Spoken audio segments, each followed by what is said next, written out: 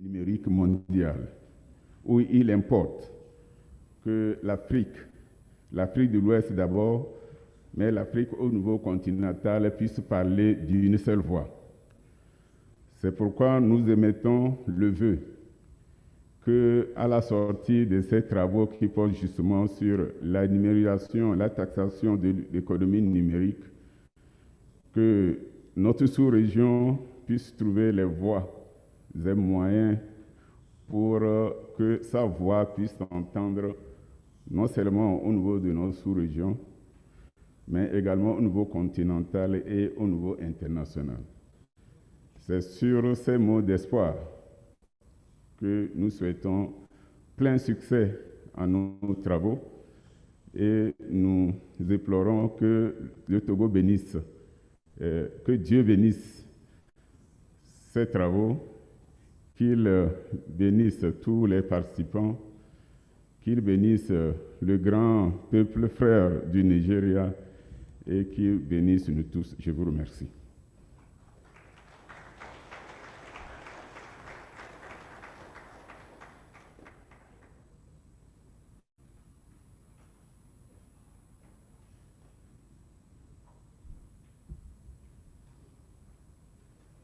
Mesdames et messieurs, je vous demande d'applaudir très fort M. Philippe Chaudier, qui est le président de l'Ataf, mais il est aussi le commissaire général de l'Office togolais des recettes. That is Mr. Chaudier, who is the Ataf chairman, but also Commissioner General of the OTR, that's the Togolese Authority for Revenue. Mesdames et messieurs, nous continuons dans cette lignée pour pouvoir inviter maintenant pour son message de solidarité. Nous allons inviter son Excellence Jean-Claude Bro, président de la CEDEAO, représenté par M. Salifou Tientore. Ladies and gentlemen, please let's welcome the ECOWAS president, hereby represented by Mr. Salifou Tientore.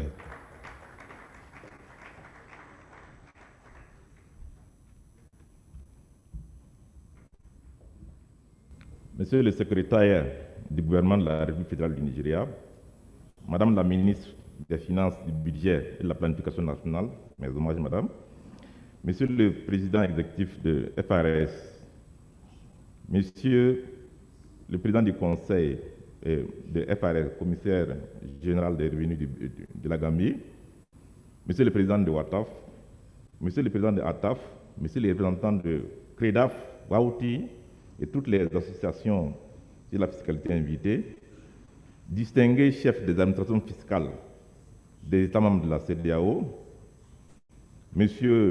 Bakary Sagnan, ombudsman de la République de la Gambie, ancien commissaire général Gambia Revenue Authority, chers amis et frères, M. le secrétaire exécutif de Wataf, distingués invités, Mesdames et Messieurs, comme vous le savez, l'actualité sous-régionale est très chargée, et ce qui fait que le président de la commission de la CEDEAO, son excellent Jean-Claude Kassi Brou, et le commissaire en charge du commerce et de la libre circulation, M. Teye Konzi, sont en dehors du Nigeria. Et certainement, à partir de demain, le commissaire sera là pour vous modérer une session, il sera là pour vous donner plus d'informations. Ici, je voudrais lire le message que le président de la commission m'a chargé de vous délivrer.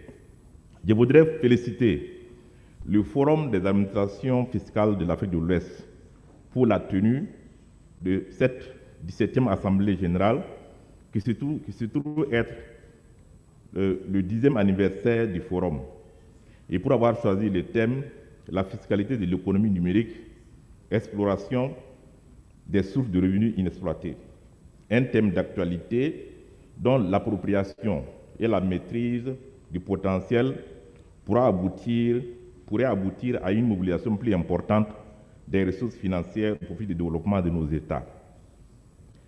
10 ans dans la vie d'une organisation, ce n'est pas beaucoup, mais c'est largement suffisant pour tirer un premier bilan, afin d'envisager l'avenir avec plus de sérénité et de se donner de nouvelles ambitions.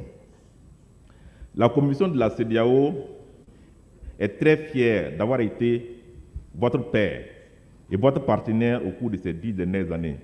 Je dis bien père parce que la Commission partage cette paternité avec beaucoup d'administrations fiscales de la CEDEAO, notamment la Federal Inland Revenue Service, qui sans conteste a joué le rôle le plus déterminant dans la création de Wataf. Je voudrais à cet instant précis et au nom du président de la Commission exprimer ici mes vives félicitations au executive chairman de la FARS, M. Mohamed Nani, pour son leadership affirmé et à tous ses prédécesseurs qui ont su mobiliser les ressources humaines, les ressources techniques et financières nécessaires afin de mettre en place cette organisation sous-régionale. Merci à la FARS qui croit à l'intégration régionale et d'avoir initié la création de cette plateforme d'échange et de partenariat entre les administrations fiscales des États membres de la CEDEAO. Monsieur le secrétaire du gouvernement, Madame la ministre, Mesdames et Messieurs, comme vous le savez, l'harmonisation des législations fiscales et, par extension, l'amélioration de la mobilisation des ressources intérieures sont essentielles pour atteindre les objectifs du traité de la CEDEAO et la réalisation du marché commun.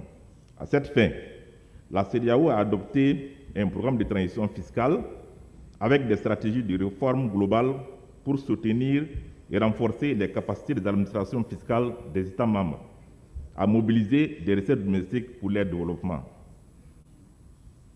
Dans le sillage de la diminution des flux d'aide, la nécessité de stimuler les ressources nationales ne peut être sous-estimée, car l'amélioration de la performance des recettes intérieures est en effet la clé de toute réforme du secteur public. La Commission de la CEDEAO, avec le soutien de ses partenaires, à savoir l'Union européenne, la République fédérale d'Allemagne, la Banque mondiale, œuvre à soutenir toute initiative en Afrique de l'Ouest dont l'objectif est d'appuyer les administrations fiscales pour plus de performance. C'est dans le cadre de cette vision, que la Commission a répondu oui à l'appel de la Federal Inland Revenue Service en 2011 à mettre en place une organisation régionale des administrations. L'appui de la coopération allemande a soutenu Wataf dans plusieurs activités qui ont été organisées, dont le secrétaire exécutif en a fait l'écho. Le prestige de la CEDEAO a joué sans conteste un rôle important dans l'adhésion des États membres de la CEDEAO à cette organisation. Mesdames et Messieurs, distingués invités, il est gratifiant de noter que Wataf a évolué au cours des 10 dernières années pour devenir un forum fiscal autosuffisant et reconnu au niveau international. Félicitations à l'actuel président de Wataf et à tous les anciens présidents de Wataf, aux membres du conseil, au secrétaire exécutif de Wataf, M. Oladapo Babatunde, et à son équipe pour les très grandes contributions à cette réussite. Mesdames et Messieurs distingués invités, la fiscalité de l'économie numérique est en effet une question d'actualité depuis les années 1990, avec l'émergence du commerce électronique, la numérisation a d'énormes ramifications, débat mondial d'actualité depuis quelque temps. Je dois ici féliciter l'OCDE d'avoir défendu la fiscalité et la numérisation depuis 2013, lorsque le G20 a identifié l'évitement fiscal comme une priorité. En 2015, avec l'adoption de l'érosion de la base et du transfert des bénéfices, de 15 actions pour lutter contre l'évasion fiscale. Les réflexions engagées par le CDE à ce sujet préconisent en fait la réforme des règles de la fiscalité internationale. Distingués participants, il est évident que la numérisation présente à la fois des opportunités et des défis pour les administrations fiscales au niveau mondial. Cependant, pour nous, dans la communauté de la CEDEAO, il nous incombe d'élaborer une stratégie et de nous positionner pour dépasser les menaces et profiter des opportunités pour élargir notre base de revenus. C'est pour cette raison que le thème de ce dialogue politique de haut niveau me semble opportun. Alors, nous nous efforçons d'améliorer nos lois pour cibler la numérisation. Efforçons-nous de ne pas laisser de côté l'épine dorsale de nos administrations. Il est impératif de renforcer les capacités humaines et institutionnelles pour faire face à la numérisation et générer davantage de revenus pour le développement national afin d'atteindre les objectifs de développement durable d'ici 2030. Les recettes fiscales constituent la source de revenus la plus faible pour le gouvernement, étant donné les recettes fiscales constituent la source de revenus la plus fiable pour les gouvernements, étant donné leur prévisibilité et leur certitude. Il est nécessaire que nos administrations fiscales adoptent une attitude orientée vers les services aux contribuables. Nous devons simplifier nos procédures, nos législations, fournir des informations sur les droits et obligations des contribuables et créer un environnement propice à la conformité volontaire. C'est sur cette note, Mesdames et Messieurs, distingués invités, permettez-moi ici de féliciter Wataf à l'occasion de son 10e anniversaire et de réitérer l'engagement de la CEDEAO à soutenir Wataf pour améliorer la performance des recettes, afin qu'ensemble, nous puissions approfondir la pratique de la fiscalité dans notre région. Au nom du président de la commission de la CEDEAO, je vous souhaite à tous des délibérations fructueuses et réussies. Merci, thank you, obrigado.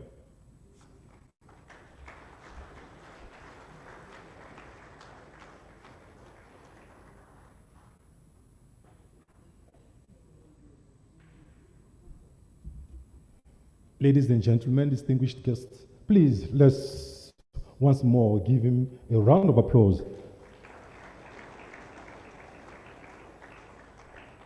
That was a goodwill message from His Excellency Jean-Claude Bro, who is the ECOWAS president, hereby represented by Mr. Salifou Tientore.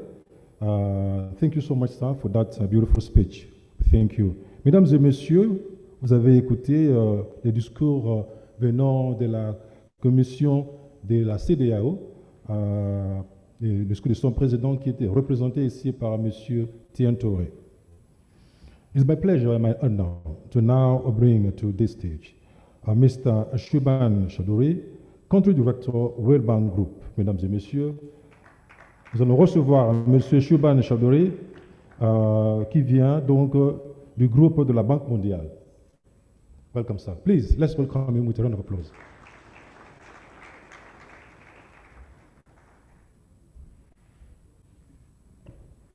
Thank you, Mr. Moderator. Good morning, ladies and gentlemen. Mr.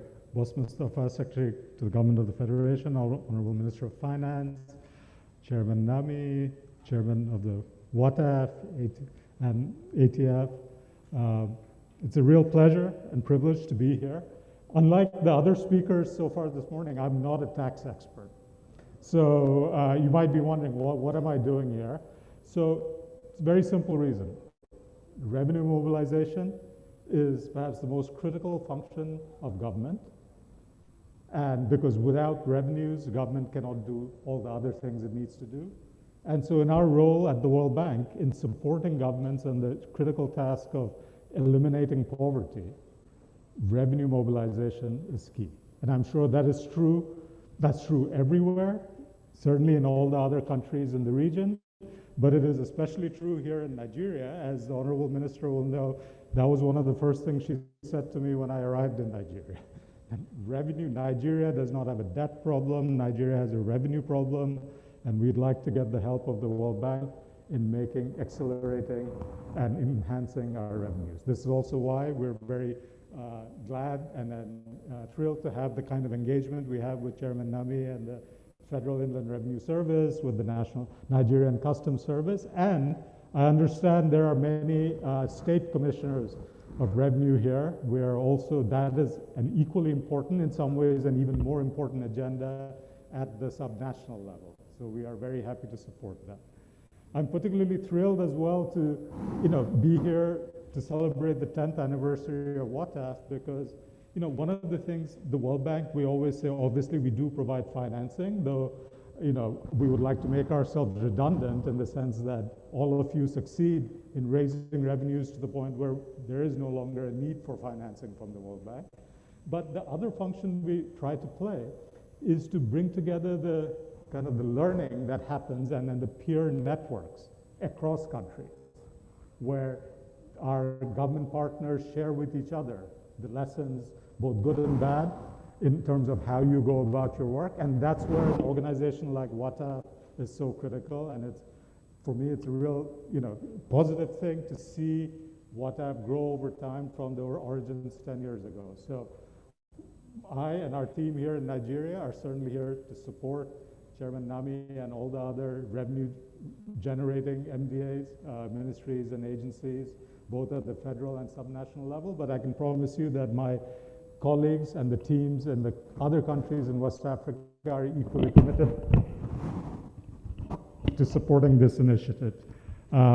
With that, I wish you all the best for what seems to be a great series of panels throughout the day today on a critically important issue as well, the rise of the digital economy, which again, let me say that for Nigeria has implications because of Nigeria's potential in the digital space, and also the importance of digital technologies for the kinds of regional integration agenda. So thank you again. It's a real honor to be here. Thank you.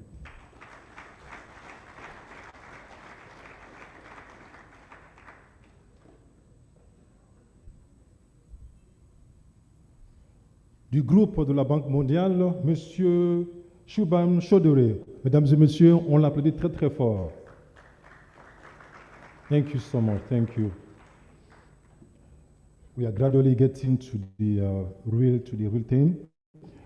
It's indeed my pleasure and my honor to welcome to the stage the Honorable Minister of Finance, Mrs. Zainab Shamsuna Ahmed. Ladies and gentlemen, mesdames et messieurs, nous allons recevoir la ministre des Finances, des Budgets et des Plans de la République fédérale du Nigeria, Madame Zainab Shamsuna Ahmed. Please, let's continue to applaud as she's coming.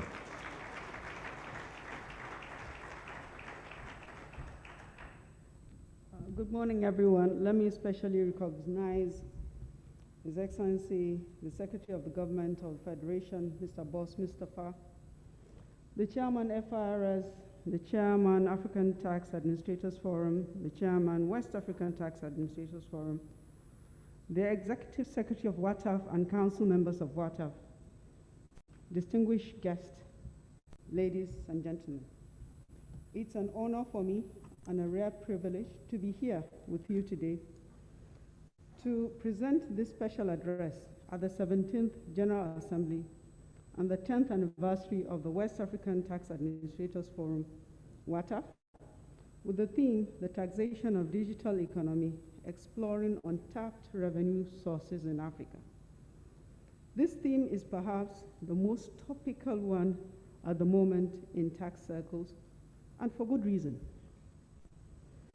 As the so-called e-economy continues to grow and develop internationally, it is only natural to expect that there will be issues associated with taxation of the income that accrues from it and how this income can be properly tracked, assessed, and taxed.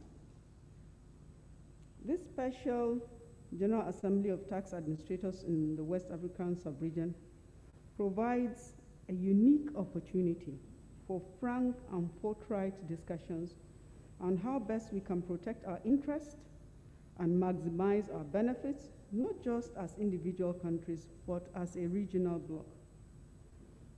As the competent authority in tax matters for Nigeria, I am pleased to say that we have actively participated in the global discourse around the issues of taxation of the digital economy, particularly as it affects the allocation of taxing rights.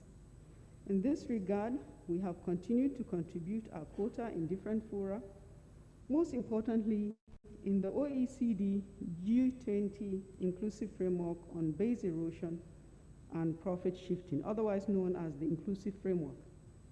Distinguished ladies and gentlemen, let me highlight that the basis of our involvement in that process was the understanding that a coordinated universal solution to tax challenges of the digital economy was necessary, and that the solution would be fair and acceptable for all members.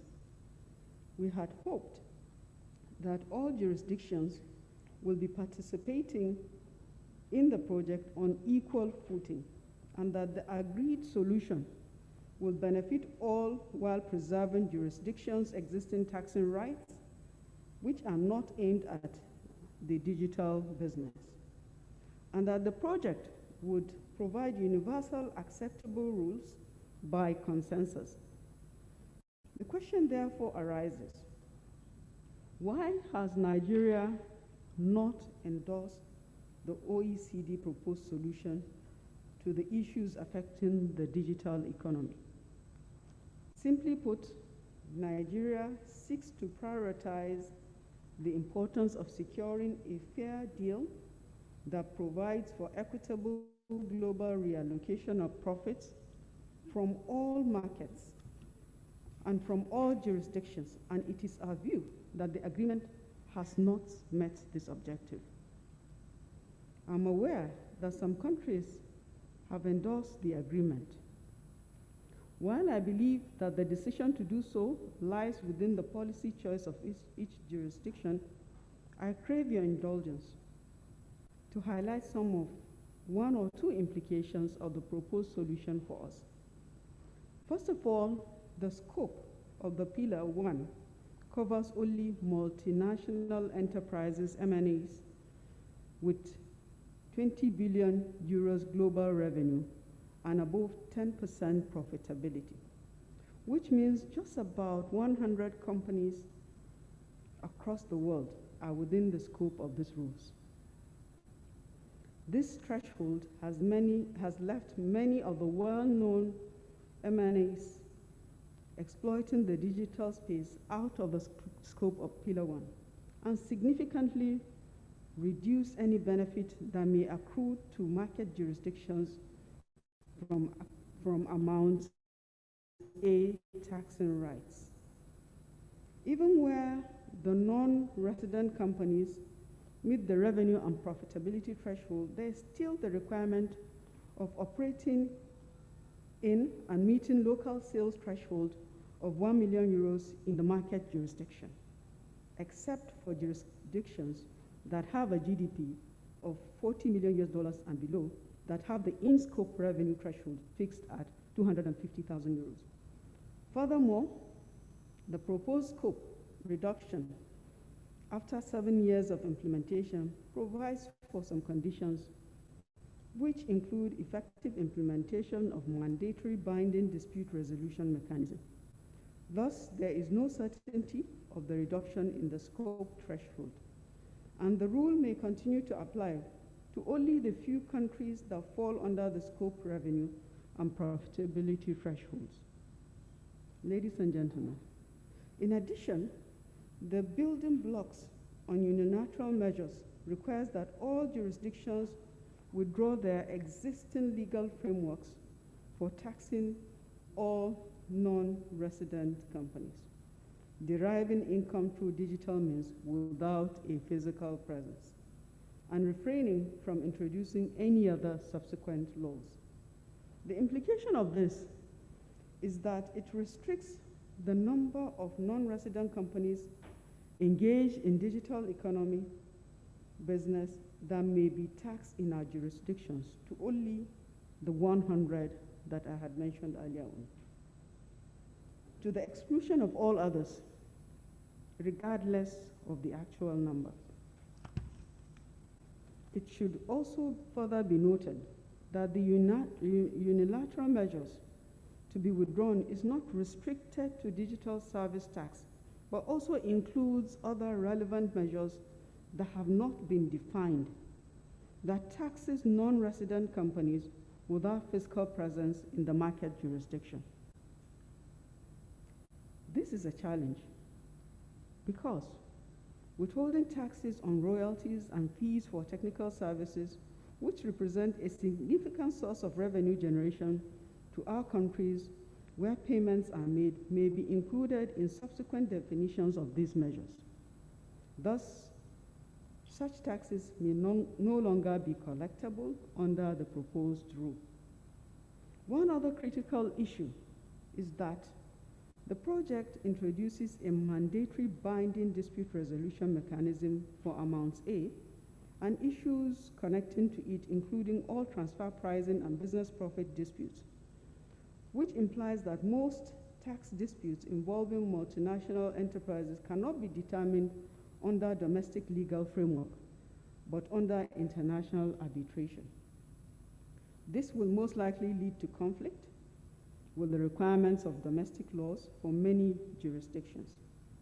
Under the Constitution of the Federal Republic of Nigeria, for instance, tax revenue disputes are within the exclusive jurisdiction of the relevant courts.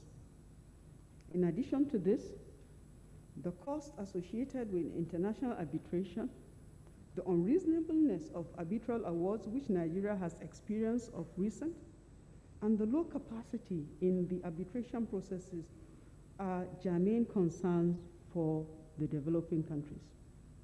In summary, I'd like to say that our concerns are centered around the strong possibility that the terms of the proposed agreement may result in undesired outcomes for the revenue accruable to taxation jurisdictions. Many developing jurisdictions may experience negative or reduced revenue collections from the implementation of the outcome of the digital economy project. But having enumerated our concerns, let me state that Nigeria is still engaging the OECD G20 inclusive framework process, and we do hope to find resolutions of the issues that are worrying us. In conclusion, I want to say that the destiny of our economies lies in our hands. We may therefore need to put on our thinking caps and to explore possibilities of developing local solutions that work for us, either within our domestic tax rules or along regional blocks. And this is the perfect opportunity to start that discussion. In view of the foregoing, I want to urge delegates in this forum to remain focused on the facts that the ultimate goal is the equitable reallocation of profits to maximize revenues for our member states. That the issues that I have pointed out earlier and others which I have not should agitate our minds in the course of our discussions in this forum. And it is my hope that this conference will produce an actionable communique that will contribute to policy making, particularly for our member states. I thank you very much for your kind attention.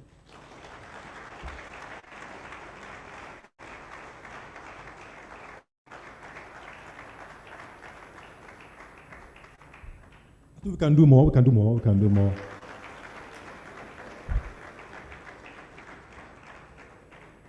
Madame la ministre des Finances, du Budget et de la Planification nationale de la République fédérale du Nigeria. That was Mrs. Zainab Sanshuna Muhammad Ahmad, Minister of Finance, Budget and Planning of the Federal Republic of Nigeria. Thank you so much, ma'am, for that beautiful and powerful address. We are getting to the crescendo of this event, but before we call on to our special guest to come and declare open this forum, distinguished ladies and gentlemen, I want to give you a brief documentary which will give you some sort of the story how Wataf came to be. It's a very brief documentary. I'm sure you'll see how that journey started and how we are today. Ladies and gentlemen, it's our pleasure to give you a brief story through a documentary that we put together that will retrace how our organization started 10 years ago. Multimedia, please, let's have the documentary. Thank you. The year is 2021, and West Africa is taking charge of its own future. Across the continent, the paradigm is shifting, calling to enhance the lives of her citizens by financing better healthcare, quality education, improved sanitation systems, running water, electricity, good roads, and create sustainable social safety nets for the poorest of the poor. To achieve this, in 2011, the launch of Wataf provided the opportunity for tax authorities across West Africa to forge alliances, re-strategize, and work together to raise the West African economy. Let me put the period in context. I was the chairman of the Federal Inland Revenue Service from 2004 to 2012. What I found during that process was that there was a lot more engagement between countries outside of West Africa. But West Africa, we had our ECOWAS, which was engaging on larger economic issues, but not really on taxation, but not on tax rates, not on creating an enabling environment for countries or for businesses who operate within the region, signing of mutual exchange agreements, or even double taxation agreements to enable and encourage investments in that sub-region. Now we have similar issues. We're relating with similar cultures, similar challenges, similar people. We all come basically from and so some of the challenges you have in your country you can share with another. You understand where the other person is coming, find out what the other person has done right, and then you can exchange ideas accordingly. So I found that there was a benefit of coming together. With Wataf, we are now able to get data that we are going to use for purpose of tax assessment, collection, to enable Nigeria mobilize more revenue. The West African perspective on tax administration in the global arena is a unique one, and Wataf is set out to enhance that voice. It has fought for progress to develop capacities in West African countries for tax transparency and the exchange of information. It seeks to enhance the revenue potential of West Africa with the advent of e-commerce, hybrid financial instruments, coupled with increased sophistication of its fleet of tax advisors. They fight illicit financial flows and work towards administrative cooperation, which is at the heart of Wataf's long-standing partnership with the Global Forum through the Africa Initiative. This has led to the increase of effective revenue mobilization, which are foundational changes that all West African stakeholders seeking development will strive for if West Africa is to expedite its march towards economic self-reliance. Convening a platform itself is a key product because you're bringing everybody together to talk, to share experience on topical issues. But Wataf over the years have delivered quite a number of capacity building events, training, seminars, workshops have gone on again and again in various West African countries. The topics shared, which was areas of focus, building capacity in tax audit, looking at even how to do investigation and audit in specialized area in the finance sector, in the construction sector, in the telecom sector.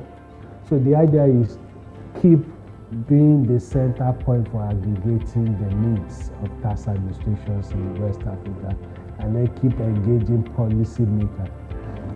And then we look forward to a time that we can say tax revenue, the domestic revenue is the mainstay of our economies in West Africa. The vision calls for transforming economies across West Africa.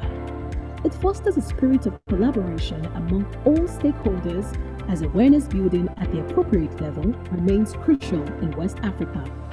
Looking forward, Wataf means maintaining partnerships which inspire policy and administrative reforms, developing assistance which inform the design of the national domestic. Other interventions include strengthening links between tax revenue collection and spending decisions by government, developing and publishing a comprehensive tax expenditure framework, increasing involvement of key stakeholders in tax policy design through structured consultations, as well as assisting member countries to reverse all forms of illicit financial flows that erode revenue base in the continent, as these are indispensable for realizing the aspirations of Wataf member states to achieve an integrated and prosperous Africa. Pour la taxation des multinationales et sur et sur la taxation de l'économie numérique et également sur les questions des flux financiers illicites.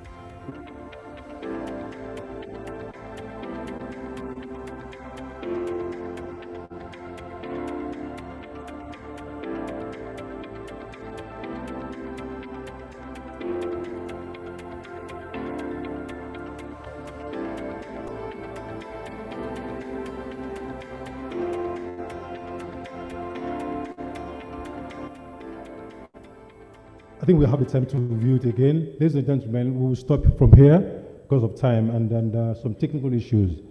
Mesdames et messieurs, nous allons maintenant pratiquement donc ouvrir le forum. Nous allons inviter l'invité d'honneur pour le faire.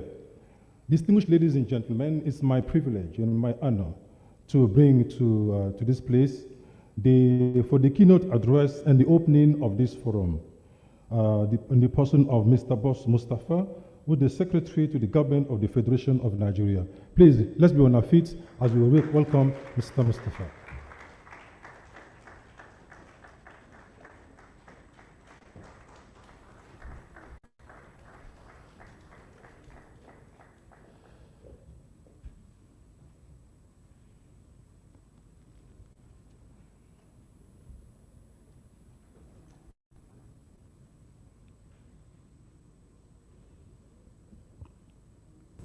The Honorable Minister of Finance, Budget and National Planning, Hajia Zainab Samsona Ahmed,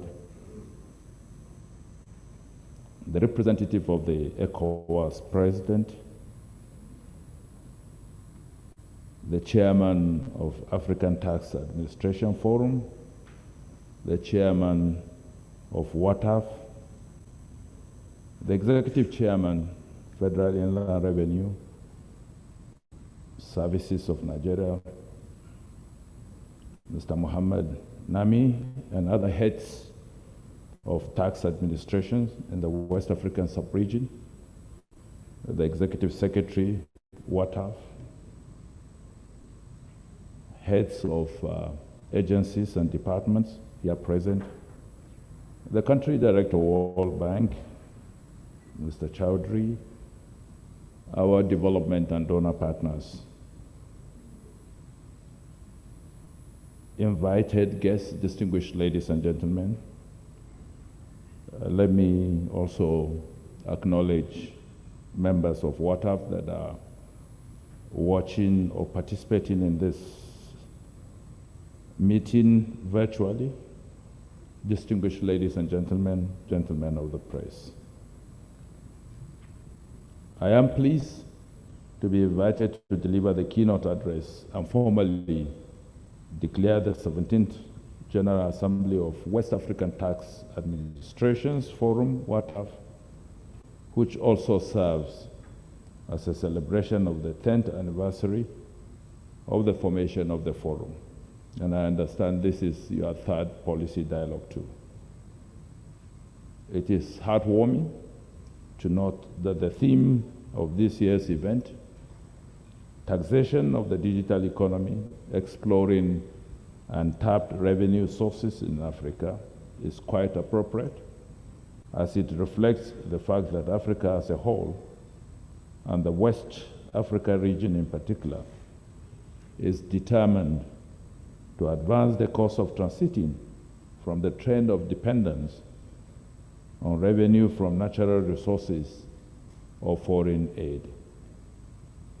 Without doubt, taxation presents itself as a sustainable, controllable, and independent source of public revenue, and we all, as stakeholders in the tax system, must make every effort to uphold the renewed urgency of highlighting domestic resource mobilization as the key to efficient and sustainable revenue generation for developmental projects, particularly for developing countries.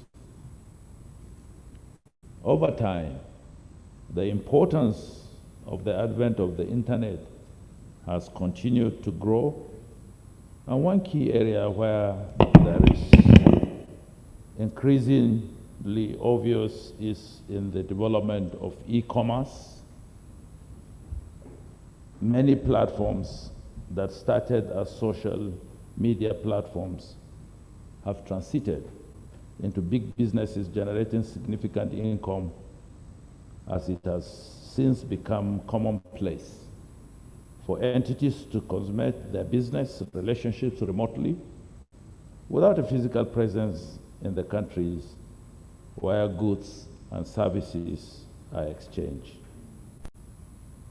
In other words, the traditional brick-and-mortar business is now very much up against an entirely different business model.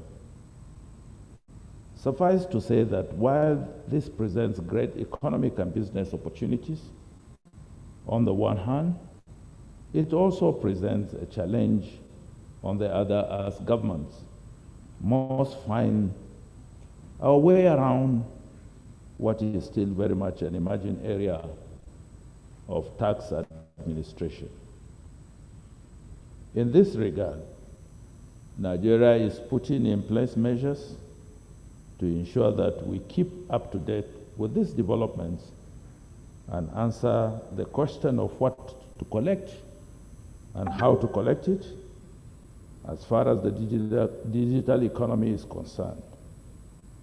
Therefore, our definition of what to collect, whether we call it income tax, digital service tax, or value-added tax, must address the issue of redefining who a taxable person or entity is to accommodate the fact that digital transactions sidetrack the ordinary and traditional understanding of jurisdictions. In addressing this question, Nigeria is constantly reviewing its domestic laws to identify changes required to bring the digital economy to taxation in country. The Finance Bill 2019, signed by President Muhammad Buhari in January of 20. Distinguished ladies and gentlemen, thank you, sir, for those inspiring words. And you've given all the delegates and participants charge. And I'm sure that deliberations will center and focus around these very important issues you have raised, sir. And it is on behalf, as we bring this opening ceremony to a close, it's on behalf of the West Africa Traditional Forum and the FRS who would like to appreciate and really thank you, sir, and the Honorable Minister, and all our very important guests for coming. Let's put our hands together once again for them. Thank you so much, sir. I also like to appreciate all our online participants, those who are joining from across the West African sub-region, all the 15 countries, both in Nigeria and across West Africa, on the online channels. We trust that you will stay with us as we close this opening ceremony. We'll bring it to a close, sirs, and we'll rise up for the national anthem.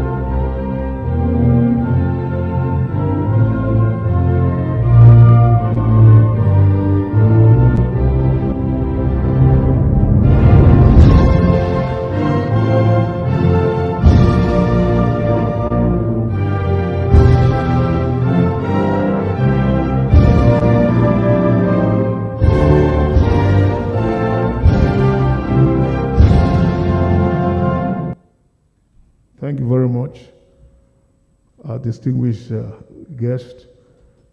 Your Excellencies, we'll be taking photographs. So please let's lead outside. Our special guest, please, the photographers will lead you, sir. Okay, let's do it first here. The heads of delegations should come. Heads of delegations. Okay. After them, okay, our special guest first.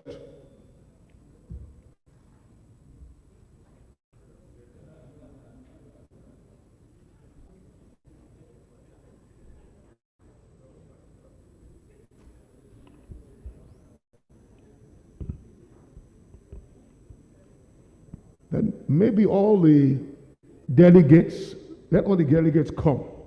I think you can squeeze in on the podium here. There are not many. All our delegates and special guests, please come. Delegates, Benin, Gambia, Cote d'Ivoire, please come. Come here to the up so that you can take the photographs. Just be sure. Please, can ushers let them come? All our foreign delegates, please come. Some of you can come up here at the back. Just to be sure you're in.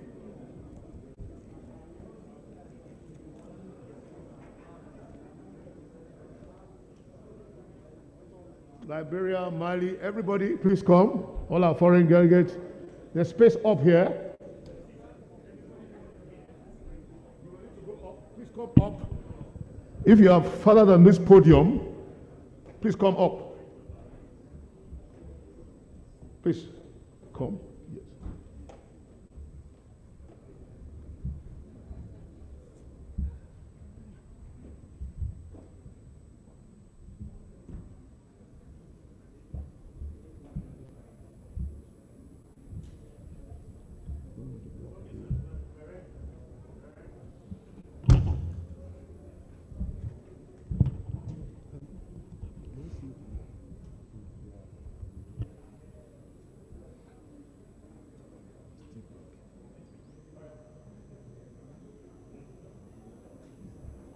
Thank you very much.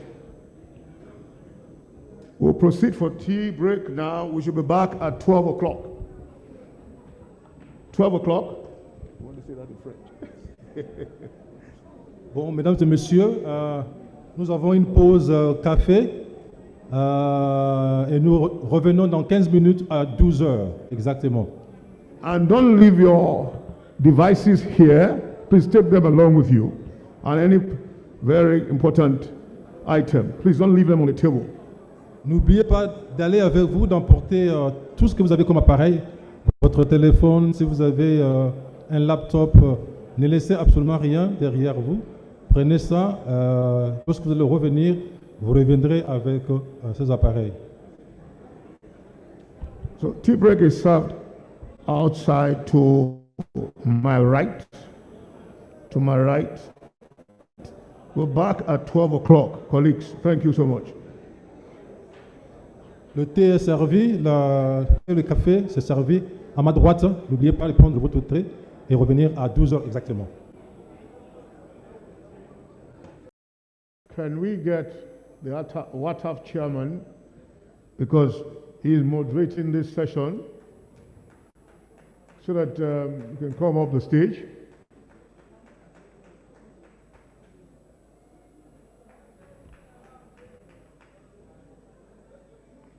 And so, please, Mr. Sebastian Odima, Dr. Shimolo, Ms. Sachi, I think Dr. Waris might be joining virtually. So our panelists also get ready to come up. The paper presenter, Mr. Odile, please, ready.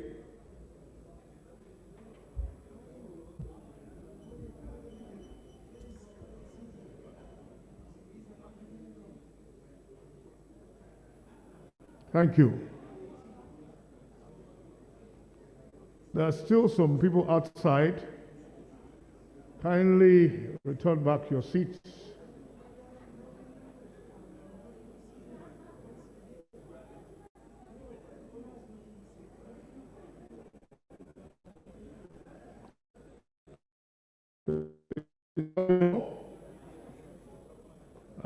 Dr. Olagunju Misachi.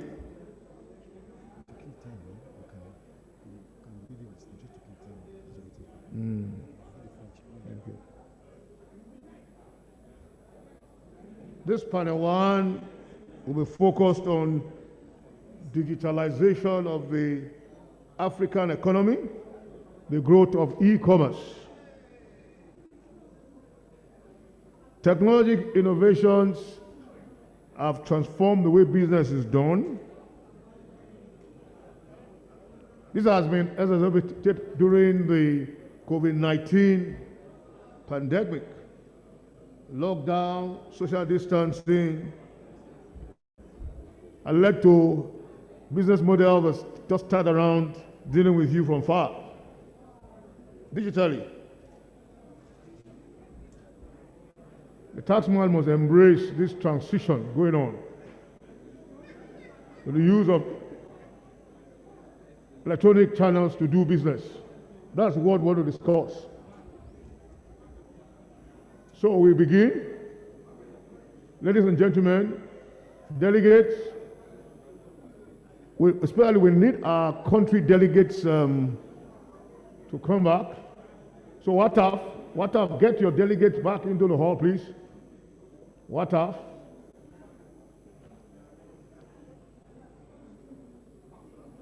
I can see Gambia, they're there.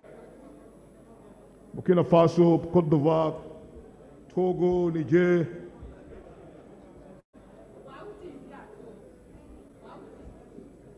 They were recognized while you were not here.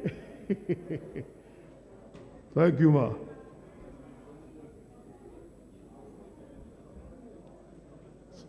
So please, let's settle down. Thank you. And our executive chairman is also here. Please, FRS, let's settle down so that we can begin. So our panelists, please get ready. You'll be invited up now. Or please, you can come up right away. We can now introduce you when you're up. And our paper presenter. Welcome. You just have to come up and do a presentation. Okay. The Wataf chairman, you are chairing this. Please come up, sir.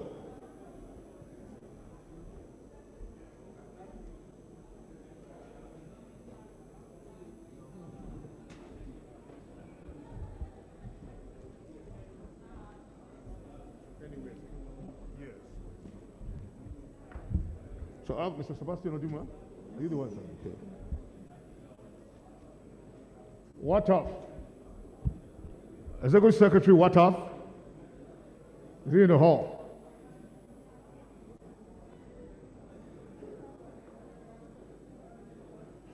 Ms. Sachi, is he joining virtually? And Dr. Waris, are they joining virtually? Are they joining virtually?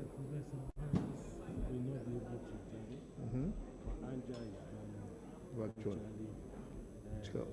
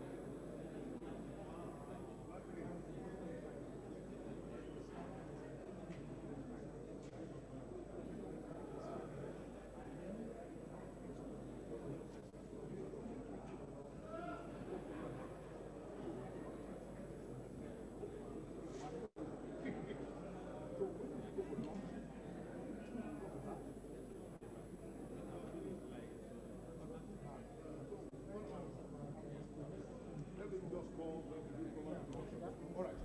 Okay. Claude?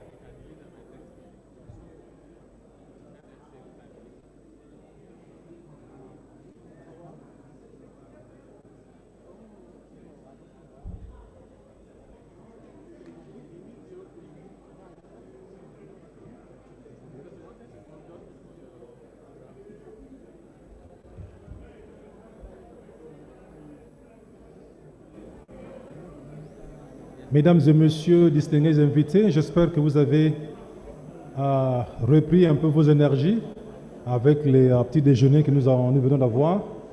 Nous allons passer maintenant à la session des panels.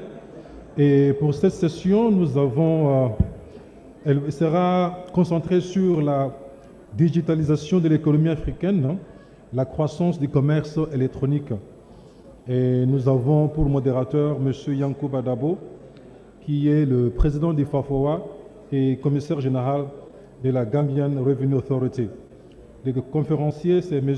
Tayo Oyedele, il est partenaire en matière de politique fiscale et responsable de la fiscalité en Afrique de l'organisation PwC.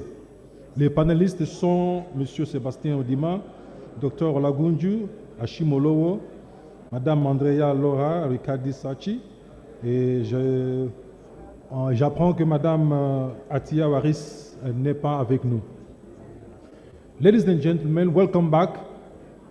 I'm sure that we have a bit more energy to now listen to some experts' ideas that will come from our panel here. Please, let's welcome to the panel the moderator, Mr. Yankuba Dabo, Chairman Wataf, and Commissioner General, the Gambian Revenue Authority. Let's please give him a round of applause. The paper will be presented by Mr. Taiwo Oyedele, Fiscal Policy Partner and Africa Tax Leader at PwC. He's here. Please, a round of applause for him. And here our panelist, Mr. Sebastian Odima, is the head of Tax Controversy Africa, AP Mola Maersk. Yeah, he's there. We also have Dr. Olagunju Ashimolowo, Director, Internal Audit, Operations and Evaluation Department, ECOWAS Bank for Investment and Development. Ms. Andrea Laura Ricardi Sachi. Okay, she will join us virtually. Let's give her an applause. She's a tax advisor of the Uruguayan Tax Administration. So I'm going to hand over the microphone to the moderator, and I will take it from there. Mr. Moderator, sir.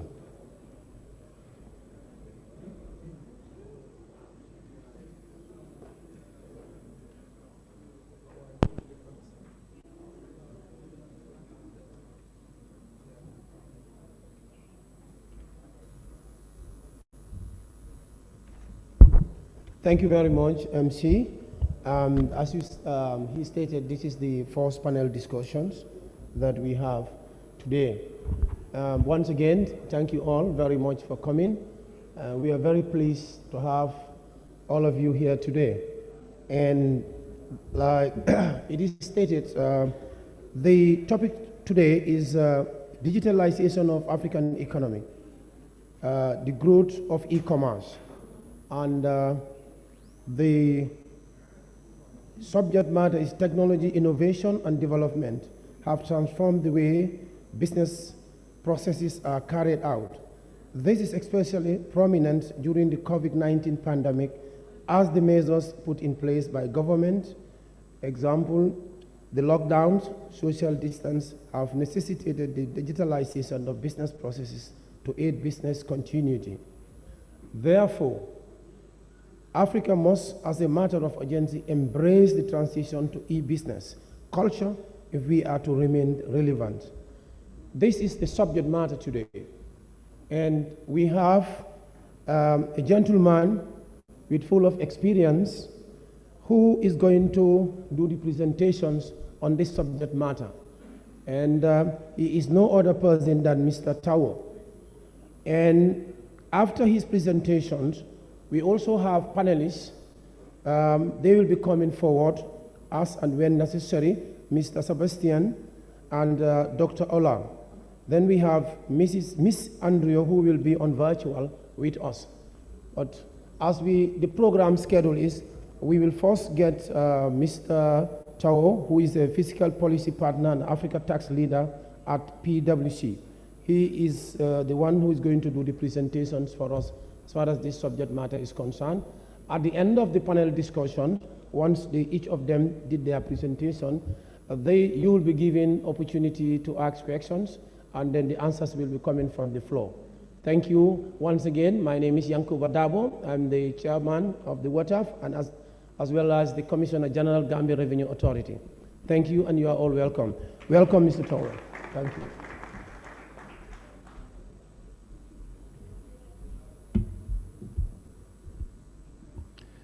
Good afternoon, ladies and gentlemen. I will stand on existing protocols. I will move straight into the presentation that I have, which I have only 30 minutes to deliver, and is on digitalization of the African economy, the growth of e-commerce. The outline that I have is to quickly speak about giving the overview and the context, and then we move on to digitalization, doing business, and the African economy. I just realized I have to speak a little bit slowly because of the interpretation. Then we look at revenue mobilization issues and challenges, and then I'll share my final thoughts and what I consider should be the next steps for us. Now, I think a good starting point is to remind us that technology is as old as man, without being gender biased, man and woman. And we've always had innovation, even in the Stone Age. And you see the images on the screen from being able to hunt using tools, farming, money, knitting of cloths. And we have the first electromechanical binary programmable computer in 1936. Motorola invented the first mobile phone in 1973. Look at it there, it's almost the size of a computer today, desktop. And the internet, the World Wide Web, was invented in 1989, just about 32 years ago. And that's what transformed e-commerce as we know it today. So e-commerce is just 32 years old. And it's amazing the kind of transformation that we have seen in that period of time. Now, the mobile phone started becoming smart because when mobile phones were not smart, they were not useful for e-commerce. As soon as they became smart, they became very important tools for e-commerce. And then the emergence on the next slide shows that technology has altered everything, the way we work, live, play, and the way we do business. And also to a large extent, the way we do governance and tax administration. The term digital economy was actually coined in 1995 by Don Tapscott in the book titled The Digital Economy, Promise and Peril in the Age of Networked Intelligence. So even this digital we're talking about, it's pretty young. And you see to the right of the screen, the largest companies in the world in terms of how much traffic they receive on their website. And you see there's no doubt, Google is a super giant.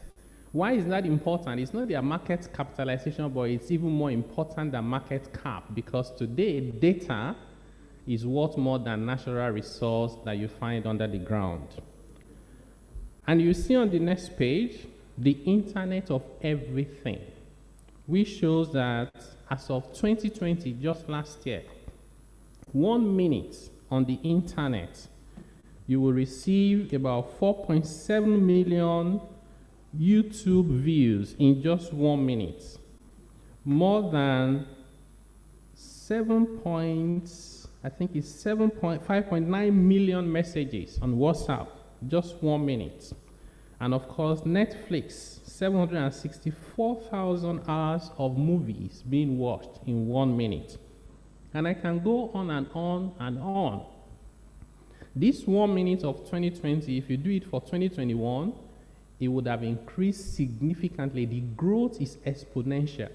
So a lot is happening, including commerce, happening every minute.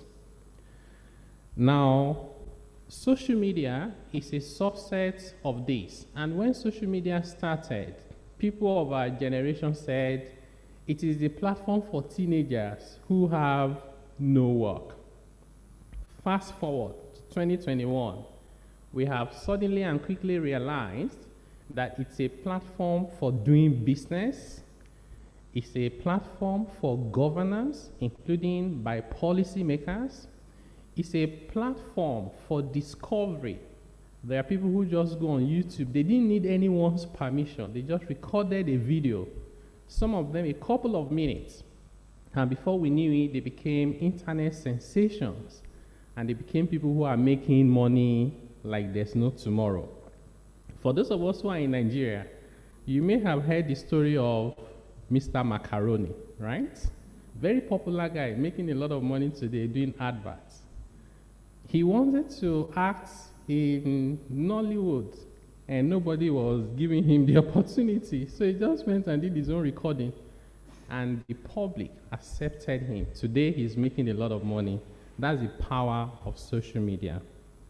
So we have 4.2 billion social media users across the world, and it's growing exponentially. We now have influencers on social media who make more money than media houses, and they're not even registered as businesses.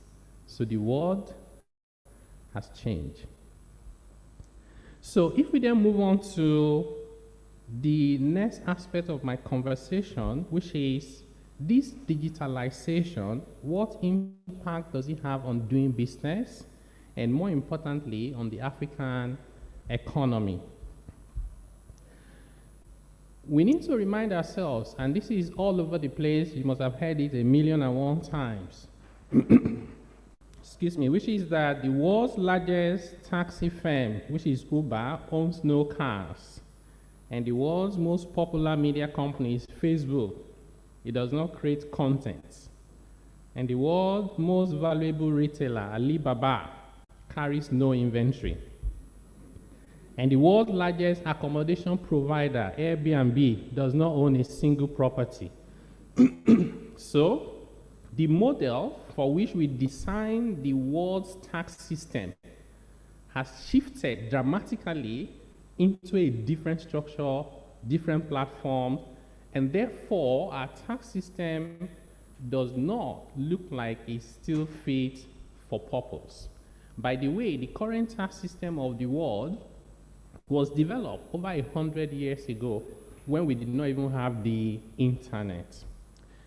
Within the continent of Africa, we have seen the fast growth of fintech, for example, with a lot of platforms and some fintech companies growing bigger and faster than traditional financial institutions. In Nigeria, for example, we have seen Flutterwave, right?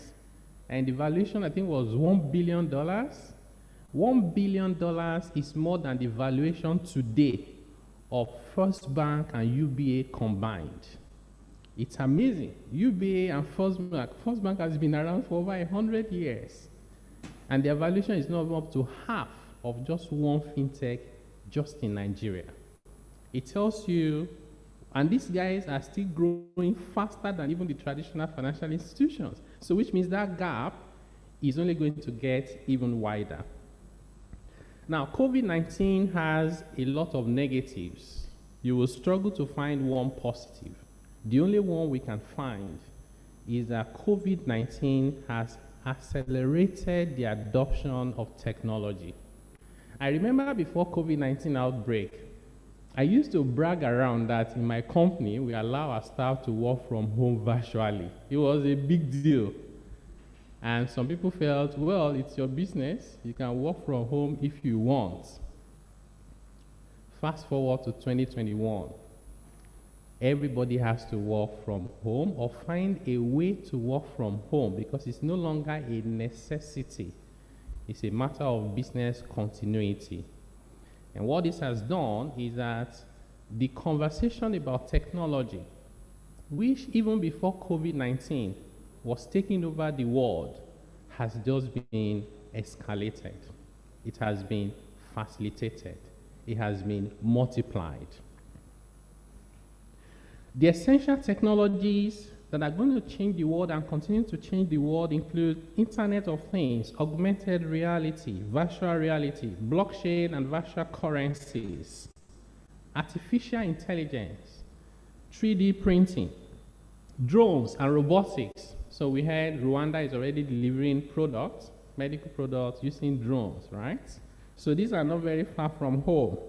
Big data and analytics, genetic engineering and quantum computing. So this is taking the power of the computer as we know it today and multiply it by hundreds of times. So it's almost unimaginable what the world is going to look like in the next few years from today. So digital disruption is going to affect every aspect and every area of our lives. It is not only creating new products and new businesses, it's taking the traditional and old business platforms and transforming them almost completely. A university is still a university, but students no longer have to come to the campus. They no longer have to sit in a physical classroom. That is what we're beginning to see. You don't have to be big. Even small companies can now compete internationally. Each time we talk about technology, digital economy, and tax mobilization, we tend, in my view, to put too much focus on multinationals. And I'll show you a slide very soon, which in my view shows that as much as you focus on those multinationals, do not forget to look inwards within your countries, because actually that's where the bigger value is. So we'll see logistics, financial services, manufacturing, education, healthcare, and of course the media. I can't remember the last time I bought a printed newspaper. Before COVID-19, I used to get like 4 newspapers on my desk every day, printed one. So imagine if you're a media company and your strength is in delivery of those printed newspapers. You'll be out of business very quickly because the world has moved online. You can now read the news online. So, the 4th Industrial Revolution, which the World Economic Forum brought to the consciousness of the world, is also driving this revolution. And Africa is not left behind. So the 4th Industrial Revolution is set to further blur the boundary between the physical, digital, and biological worlds, infusing everything together. It will be a fusion of advances in artificial intelligence, robotics, the Internet of Things, 3D printing, genetic engineering, quantum computing, and other technologies infused together. So you just blink and you can buy something from a store. You're thinking of what you want to buy and it already knows. Sometimes when you search for something, you just search for something online, right? Every other thing you are finding is that same thing you just searched for, right? Because the world is now interconnected. We're even saying, the other time I was joking with a friend, I said some of the information we need to even fight insecurity, say in Nigeria, for example, that we're struggling to find. Google has them. Google know where you slept yesterday, right? Imagine that, and this is just on a lighter note. If a married man is playing around, right, and they went and take out another man's wife, Google knows. You know why? The phone of the man and the phone of the woman were together overnight. And Google knows where exactly both of them were. So a lot of information that someone said I should not go there. So you need to be very careful what you do. It goes beyond even paying taxes. Anyway, so the fourth industrial revolution is just going to add more in terms of like adding more flame to the fire of technology revolution that we already have. The South African government has created a Center for the Fourth Industrial Revolution in conjunction with the World Economic Forum for dialogue and cooperation on the continent on issues to do with the Fourth Industrial Revolution. Wataf needs to link up with that. So also is ATAF. There's the launch of the Africa Growth Platform, also an initiative of the World Economic Forum, focusing particularly on the digital opportunities for African companies. How can they grow and how can they compete internationally? As businesses grow and they compete, we should have conversations about their taxes and contributions to the national treasury.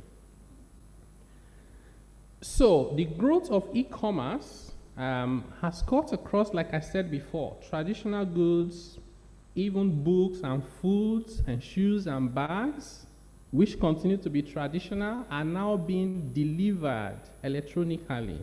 You don't even need to know who the seller is, and you can buy. Conventional services like training, surgery, legal, and accounting services are being delivered online. You don't need to know the service provider. You're only interested in the service. We have digital goods like card readers, ATM cards, downloadable movies, Netflix, crypto. We have digital services, online advertising, online news, webinars, online training, and even online dating as well. We have platforms such as the YouTube, online stores for ordering goods and services, Airbnb, sharing economy like Uber, and we have software as a service, particularly used in the fintech industry, including for profiling. One fintech company, I was speaking to a board member of a fintech company in Nigeria. He said, all this credit analysis that bank will hire plenty of people. You see some banks, they have 20 people in their credit analysis. They said they don't need a single person to do credit analysis. You know what they do?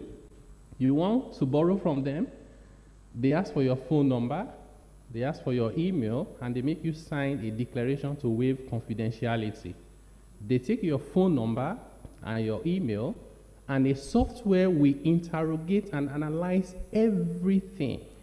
So for example, if you default in making a payment, chances are that there will be a message, including what you have deleted, right? So it does the analysis and comes up in less than 2 minutes as to your credit worthiness, just from your phone history, including deleted messages, as well as email. When they started using that, the accuracy of prediction of the result they were getting was 90% better than when they hired human beings with 20 years of experience. So this is the power that we're talking about, and it's only going to get better, not worse. So we have an example of e-commerce businesses across Africa, like Jumia, reported a 50% increase in their transactions in the first 6 months alone of 2020, of course, facilitated by COVID-19. Paystack recorded 500% increase in transactions compared to the pre-pandemic period, and Kenya business reported a 150% increase in orders that they received in the first weeks of the pandemic. So you now see the most valuable companies in the world, top 10, about 6 out of the top 10 are digital companies. So we have the Digital Economy for Africa initiative, which is really about how do we ensure that we play in this space of digital technology. It seems to be providing the world with a level playing field. Africa was behind. in the first industrial revolution, we're behind in the second industrial revolution, we're behind the third industrial revolution, but the fourth industrial revolution is not so much about your size. There's really nothing that America can do that Nigeria or Ghana or Gambia or Senegal cannot do if they want to when it comes to technology. You don't need to spend billions of dollars. You know, in fact, what I've found out is sometimes the more established companies, they're spending tens of millions of dollars, and you just find one small startup with some guys who just left university with $1,000, $2,000, they're already doing the same thing you're trying to spend $10 million on, because it's about innovation, it's about creativity. So I'll be moving now quickly towards the end of my presentation, looking at revenue mobilization, the issues and challenges, and I'm being mindful that there's a session maybe later today or tomorrow, focusing particularly on this. So I will just keep my comments and remarks to very high-level issues. And the first comment I have here is that the fact that the landscape is changing very fast. And you see there, Bill Gates once said that since robots are likely to take over some of our jobs, should we ask robots to pay tax, the taxes that we would have paid? Because he's Bill Gates, we cannot say he's dumb, because he's clearly not dumb, right? Because the question is, if you ask robots to pay personal income tax and they refuse, what would you do to them? If you put them in jail, they can't even tell the difference between being in jail and being at home. But I suppose the message there is to get us thinking as tax policymakers and tax administrators, what will we do if we lose 60% of our workforce today? You know that personal income tax is the highest revenue yielding head in the world. In the US, it contributes to about 41% of their revenue. In South Africa, it's about 38% of government revenue. For the OECD countries, 35%. It is under threat because you may lose close to 60% of that to technology. What then happens? And remember, these people also have to be supported in many countries under the social security system. So who is going to be contributing the money to support them if robots are doing the work? So, but I suppose the main point there is, what do we need to do differently? And can we please move with the sense of urgency? And those issues include questions around permanent establishment rules and digital presence, remote working and residency rule. Personally, this is one area that I feel that the world is failing itself. COVID came without announcing to us. We had to struggle, we had to adapt. And that meant in terms of surviving, people had to work remotely. And we left the tax laws the way they were, even up till now as we speak. What does it now mean for me in terms of my place of residence versus the place where I have my work, if they are not exactly the same? I can sit down here in Abuja and work for 4 companies in 4 different continents. Where would I be tax resident? Should we insist on our old rules so I cannot work? Clearly, that's not the objective. You should allow me work and earn a living and then figure out how to do your taxes so you are fair to me and fair to all those countries in which my employers are based. Clearly, the current rules are not going to solve the problem. How do we deal with intangible properties and non-traditional transactions such as software as a service, and so on and so forth? It leads me to the next conversation around the digital economy and the taxation of it. And the first thing to my mind was the conversation around the social contract and whether the social contract is broken.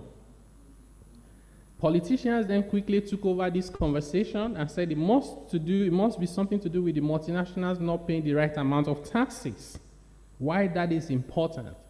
I also think that it's not the only thing that is important.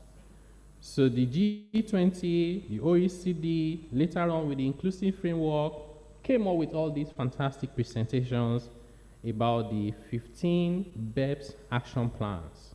And just to remind you that the taxation of the digital economy is action 1 of that plan. And that is what has now metamorphosed into so many things we're seeing today, including the two pillars proposal that we call Pillar 1 and Pillar 2. As you see on that next screen, there's a journey of what we've gone through, and that you would go through once you get the slides. Easy peasy. But to the right of that screen, on the next slide, as I was doing this, putting these slides together, I read this report by the OECD, just looking at tax administration in 2021. And they had looked at about 59 countries. And the data, even though it's tiny, but a lot of it struck me. How do I mean? The revenue collection by these 59 countries, was 12.3 trillion euros. I decided to, being a mathematician and an accountant, I decided to divide it by the number of countries. And I came to a conclusion that the average revenue collection by each of these 59 countries was about $250 billion. I then look into Africa, my dear continent. How much are we collecting in a year? Ladies and gentlemen, Africa collects about $400 billion in a year in revenue, in tax revenue.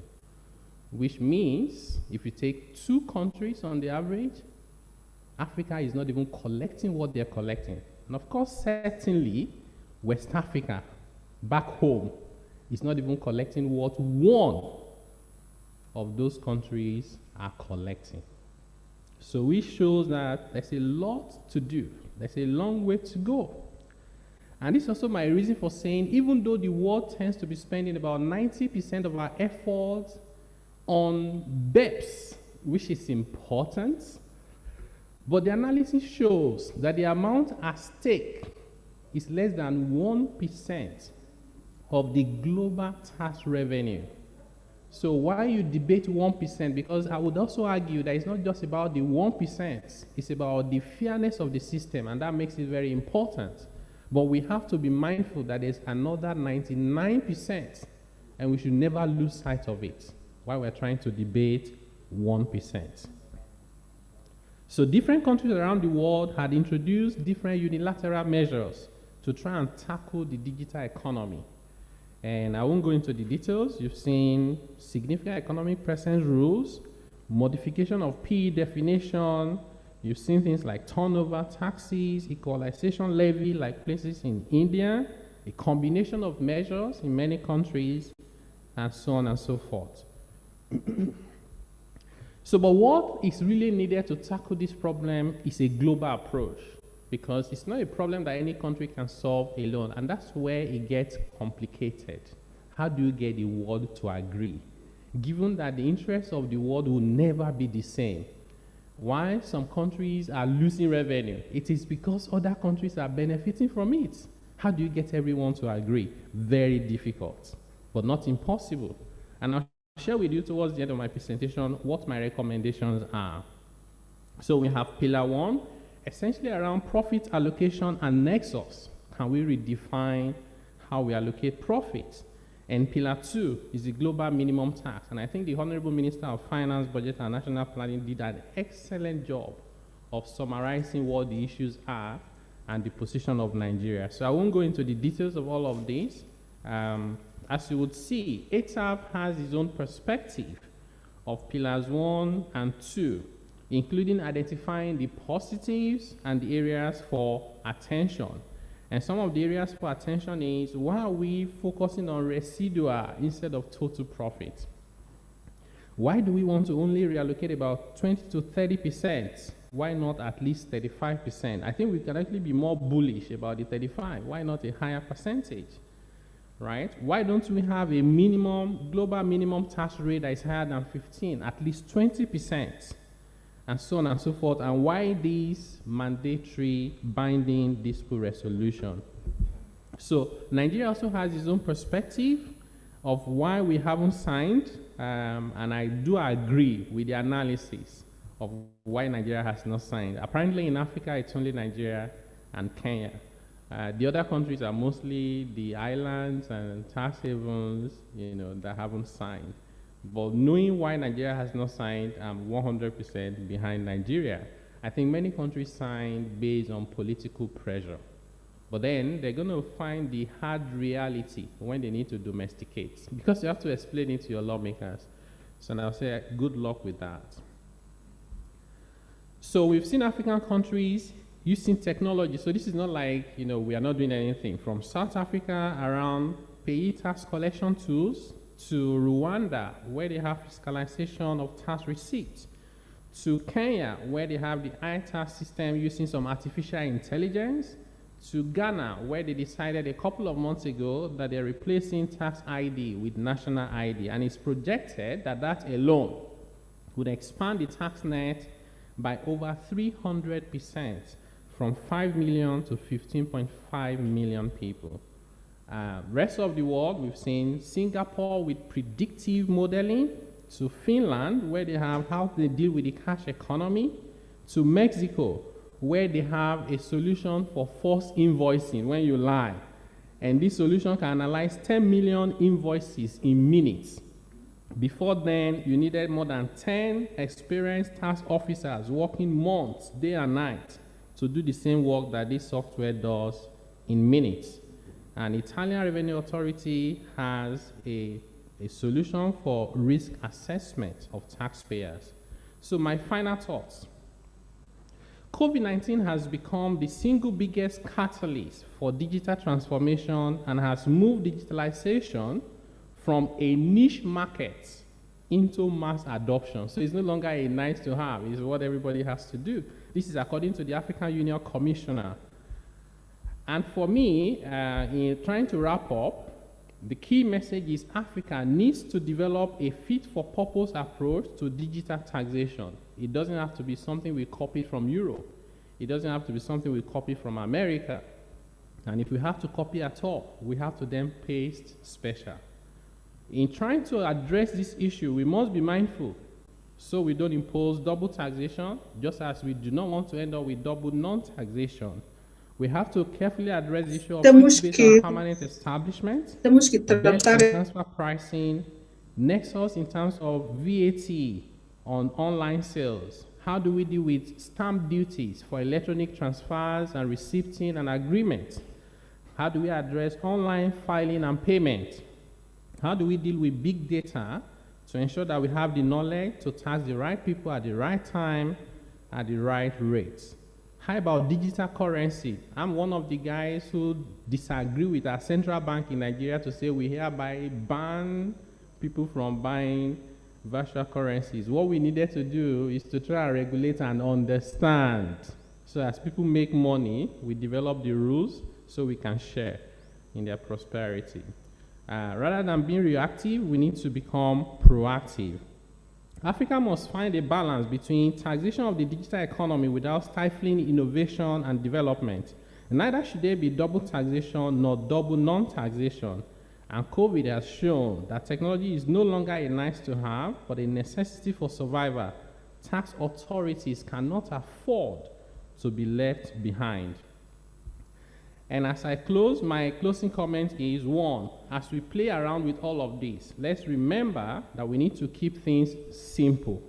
We need to remember that providing clarity and certainty is actually the secret to generating more revenue. The more confusion, the less money you make. It doesn't matter how you design the system. Can we also try and remember to do impact assessment of the measures we have introduced? How well are they working and what lessons can we learn so we can review and make them better? Can we also keep a focus on how do we grow the pie rather than just the bite we are getting from the pie? If the pie is bigger, even a smaller bite will give you bigger revenue. Interestingly, I looked at the OECD, and over the past 20 years, their tax rate average has come down significantly, but their tax revenue to GDP ratio has gone up significantly. So sometimes you may get less, but from a bigger base. And for me, that's actually the way to go for Africa. Should we start championing a new focus on the broader conversation about the tax system, not only just about digital economy? And does Africa need a plan B in case pillars 1 and 2 don't work for us? And here's my recommendation as I close. I think that the conversation is about base erosion and profit shifting. So it does not make sense to me that any proposal whatsoever will reduce my tax base. It's the exact opposite of what we set out to do. Maybe Africa should tell the world, we want a modification of these pillars 1, pillars 2, and whatever it is. And what do we want? Number one, can we have a model that says, as a country, particularly for developing countries, I'll take the higher of what I would have gotten under my domestic legislation and what you are offering me under this your inclusive framework, the higher of the two, subject to a condition that says, I must not discriminate against digital businesses, and that will make it fair. You should not introduce any tax that is specially designed for digital economy, because it's not a crime to do business online. At the same time, I should not have to lose my tax base because you have introduced measures to curb base erosion and profit shifting. It's counterintuitive.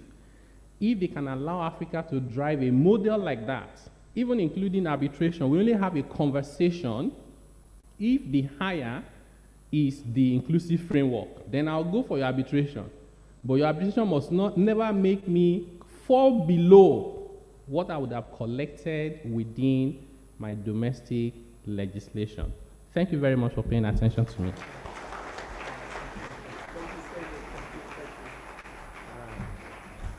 Thank you very much. Thank you, the presenter, Mr. Tower. I think if we allow him, he can stay for another 1 hour or more, because he has a lot in stock that he has to present, but due to time constraint, we have to ask him to spend nothing more than 30 minutes.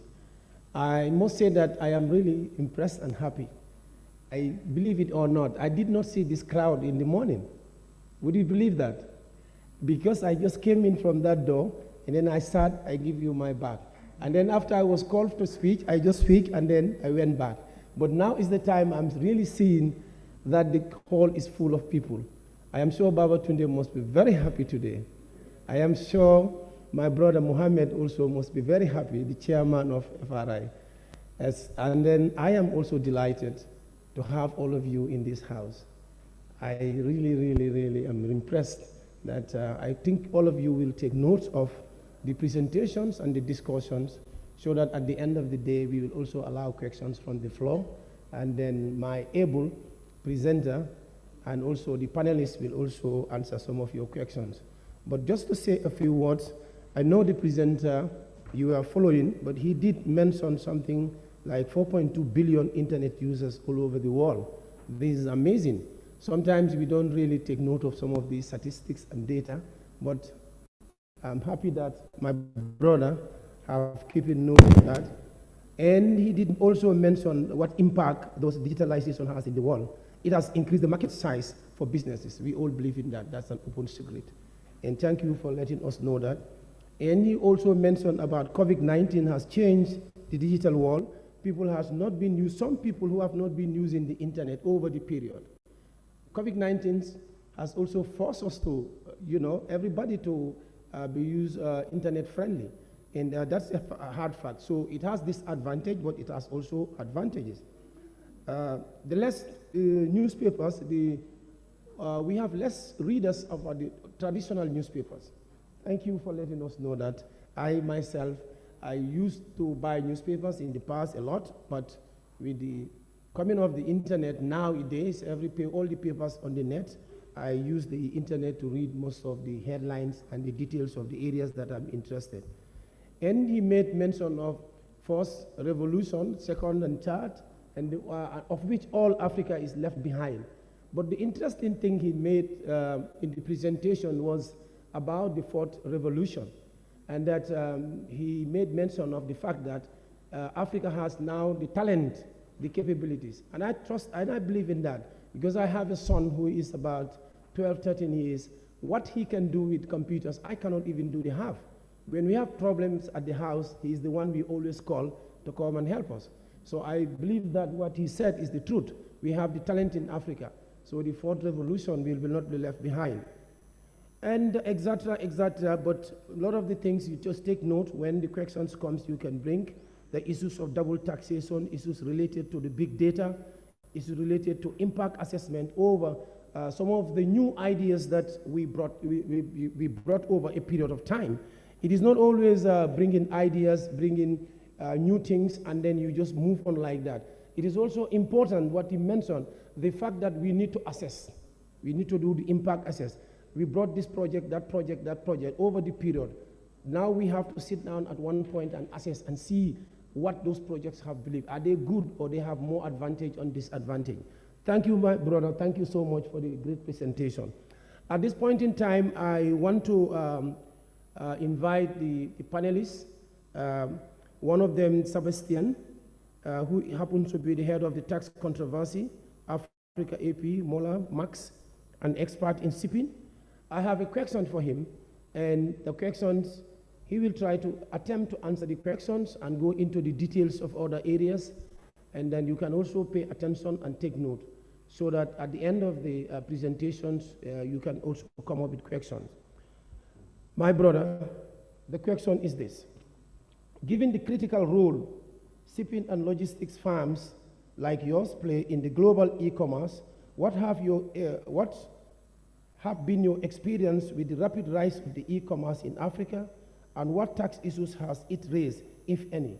Please, we would want you to deliberate on this, and then we will take note. Thank you very much. Yeah, you have the floor. Yeah, you can come. Good afternoon, everybody. Thank you for having me.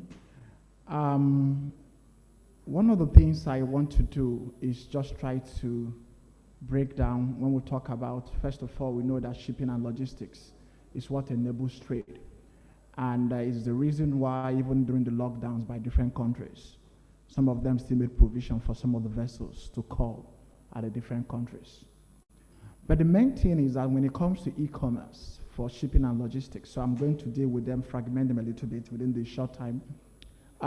For shipping, whatever innovation that you do, you still have to have those big stuff calling at different ports. And because of also the freight rates have been commoditized. And so the question is, how do you increase using digitization? And we are all familiar with this popular phrase that the customer is king. And so most of the digitization for the shipping world is about how do we make the life of the customer simpler. Now, if I make the life of the customer simpler, it means that my volume of trade will increase. So what are some of those innovations? One is a software that enables you to book for a space in the vessel. Now, it's called the vessel capacity utilization. Now, what this does is to make sure that if you have a particular set of goods to transport, you're able to get a space. Because remember, during COVID, most of them that maybe have like 5 vessels calling at a particular country were reduced to like 2 because of volume. And so it becomes very difficult for a lot of people to be able to get space. Now, what that did was now to make it easier sitting at home for you to book a space in the vessels. The second part, for those of us in agri, is what we call remote container monitoring. So you have these specialized containers that transport agri products because they need to go at a particular temperature range. Now, what this software does for you is to ensure that at every point in time, you're able to track whether the temperature of that container is still within the temperature of your product that is going. So if you're transporting citrus, or you're transporting fish, or you're transporting meat. So these are some of those things. So what have these things done? Is that now most shipping companies are now competing because you are trying to present what makes the life of your customer easier. But what are the task challenges that come from that particular part? It may not be looking at the income part, but then how do you allocate the cost of those software? Because most of them are centrally developed. And I know that yes, in Africa, most of us have gone on for shipping more or less on turnover tax. And because the rules across Africa, for example, is not centralized when it comes to taxation of shipping income, the question then is, how do you allocate that? If I go by revenue, it may not be the same taxable revenue because some taxable revenue in the country A may be different from the way it's taxed in country B. That's the key challenges. How do you allocate that cost? And when you do that, how do even the tax authority, make sure that they're able to determine that? Because I believe that even while you try to collect, if the cost of collection is quite high, then it does not make sense. If I want to collect $1 million and the cost of collection is $300,000, and when I can collect that in using $100,000, that's what I should be aiming for. How do I simplify the tax rules to make sure that the taxpayers, the multinationals in this particular industry are able to know what is the right tax they need to pay, what do they need to recognize? That's the first part. Then you now come to the logistic aspect. Now, when you talk about logistics, it talks about the custom clearing, the warehousing, and then ability to some other things you do in country. Those ones, for example, if you talk about warehousing, you must have a warehouse in those countries. But then somebody outside may then decide, I have a goods coming in, and my warehouse may not be available to accommodate that in a particular time. How do I ensure that immediately I have enough space? Those are part of the softwares you're working on as well. I remember when in shipping that the concept of when Uber became popular and somebody asked the question, is it possible to have an Uber model for the shipping industry? And the question is, how many people can even afford to acquire one vessel? A cost of a vessel, a mid-sized vessel, is about close to $50 million. So it's not like a car that anybody can acquire and decide that, okay, this car, I don't need it, I can put it for businesses. So when you look at that, the digitalization for the shipping industry more or less has aimed at how do you make the life of the customer easier. If the life of the customer is easier, it means that translates to more volume, and more volume is more revenue for you. But the other part that I feel that most times is not tax is the people I call the secondary logistic people, and it became prominent during the COVID lockdown. And so you may sit in Nigeria or sit in Ghana and purchase stuff off Amazon. But because Amazon does not have a delivery station in Nigeria, you pay someone in US or in UK to do those delivery. And those delivery come through your post office or through your DHL. And you realize that more often than not, those packages, already the cost has gone above the minimum threshold where you don't get to pay custom duties. But because our post offices and the people that monitor that part don't have the technology to actually quantify what's the cost of those deliveries, what is the cost of those parcels coming in, the issue of the custom on those goods, one, the VAT on those goods, keep unaddressed. Those are some of the lost income that we need to think about. How do we need to do that? Once we set the diminished rule for what is subject to custom duties and in addition, VAT, how do you ensure that somebody buys stuff? At times somebody buys like 5 computers and then it's sent it through the post office or through DHL. There's no custom because it's just, you pay the delivery charge by the post office. So which for me, I became very, as I said, it became very prominent during COVID because a lot of people that ordinarily would have traveled to do those purchases have to sit at their home to purchase them. And then when most people realized that actually even the tax on them became lower, that became the main medium for how you process this part. So I have just 5 minutes, so I will just stop there. But the main issue is developing processes that is simplified for taxation. And so we're talking about shipping and logistics. How do we ensure that they do not suffer double taxation? If they are taxed in a particular way in Nigeria and the same vessel goes to Togo, how do we ensure that the income that is taxed in Nigeria is not also taxed in Togo and then maybe also in Ghana? And how do you even allocate the cost? You have a vessel calling from Europe and costs more like more than 10 countries before it gets to Nigeria. And if you decide to say, okay, I want to now tax the person based on actual basis, how do you allocate the cost of those vessels? Will you say, okay, I'm going to use revenue? So I use Nigeria, for example. What is taxable beyond the demurrage based on the new rules? And the freight is your outboard, what I call export freight. So if I'm going to be apportioning the revenue or the cost, will I be using the total freight revenue, or will I just be using for Nigeria the export freight and those other income that is taxable in Nigeria? So these are some of the things I believe that as we are here as tax administrators, we'll be looking at it, how do we make these things simpler? For the taxpayer and for multinationals out there, most of them want to comply, but we have to ensure that the cost of compliance as well is not so high, and then it's simple to comply, and it's also simple for the tax authorities to collect. Thank you.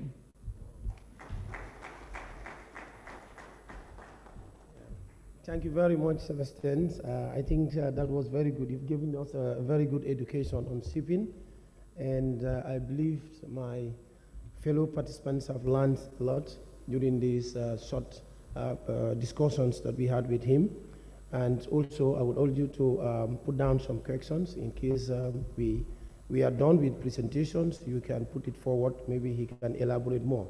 But one or two things that I pointed out is it's amazing that all the shipping agencies are now developed softwares that makes their work very easy. And I understand also the manifests are all transferred electronically. Now, traditionally or in the past, it wasn't the case. They have to send the manifest on hard copies. And we have to struggle with the hard copies to look at the importers list, the contents of the containers and the likes. But with the new developments now, most of those things are done on electronically. They do it and then transfer it to the customs departments, and then they have it in their systems. And also, it is amazing to learn that now they have developed, remote monitoring for containers, so that anywhere the ships are, at the level of their offices, they can monitor them and even know the conditions of this. That is really, really, really very good. And these are all the new innovations, new technologies that we are learning, alongside. Rules of taxations are also, you mentioned that it's not harmonized in Africa in terms of tax rate. That is the fact. Even the neighbors, countries that are neighbors, we have different tax system, rate systems. And this is also affecting us somehow in terms of trade. These are some of the things that ECOWAS is working very hard to make sure that things are done in a form of a harmonized system. And I think that would be of benefit to all of us in the near future. And he also mentioned about cost of taxation. If, for example, your cost of collections is less than the money you spend, what is the use of spending the money in a new innovation? So it's always good to look at the two sides. That it's good to come up with new ideas, new things that you want to do, but it's always good to make sure that you don't spend more than what you will realize in the future. Finally, he talks about the Amazon lacking, stores in our part of the world, Africa, and as a result, this will cost us more, because if you order from an Amazon store in America, instead of sending it directly to Gambia or Nigeria, you have to get your neighbor or a family friend or a friend in America where they will deliver the goods, and then later on that person will have to manage to send. So at the end of the day, the cost increases. So I think it's high time we also try to see how we can get some of these delivery stores in our part of the world. Thank you very much for that education. And the second presenter we have in the house today is no other than Dr. Ola. And Dr. Ola is a director of ECOWAS. And I have a very interesting questions for you, Doctor, and which I want you to discuss with the people in this place. And that is, what has the ECOWAS Bank done to deepen the e-commerce subsector in Africa? And how can the bank work with the tax administrations of member states to craft the tax policies that boost e-commerce without depleting their revenue base? So, Doctor, you have the floor now. Thank you.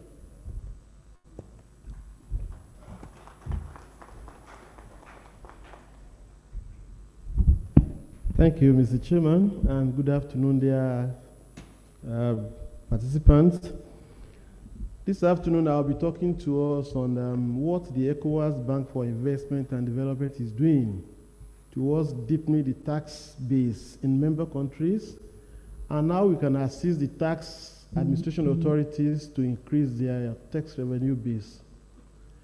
First, I'll try and start with the background. What are the challenges? Most of us who came from outside Nigeria today came through one airport or the other. If you look at the fellows selling books at the airport, today they sell more e-books than those established bookshops. I came from Togo. I came in through Lagos over the weekend. And the young man at the airport said, "Oh, boss, whatever you need, I have it, either e-books or whatever." I said, "Okay, let me just give this guy a trial." He actually brought a system that had over 500 e-books. So within a period of 5 minutes, I bought more than 10 e-books from this fellow. The tax managers in Nigeria are here. I'm not sure whether you have tagged that gentleman. I'm not reporting him. This is the same situation we have all the way from Praia to Banjul down to Lagos. The challenges of bringing these fellows to the tax net. The second challenge is the fact that our infrastructure today is tailored towards the analog. Most of the tax administration infrastructure are the aged and the ancient ones that we acquired many years ago, and there is need for us to upgrade this to capture the likes of my friends and a lot of entrepreneurs who are online today, generating content online that are marketable. A good example is YouTube. In many of our countries today, we have a lot of e-preneurs who make a lot of money on YouTube. They sit down in the corners of their bedroom, have some connectivity, make money, and that's it, never taxed. In West Africa specifically, most of our entrepreneurs today that are online are actually SMEs. Many of the established names are not yet here. When you talk of the like of Google and so on, maybe Google has a presence in Lagos and Accra. I'm not sure of any other member state that has them. The third part is the fact that some of our existing regulations need to be upgraded to address the current realities. Because the truth is that the rule of the game has changed. And there is this proverb that says when the dancing step change, when the drum beat changes, the dancing step must equally change. The rule has changed, but there is need for us as administrators to also change that. Now, what is ECOWAS Bank for Investment and Development doing to assist governments along this line? First is the fact that majority of our governments in the sub-region today have identified the need to upgrade the tax collection system. So for us as a bank, our focus is on developmental projects that will enhance the tax collection system in all member states. So we give priority to many of these programs or projects that will be financed by any of these member states. And we have quite a number of them today. Without being specific, we have in Liberia, the tax collection is also linked to your national ID card. The national ID card system in Liberia today is about being upgraded. They have an existing system that is partially automated, and they are looking for a better way of managing the system. So we are working with them. In Côte d'Ivoire, for some of us who are from Côte d'Ivoire, we have this Zone Franche de Biotechnologie, de la Technologie. This is a project that we partner with the government to co-finance with the objective of creating a technology hub for many of the technology-savvy individuals in the country and also companies to come over to develop their product that are marketable to anywhere in the world. And some of these fellows have actually had very good stories. In Ghana today, because of the need for us to improve the existing system across board, we're also working with the government in Ghana to rebuild some of the infrastructures at the high courts, such that when we have adequate system in place that will address the challenges of technology, they will be able to handle issues that borders around dispute on e-commerce transactions or tax administration. So these are projects that the bank has given priority to in the last couple of years and will continue to do so. Here in Nigeria, we understand the fact that there is need to help the SMEs to develop as an engine of growth. Most of the businesses in Nigeria today, maybe if you look at the numbers, SMEs employ maybe up to 60-70% of the labor workforce. And if you go into the details of who these SMEs are, what we have seen is the fact that a number of them are actually into technology products. So we also work with the government to ensure that these business people are encouraged to be able to grow their business and develop products that are marketable anywhere in the world. And we have quite a number of them. So we do this by channeling our financing resources to local institutions, the likes of Bank of Industry and a few other commercial banks in Nigeria. Now, having understood the magnitude of the problem and the fact that we need to overhaul the existing tax administration structure in member states, how do we help? First, we are by ensuring that because of our closeness to the member states, all the governments across board in the 15 countries, we are very close to them, and we ensure that anything that will enhance the upgrade of the tax administration system is given priority. This is what we drive, and we do not only just do the talking, we also put our financing activity towards this line, from Togo to Cote d'Ivoire to Senegal, what have you. We have some institutions in Senegal, I will not mention the name. It's called, the organization is into transformation of products, agri products from raw states to finished state. And they deploy technology to do this. So one of our assistants is that who ensure that the deployment of technology is fully financed by the bank. And this is a very good success story in Senegal today. And we have other startup institutions like that in all our member countries in the 15 ECOWAS states. For the tax administration organizations in most countries, we assist the government to ensure that these institutions are up to date, and that if there is need to upgrade whatever, we grant financing towards that line. Also, there is need for the legislation in our member countries to be also up to date in line with the requirements of technology, bearing in mind that technology businesses have their own peculiarities. Like the example I gave earlier on, the existing bookshops may think we are having a lot of stock not being sold. Whereas this fellow who has just a single computer that costs less than $1,000 makes more money than the fellows who have big structures, have employed staff, and so on. So wherever the opportunity comes, we are very close to all the governments in the member states to ensure that the tax administration system is robust enough to capture many of these fellows so as to increase the tax net. Another thing that we do consciously in the bank is the fact that we give preference to projects that will create jobs, more so in the technology space, because one of our key funding windows is on technology.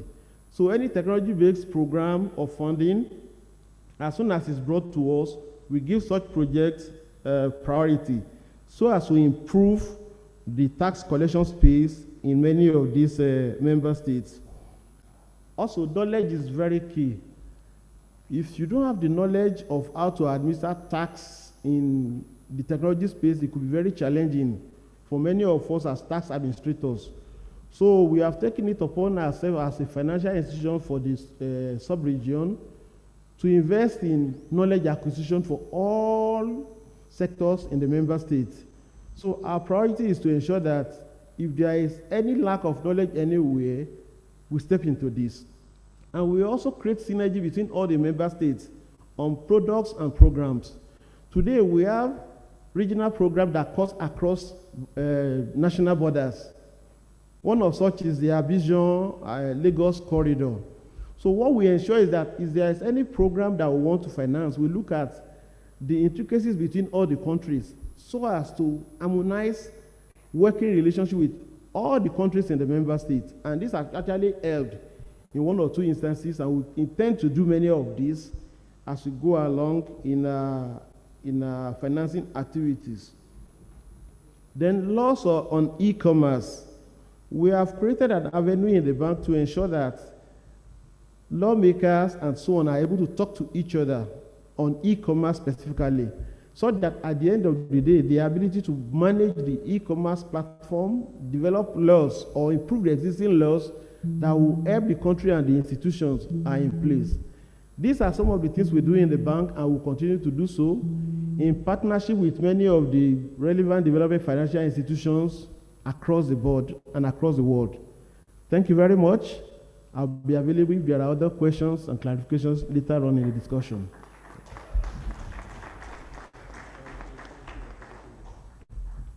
Thank you very much, Doctor. I think that was a very good one. And those who have projects and they're looking forward for assistance will come forward. And you also educate us about the usage of the YouTube, which is a search engine. And I guess most of us are already, using the YouTube for other useful informations. And he did mention about the some of the old current regulations that we have in our various countries. There is a need for us to look at them because, as he said, some of those ones have been written long time ago, and really there is a need for us to change them. And thank you very much for that. And also, once again, he mentions that they are ready to work with our tax authorities in terms of mobilizing domestic resources, and in that particularly to upgrade the existing systems that they have in terms of with respect to tax collection. So we are very grateful, and the fact of the matter is we have what we call the donor fatigue now.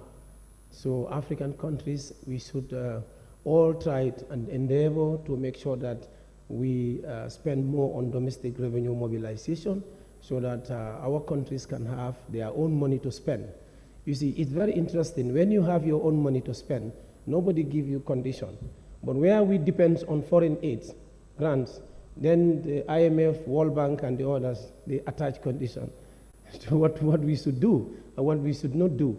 So, and the solution to that is we should try to mobilize as much as possible in terms of domestic revenue mobilization so that we can decide our own fate. We can design our own destination without any precondition. But if we don't do that, we will still be dependent on the developed world, and they have to tell us what to do and what not to do. Then we have no choice because it is their money that we have.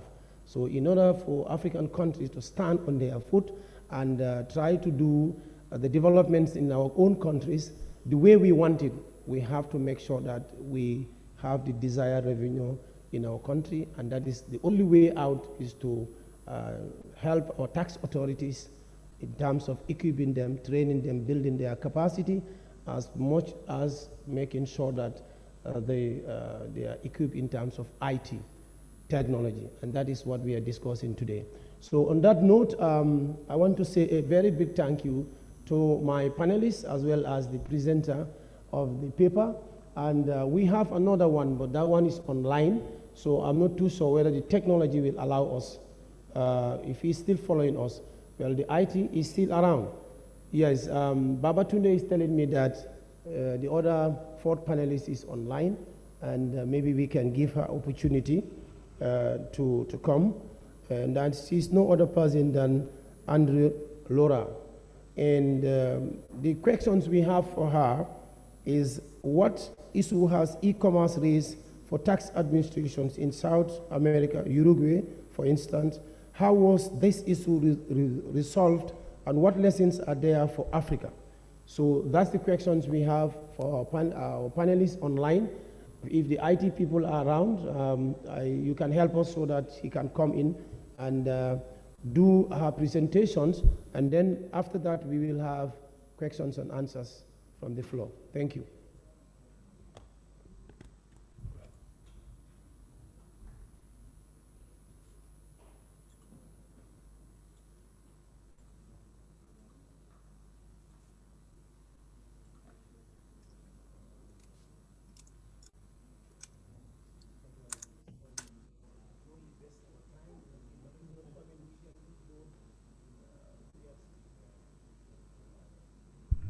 Hello, Baba. If for example, we are having issues with having the other panelists, I would suggest that we have questions. Anytime the IT are able to bring her in, then we stop for interest of time, because I think the lunch will be ready very soon. And for interest of time, we can take questions from the floor. Whenever she comes in, then we give her opportunity. Thank you.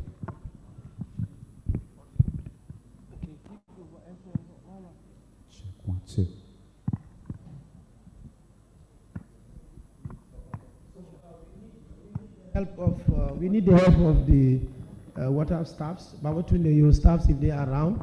Let's have a mic that will go around, exactly. So that if you want to ask question, just raise your hand.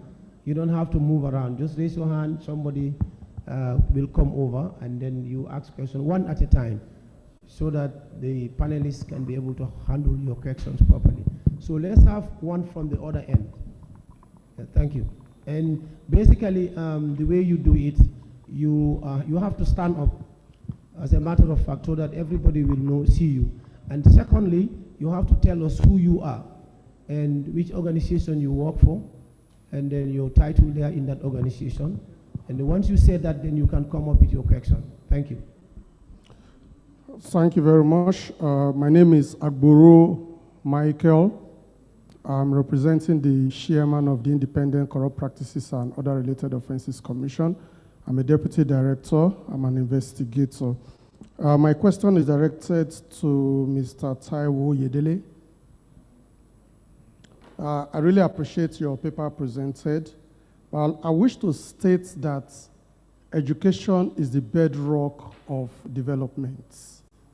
If we are to develop a digital economy, then we need to have a digitized education system that can churn out digitized graduates that can run the system. Why I'm asking this question, last week or this week, I saw in a newspaper a state in Nigeria where the students in the secondary school were writing exams on the floor. There are no tables, no chairs. So such a school do not even have the local infrastructure, not to talk of digital infrastructure. So the question is, what is African government doing when we talk about digitized education so that we can catch up? My second question, briefly, is that to digitize any economy will require powerful digital infrastructure.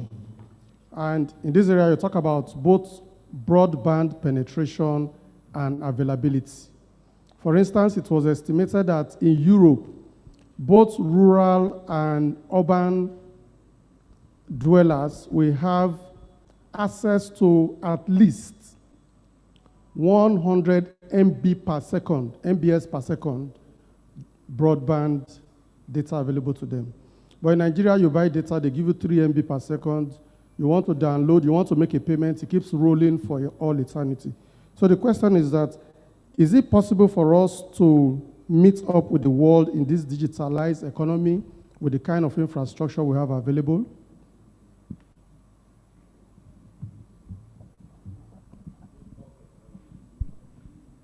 I would suggest that we do it one at a time, so that he's going to answer that question, and then after that we have another question.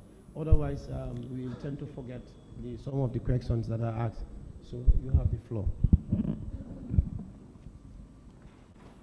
Thank you very much for that question. I think I do agree with you 100% in terms of education. It's important for us to try and educate ourselves so we are not disadvantaged again, given that Africa missed out on the first, second, and third industrial revolution. But poverty is rife on the African continent, so we'll be naive to think that we have the resources to provide a computer, a desktop, and everything for every student. We will not. But we can start with what we have and then make the best of it, especially in terms of expenditure efficiency and also getting the private sector to collaborate and support government. Government alone cannot do it. So we all have a role to play. And maybe just to latch on that is the fact that even the tax authorities have to think about educating taxpayers and the public using technology. So if I'm watching a YouTube video you see a lot of adverts will pop up. Why is it that the taxman's advert is not popping up? To just remind me that, this thing I'm doing, the benefits of paying taxes, and, a smiley face that makes me want to go and register the next minute. Thank you. Thank you.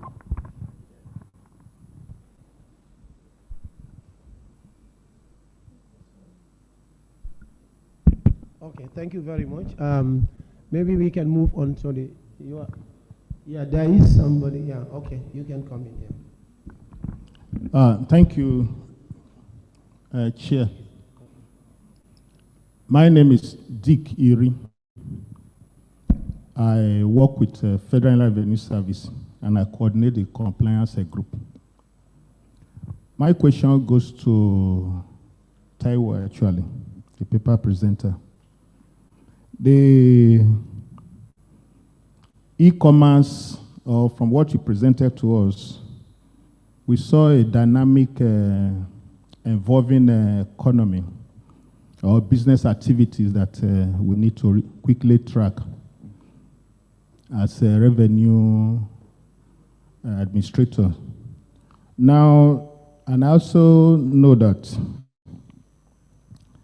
taxes are driven by law. And in Nigeria, we have both national and subnational tax administration structure that we run in terms of federalism. The closest attempt we've had recently is the Finance Act, annual Finance Act that we are now putting in place. And the last attempt to capture the digital economy or activity was the significant economic presence that was introduced. Now, the question is, by your assessment, do you think with only the significant economic presence introduced in the Finance Act, we have adequately addressed how to really tax the digital economy or e-commerce out there, or there's more that we need to do, and also do them quickly too, as we introduce them into the Finance Act, which is our latest base for amending the tax law. Thank you. Thank you. Thank you. Okay, thank you very much for that very good question. I think that the significant economic presence is only the starting point. We have started, it's not perfect, but it's good that we have something in place. I do not think that that is sufficient to address the digital economy. So like I said in my presentation, I think that we have to have an equal focus, both on the domestic aspect of the digital economy, as much as we do on the international aspect of it. So the significant economic presence is biased towards international aspect, which is, like I said, I keep saying, it's important. But remember, once we banned Twitter in Nigeria, even me, I had no idea the level of commercial activity that was going on Twitter. I listened to one of the radio stations, Nigeria Info, one morning, just going to work, and come and see the number of young people that called in lamenting. One guy said he makes about $10,000 every month on YouTube. So on YouTube, if you get some level of followers and you do some videos, you can actually get adverts that Google will push to you, and then you get paid on a monthly basis. The guy said he was pushing traffic from Twitter to his YouTube page. $10,000 every month. This guy is not even registered with anyone, let alone paying taxes. And there's so many of them like that. So we have to, in my view, focus on collecting data using intelligence, so we actually know what's going on. We need to have an idea of the size of this digital economy we are talking about, both the domestic aspect and the international aspect, and then we can come back and say, this is our SCP, it's just a drop in the ocean in terms of what we need to do. What else do we need to do so we can get a fair share of the digital economy? Thank you.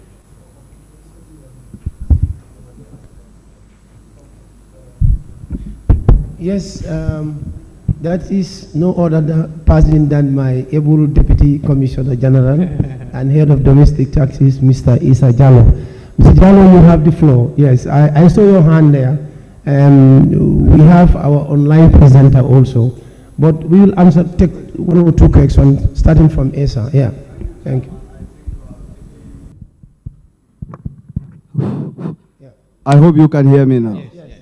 Okay, thank you very much for really, doing that good introduction on my behalf. Mine is a contribution and a question at the same time. So I want to start by thanking really the presenters for really putting this issue of technological solutions, which is very high on the agenda of all our tax administrations here, by really talking about the importance. I believe the importance is not lost, because if you have the chance to look at most of our strategic plans, you will realize that this issue of digitalization is very high, on the agenda of all the tax administrations. And the answer is very simple. We cannot achieve operational efficiency and effectiveness in the absence of these technological solutions. But now the issue here is, if you want to deploy them, at what cost? That's where the million-dollar question is. For a lot of the tax administrations, we operate based on subvented, funds. And if we have to handle this based on our own, funds that are subvented, it would take a huge chunk of those subvented funds, and it will leave us with no options in terms of addressing, other areas of tax administration. And this is where EBIT, ECOWAS, and the other development partners really have to partner and collaborate with the tax administrations so that you assist us in this digitalization drive. There is no way that the revenues can be increased, the services can be delivered in the most efficient and effective manner if these solutions are not there. So therefore, the donors really need to assist by way of providing funding, by ensuring that those issues of technological solutions that are captured in our strategic plans, there is adequate funding that is provided for them. Thank you very much. Okay, thank you very much. That's basically a contribution. Yahya, there is. I have a mic. I don't know. Can you just give us 5 minutes? I think the lady is on standby. We get her. That's the fourth presenter. He just want to come for 5 minutes, and then we can continue with your comments, your questions, and answers. Thank you. IT, can you help us to get the voice, please? Here I am. Can you hear me well? Hello? Can you hear me well? Yes, we can hear you. Please, can you go on? Okay, c'est parfait. Okay. Okay. Well, thank you, Mr. Dabo. Good morning, afternoon, evening, depending on where you are. Here in Uruguay, we are still in the early morning. So, well, before answering the question posed by Mr. Dabo, I'd like to thank Wataf for the invitation. It is a great honor to participate in this third high-level policy dialogue and to celebrate with you your 10th anniversary. Wish I was there, of course, but unfortunately, COVID still makes it difficult to travel. Let me mention that I'm participating in my personal capacity, so the appraisals I'm sharing with you do not necessarily reflect the position of the Uruguayan tax authorities. And also, let me congratulate Mr. Oyedele for the excellent presentation and previous panelists for their interesting insights on the topic. Well, having said this, let's focus on the question posed. And firstly, what issues has e-commerce raised for tax administrators in Latin America? Well, digitalization of the economy, and in particular e-commerce, has been challenging tax authorities worldwide because, as we know, our tax systems were designed for a brick and mortar, mainly domestic economy, very different from the current new economy, where cross-border services have become a larger part of global transactions. And many are even provided 100% virtually and directly to the final consumer. And Latin American tax systems are not the exception. This mismatch between tax systems and economic activity, which exists in relation to both direct and indirect taxation, has raised a wide range of issues. To start with, legislation can neither properly capture the profits of foreign businesses which operate in our markets with minimum physical presence or no physical presence at all, and nor impose VAT on cross-border digital transactions where no tangible goods are crossing the borders. And this non-collection of corporate income tax and VAT erodes our tax bases, raising revenue issues. E-commerce also raises fairness issues, creating distortions in competition between digital businesses and more traditional ones that do pay taxes, generating social and political pressures. E-commerce may also have an impact on the formalization of the economy.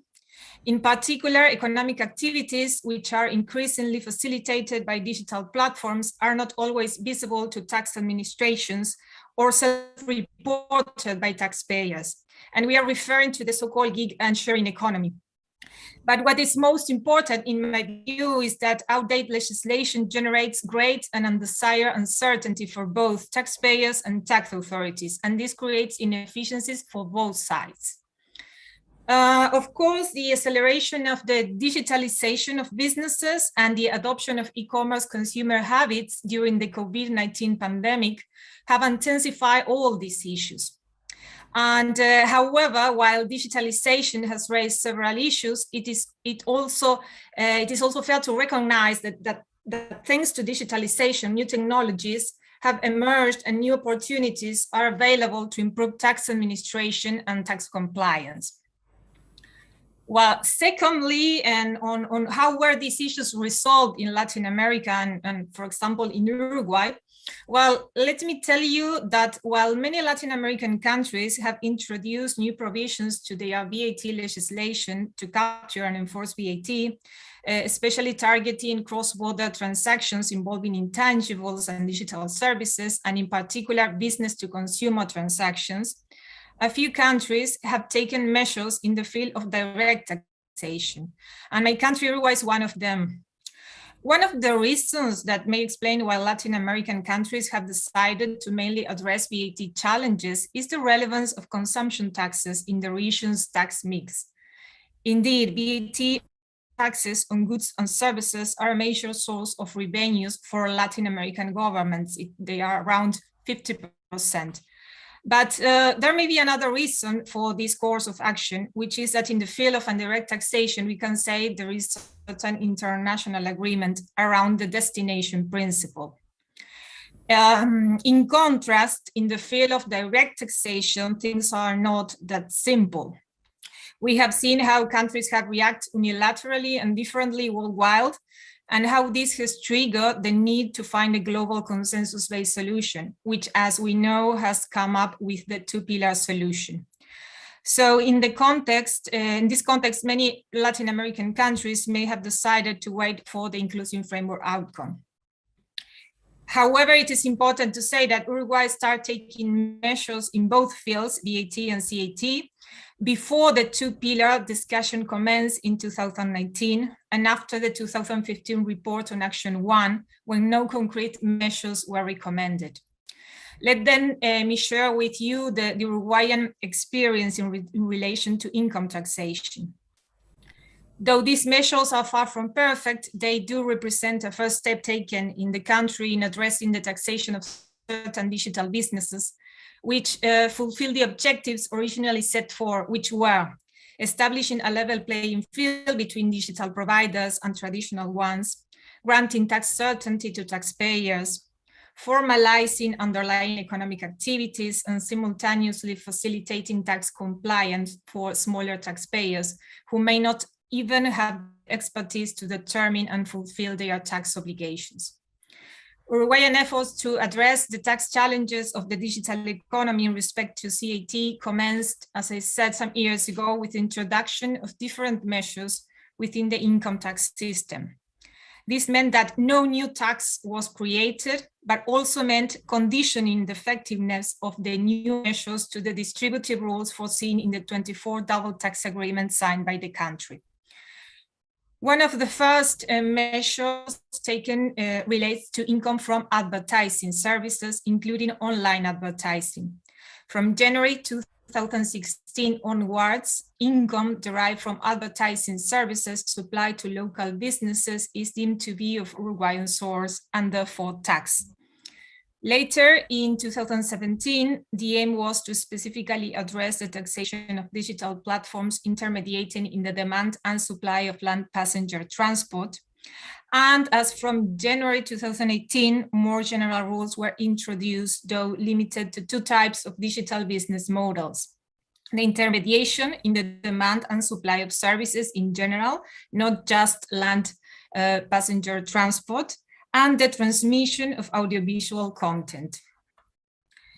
Additionally, some specific measures were adopted in relation to the taxation of those who operate through digital platforms, specifically in relation to those providing land passenger transport. This is the drivers. Indeed, in December 2016, digital platforms intermediated in land passenger transport were appointed responsible for the tax obligations corresponding to unregistered transport supplier. This is the drivers. And in 2017, these platforms start withholding the drivers' tax and providing information on their activities to the Uruguayan tax administration. While these measures improve the formalization of drivers, they also facilitate them to comply with their tax obligations. Collaboration has been the key for the whole Uruguayan experience. From the beginning, the government maintained a collaborative dialogue with digital providers and other interested parties to build a feasible solution. Indeed, not only is updating the legal framework relevant, but also granting its effective application. In relation to the implementation of these measures and to grant an effective and efficient tax collection, the innovation was the introduction of a fast-track package in relation to registration, documentation, and payments requirements, enabling digital providers to register and pay directly the corresponding tax in Uruguay. Flexibilization of general requirements were introduced, such as the possibility to pay on a quarterly basis instead of a monthly basis, and the possibility to present tax returns and make payments in US dollars. And of course, digitalization of tax administration has been key for the whole process. The third question, what lessons are there for Africa? Well, firstly, legislation, I think both domestic and agri has to be updated. There's no doubt on that. But when adopting any measure, it is relevant for countries to analyze their specificities and of course to preserve the coherence of their tax systems, especially when we import a measure. Secondly, I think dialogue between businesses and tax authorities has proved to be very positive. It is important for policymakers to rule new activities and for tax administrators to implement regulations to understand how businesses model operate. Business feedback may also help governments with the design of feasible measures.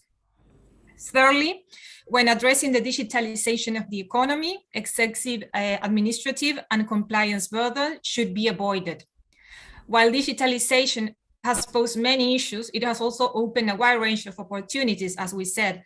So tax administrators must take advantage of new technologies to strengthen their administrative capacity and improve taxpayers' services.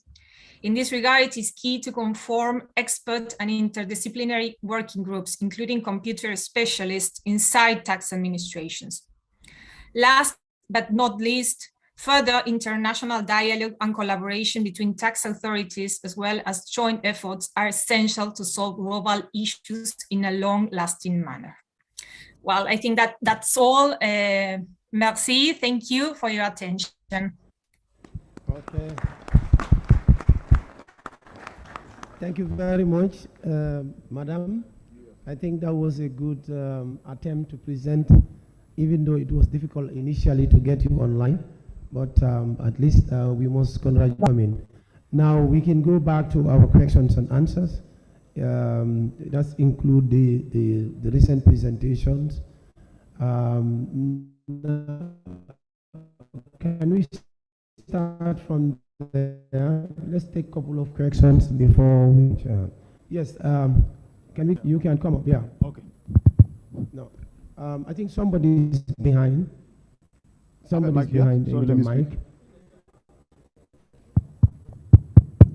I'm behind you, sir. Hello? Yes. Okay, thank you for the opportunity to talk. My name is Engineer Salisu Kaka. I work with the National Information Technology Development Agency, one of the IT regulator sector in Nigeria. It is clear that use of technology or adoption of technology has brought about improvements in terms of service delivery with that clear effectiveness and efficiency, and that has led to a lot of turnover in terms of profits and revenue to organizations. However, this comes along also with some implications.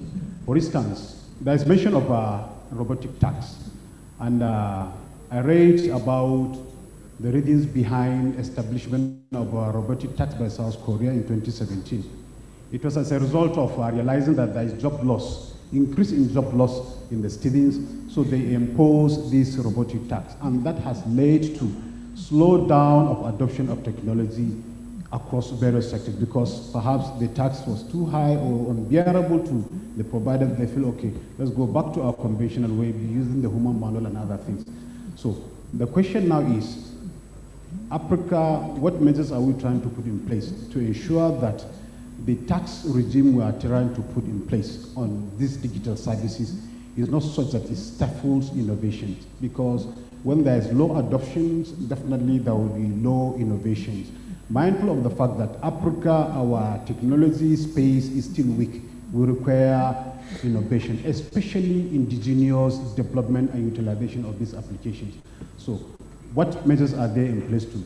The second question is, yes, when we collect these digital taxes, for instance, if a robot is used to displace 100 people from the job, they lose that job, and there is a tax collected from this, what also provision is going to be put in place to ensure that these people, they didn't suffer the job loss alone.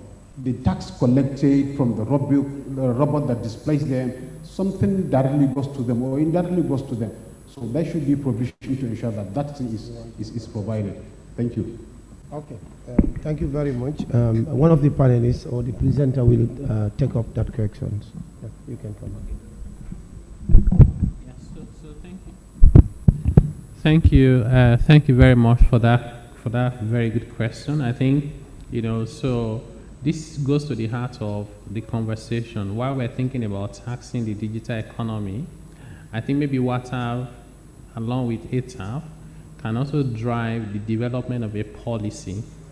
I know that ETAF has this framework for digital services taxation, but we need to go beyond that in terms of looking at the broader economy first and foremost, to ensure that whatever we impose is not coming in the way of innovation, because the world needs that to grow, needs that to develop. And if I go back in time, when they developed machines to do knitting, right? Even the Queen in the UK did not want to give them intellectual property right because they were afraid that a lot of people were going to be unemployed. There were days that people were hired to write books. So when you are writing a book, you use longhand, other people will copy it. When do you make 1,000 copies? The world was afraid that if you develop a printer, people will be unemployed. But the world has always found a way of getting engaged. I think we should be open to technology and innovation, not stop it, but at the same time think about how to creatively ensure that everybody pays their fair share of taxes, including even whether it's robots or artificial intelligence. Thank you. Yeah. Thank you very much. I see a gentleman over there who wants to ask a question.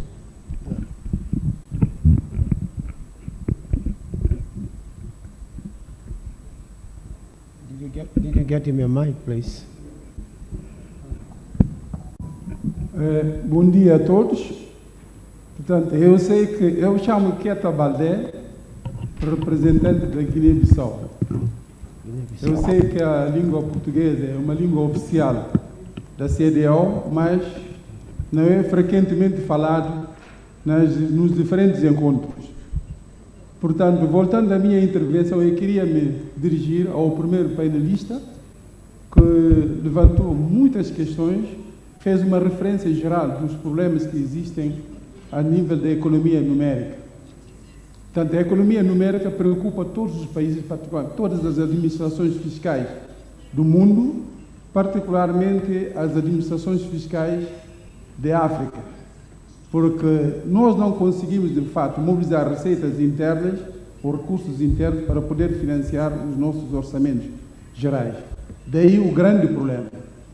Tendo em conta o nível de intensidade que a economia numérica está a ter nas nossas economias, de fato, isto poderá representar uma preocupação para as administrações fiscais, uma vez que a função das administrações fiscais é recolher a receita para o Orçamento Geral do Estado. E se até aqui não tem sido possível, porque de fato não deixa de ser uma preocupação dos poderes públicos. Desde, como disse aqui o representante da CDO, desde 2013, de fato, a OCDE, a Organização da Cooperação e do Desenvolvimento Econômico, conjuntamente com a União Europeia, tem, de fato, dedicado sobre essa questão, conjuntamente com algumas organizações regionais, que é o Fórum das Administrações Fiscais da África, né, das Administrações Fiscais da África, que é o Wataf, o Comitê Interamericano também da Administração Fiscal, para verem em que medida poderá ser solucionado, portanto, o enquadramento geral da economia numérica. Ou seja, a economia numérica, de fato, deve fazer parte de uma tributação, de uma imposição para as nossas administrações fiscais poderem, a partir daí, colher algo para os nossos orçamentos gerais. Sobre isto, há duas propostas que a Comissão Europeia lançou. Primeiro, reformar as regras de tributação das empresas, por forma a que todos os rendimentos sejam tidos em conta e sejam tributados, né, onde, portanto, exatamente onde as empresas têm uma maior interação com os utilizadores. Ou seja, aqui há um problema, de fato, a nível da economia numérica. O grande problema é que há uma separação, uma desconexão entre o lugar onde é criado o valor e o lugar onde esse mesmo valor é tributado. Ou seja, os diferentes tipos de empresas da economia numérica não têm espaço geográfico, não há uma limitação de fronteira. Portanto, há aí um problema. Portanto, a Comissão Europeia propõe que haja, portanto, essa primeira solução. A segunda é a criação de uma taxa provisória das principais atividades da economia numérica, né, que até aqui tem escapado à tributação. E eu gostaria de saber, estou-me a dirigir a minha pergunta ao primeiro painelista que, de fato, de uma forma genérica, fez um enquadramento de todos os problemas que existem.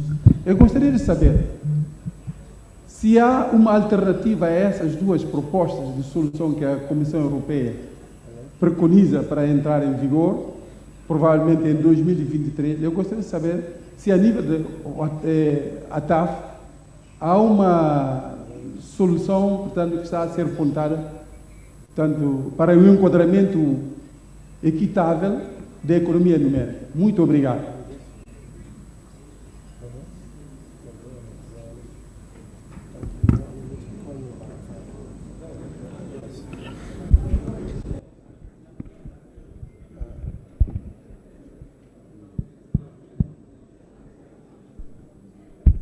Okay, thank you very much. I think that is more of a commentary than a question. So we appreciate the contribution. Do we have any other question from the floor? I'm just told that we have almost, can we allow one more question at the back there? Just one more question from the back. My moderators are telling me that somebody is insisting on that end. And there is a guy, somebody also at the back, a lady. Yes, that lady with the red thing, and then after that we get to this side. Please, organizers, give us just 3 minutes, we will be done with you. Yes, can you give the mic to her? Yes. Can you stand up, lady, please? Somebody has the mic where?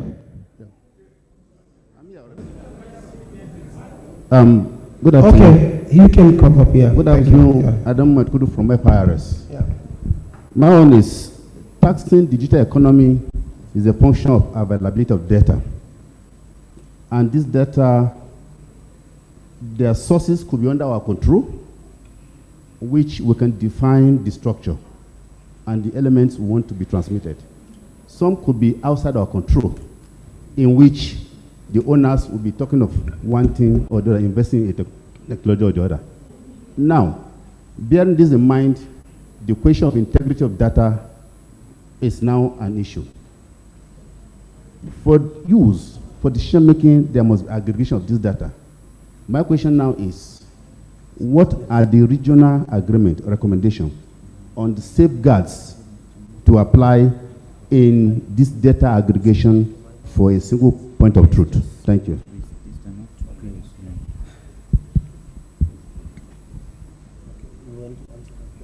Yeah. Okay, thank you very much. Okay, I think maybe just to quickly answer that, he's very right and I agree with him. So governments, even the tax authority at the moment, does not have control of all the sources of data. And without data, we're not going anywhere with all of this. So I think it's first recognizing the magnitude of the issue we have to deal with and being committed to making the investment. And I think it goes to the point that the previous speaker mentioned about how do you even invest? I do not think that tax authorities with their regular budget can invest in technology to an extent that will address the issues we're dealing with. So you need your Ministry of Finance. They need to make special budget. I was attending a program before COVID-19 in the US, and this guy who was the commissioner for the tax authority for the state of Massachusetts was saying that they just got a budget of $100 million. At the time they got $100 million to invest, he said their technology was already bringing compliance at about 98% compliance rate. Yet they're still investing $100 million. So we need to make that investment being knowledgeable that for every dollar you spend, it's an investment. You get multiple of it. It's been proven everywhere in the world. But in the meantime, let's start with what we have. What agencies do you need to collaborate with? How can you make the data work? How can you address the concerns of stakeholders around confidentiality and so on and so forth, and then we can make baby progress and baby step progress towards the destination we want. Thank you. Thank you very much. Organizers, just be patient with us. Today is our day. It is not easy to have this kind of gathering. So if the people still have the feelings and they have some questions to answer, let's give them a few minutes so that we exhaust that and then we can go for lunch. Thank you. Yes, can we have the lady with the red dress, please? Yeah.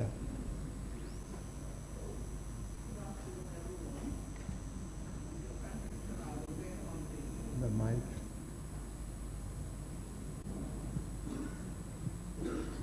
Good afternoon, everyone. Thank you. With your kind permission, I will remain on the established protocol. My name is Jane Rose Buzugwe, an Assistant Director with the Federal Inland Revenue Service, Nigeria. Since the presentation by Mr.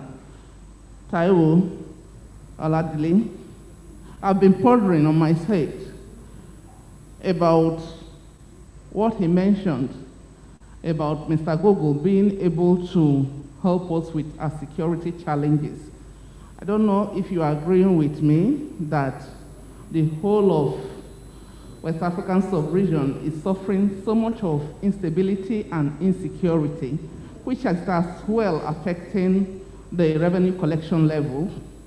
For instance, in Nigeria, we have just introduced tax promas, but in areas like Sambisa, nobody is talking about accessibility to internet and doing taxation, responding to tax obligations.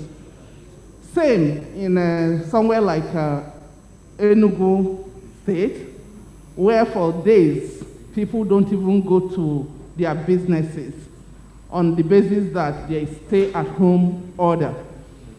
such people, you begin to see that the revenue collection is already very adversely affected. So for me, it's a bit important that we can use opportunities like this to discuss the possibility of affecting the security and instability challenges of the West African sub-region, to see how that can help us with increasing the revenue, more so when we are talking about digitalization now, the grassroots where internet remains challenges and all of that. Thank you. Thank you very much. I think Mr. Way can take it. Yes, I think in a very good comment, even though Google has a lot of information, they will never share it. Even the American government has not been able to force them to share data that they don't want to share. So I have once in a while I get a report from Google that tells me everywhere I've been. So even here that I'm now, they will still send me the report that I came to Abuja. They will tell me the new places I visited, because for most people you have to enable location so you can get a lot of services. Even when you switch off the phone, you wake up in the morning, the first thing you do, you switch it on, and then they immediately know that this is where you woke up in the morning. So those guys just tell us the possibilities that are there. And for us to then think big in terms of how we design our approach, first to understand those business model and the way the world is really transforming, and then to see how do we link up, one, to make sure we don't stop innovation, but two, to collect the right amount of taxes from them. And by the way, you know, technology is the best way to address insecurity if only we pay attention to it. That's what they really call intelligence. So there are countries where if you mention a word, something picks it up within the system, right? And those words are flat. So there's nobody who is going to do terrorism or anything. They will communicate. They can't do it all alone. And that communication is where you get intelligence from. That's why America can sometimes tell us what's going to happen in Nigeria, even when we don't know it, because they've invested a lot in those intelligence, and it tends to work for them. Thanks. Thank you very much. I think Doctor wants to add something to that question. Yeah, Thank you. Madam's concern is a very genuine one, but we have to understand the fact that there are layers of issues that have to be addressed before we talk of our inability to tackle insecurity. If we roll back to the days before the COVID challenge started, many of us were having meetings physically. But today we have meetings online, virtually. There was a day I attended about 5 meetings in 4 countries within the single day. If I were to be traveling even from Abuja to Lagos, I'm not sure how that is feasible. What I mean is that we have to invest heavily in the technology infrastructure that will help us to address the technology challenges. Once this is in place, we'll be able to match this with the issue of insecurity. For example, today we have a number of technologies around that we can deploy to actually track some of these terrorists affecting Nigeria and many of the countries in the sub-region. It's not peculiar to Nigeria. We have the same challenge in Mali, in Chad, in a number of the countries around us. So the challenge for us is for us to invest heavily in these technologies so as to reduce the impact of these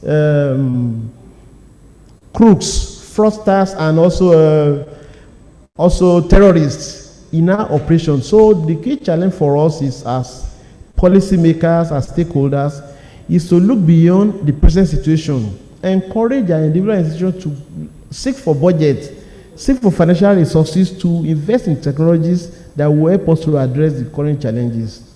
Thank you. Thank you very much. Do we have any more questions from the floor? Yeah. Okay, on my right, left. D'accord. Yes. Merci beaucoup. Moi, c'est Dochevi Nyatepe Olali du Togo. Je suis le chef section chargé de l'immatriculation de l'Office togolais des recettes. Je tiens à remercier le panel pour ces brillantes présentations. Ma question s'adresse à M. Tayo. Dans sa présentation, il a relevé le fait que Google n'aime même pas représenter dans la majorité des pays de la sous-région. Peut-être qu'il est représenté au Nigeria et au Ghana. Et qu'il faille que nous nous tournions vers les entreprises locales qui sont également dans le secteur de l'économie numérique. Mais force est de constater que le civisme fiscal est un grand défi dans la sous-région. Et donc, c'est un peu difficile d'identifier ces entreprises. La preuve, chez nous-mêmes au Togo, on a des difficultés à les identifier, ces entreprises qui sont dans le secteur de l'économie numérique. Alors, ma question est de savoir, est-ce qu'il y a des approches, des solutions pour pouvoir identifier ces entreprises afin d'élargir la base taxable dans le domaine de l'économie numérique? Je vous remercie. You want to comment, sir? Yes. So I like the question as well. I think, so if we start thinking about technology in terms of the entire governance system, then we can address that. So Estonia, for example, is even running a digital government, including you can be an e-citizen. So at the end of the day, there are 3 points that we need to focus on. When people make money, because that's what you're trying to follow, want to follow the money. When people make money, they either spend, save, or invest. Those are the 3 points. So if you're on YouTube and you're making money, somebody is transferring the money to your account. If I can't find the money where they transfer it, you spend it. And when you spend it, you use your card and then I track it, or you invest it. So if you start tracking those points, those value points, those income streams, expense points, you capture a lot of what you don't currently have visibility over. But we have to be intentional in how we do it. And the tax authorities, we're talking about government, you have the resources to hire the best people in town, right? So these same guys that are doing all these gig stuff, you can hire them, pay them money, and they'll do it for you. So you get intelligence and you get the money that you want. So whether it's Togo, whether it's Nigeria, whether it's America, I think the resources are available to countries to be able to do something and start from where they are. And then progressively, you get better over time. Thank you. Doctor, you want to say something? Thank you. Pour la question qu'il a posée, sorry, let me just. For the question he raised, is a pertinent one, but we need to also understand that you need to develop the capacities of the tax management agencies in all the member states to be able to attract the entrepreneurs in the digital space. In the digital space, there is what is called scale without form. You have someone seated, for example, in Togo, he's seated in Kara. His clients are in Russia. He develops software in millions, he sells. There's no way you track it. How do you take the tax on it? For example, in many of African states today, we have some very big numbers when it comes to internet earnings. Here in Nigeria, a good example is a musician called Davido. On YouTube alone, he makes millions of dollars as revenue. How do we tax this? There is a fellow that they call Sadio Mane for those who like football. I think he's one of the highest earning athletes on YouTube, not because he's playing football, but just being on YouTube, he makes a lot of money. How do we tax this? So all those internet entrepreneurs are seated around us. It may even be your neighbor, but his clients are not there. So he has a large-scale operation all over, but he doesn't have any form. You get to his house, you don't even know he's a business person. So our challenge is for us to involve in capacity building for tax administrators all over the sub-region, invest in resources, invest in hardware that will help us to match them. As he has said, if it's possible, recruit technology experts.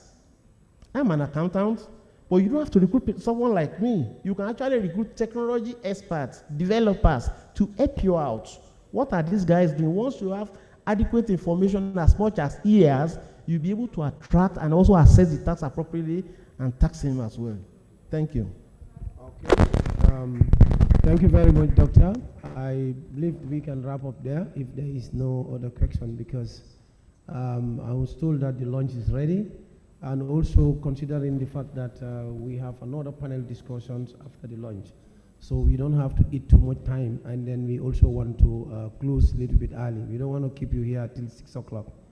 So on that note, I want to take this opportunity on behalf of the presenter and my able panelists to say thank you very much for your time and attention. And we hope that you have learned a lot during this panel discussion, and that we can follow each other through the various contacts that we have. Life is not just going to begin here and end here. I think one of the most important things of this kind of gathering is to try to get contact to each other, so that even beyond here, we can still communicate and help each other in our own ways. So on that note, I want to say thank you very much, and thank you for your attention and time. Thank you. Bye-bye. A big round of applause for the chairman of Wataf and the panelists. Thank you so much. Thank you. We appreciate you. Thank you very much. Those of us, I'm sure you have learned something. When our colleague that from Guinea-Bissau was speaking, kept using the word numeric. Also the French, numeric economy. It means digital economy. So you've learned that. A picture for the moderator and the panel. Mr. Nalako, you need to insert yourself in that picture. Okay. So while that goes on, we will proceed for lunch immediately. Please, because we have a big celebration this night, the Wataf 10th anniversary gala night, which must start at 7. So we will try to do as much as we can between now and 5 o'clock so that we can have 2 hours rest, so that we can come back in this same hall. They have to arrange this hall, turn into a gala night celebration hall. So, distinguished ladies and gentlemen, the lunch is served upstairs. We will return by 3:30. 3:30. Please note our invited guests, foreign delegates, our co-directors and group leads, the panelists and presenters, our donor agencies, our international bodies, and representatives of development partners. Upstairs, there's a hall called Kanu.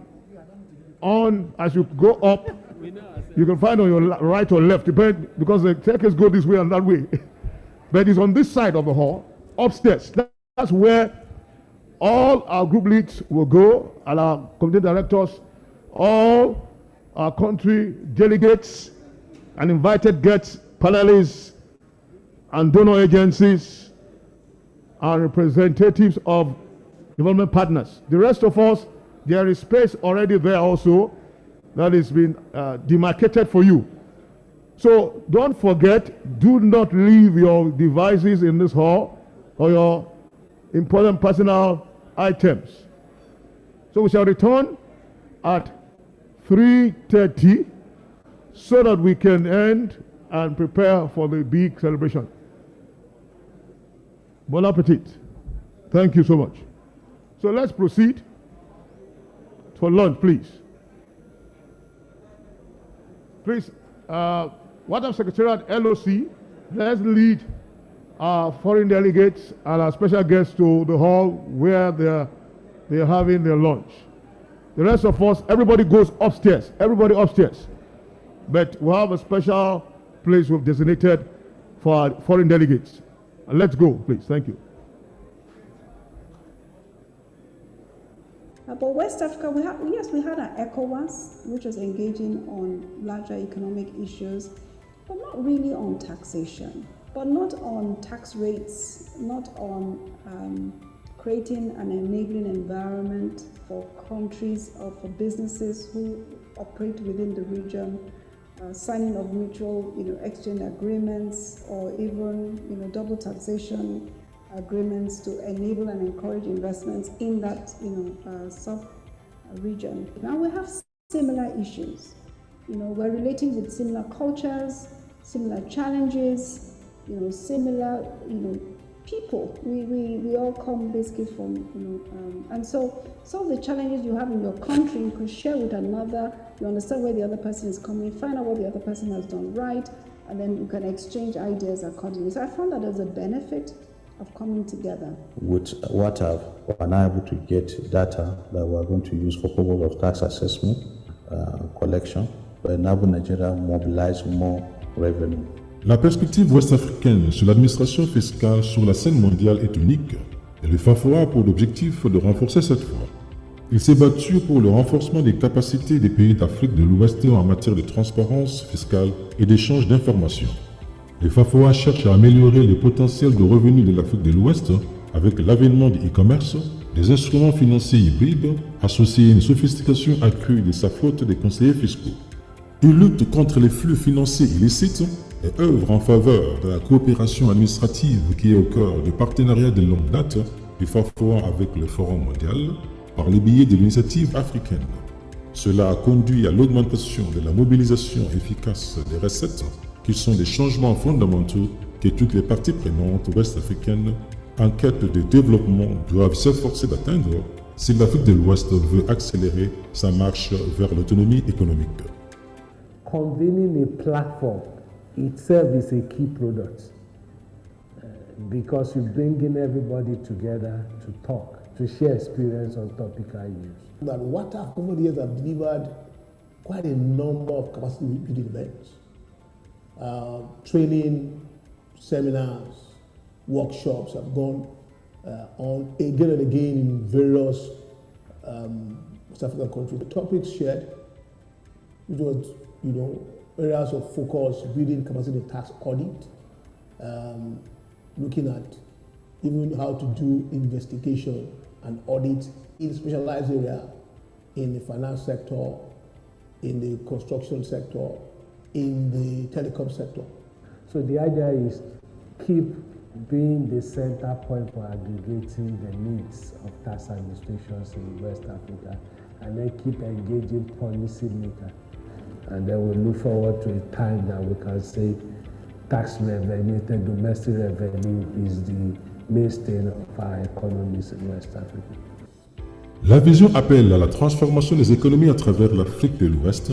Elle favorise un esprit de collaboration entre toutes les parties prenantes, car la sensibilisation au niveau approprié reste cruciale en Afrique de l'Ouest. Nous attendons avec impatience que les forums aient les moyens de maintenir les partenariats qui inspirent des réformes politiques et administratives, en développant une assistance qui éclaire la conception de la stratégie nationale de mobilisation des recettes intérieures, en particulier dans les domaines de transactions transfrontalières et de la transparence fiscale. D'autres interventions comprennent le renforcement des liens entre le recouvrement des recettes fiscales et les décisions de dépenses du gouvernement, l'élaboration et la publication d'un cadre complet de dépenses fiscales, la participation croissante des principales parties prenantes à la conception de la politique fiscale par le biais des consultations structurées, ainsi que l'aide aux pays membres pour inverser toutes les formes de flux financiers illicites qui érodent la base de revenus sur les continents, car celles-ci sont indispensables pour réaliser les aspirations des États membres du FAFOA à parvenir à une Afrique intégrée et prospère. Pour la taxation des multinationales et sur la taxation de l'économie numérique et également sur les questions des flux financiers illicites. Liberia Revenue Authority made a request to us. The capacity, the technical capacity to actually undertake the kind of audit they wanted to. They knew they were losing money, but it's a case of I know I'm losing something, but I don't have the means to stop it from drifting away. So they came to us, we brokered that. That was actually the first MOC that we brokered, and a team from Nigeria went to Liberia. They had a fruitful exchange on taxpayer service. À parvenir à une Afrique intégrée et prospère. Encourageant, bien que des défis demeurent, des milliards de dollars sont perdus chaque année en raison de l'étroitesse des assiettes fiscales, de la faiblesse des capacités administratives et de la mauvaise conformité fiscale. Les flux financiers illicites continuent d'épuiser d'importantes quantités de ressources financières du continent, ce qui a un impact grave et négatif sur la réalisation du programme de développement de l'Afrique. La réalisation des objectifs de développement durable d'ici 2030 nécessite une forte augmentation des investissements. Cela pose un défi pour de nombreux pays d'Afrique de l'Ouest, où la plupart des économies collectent des impôts qui représentent moins de 15% du PIB, à peine assez pour remplir les fonctions les plus élémentaires de l'État. Le déficit fiscal de l'Afrique limite sur les ressources pour les soins, la santé, l'éducation et d'autres piliers du développement économique et social.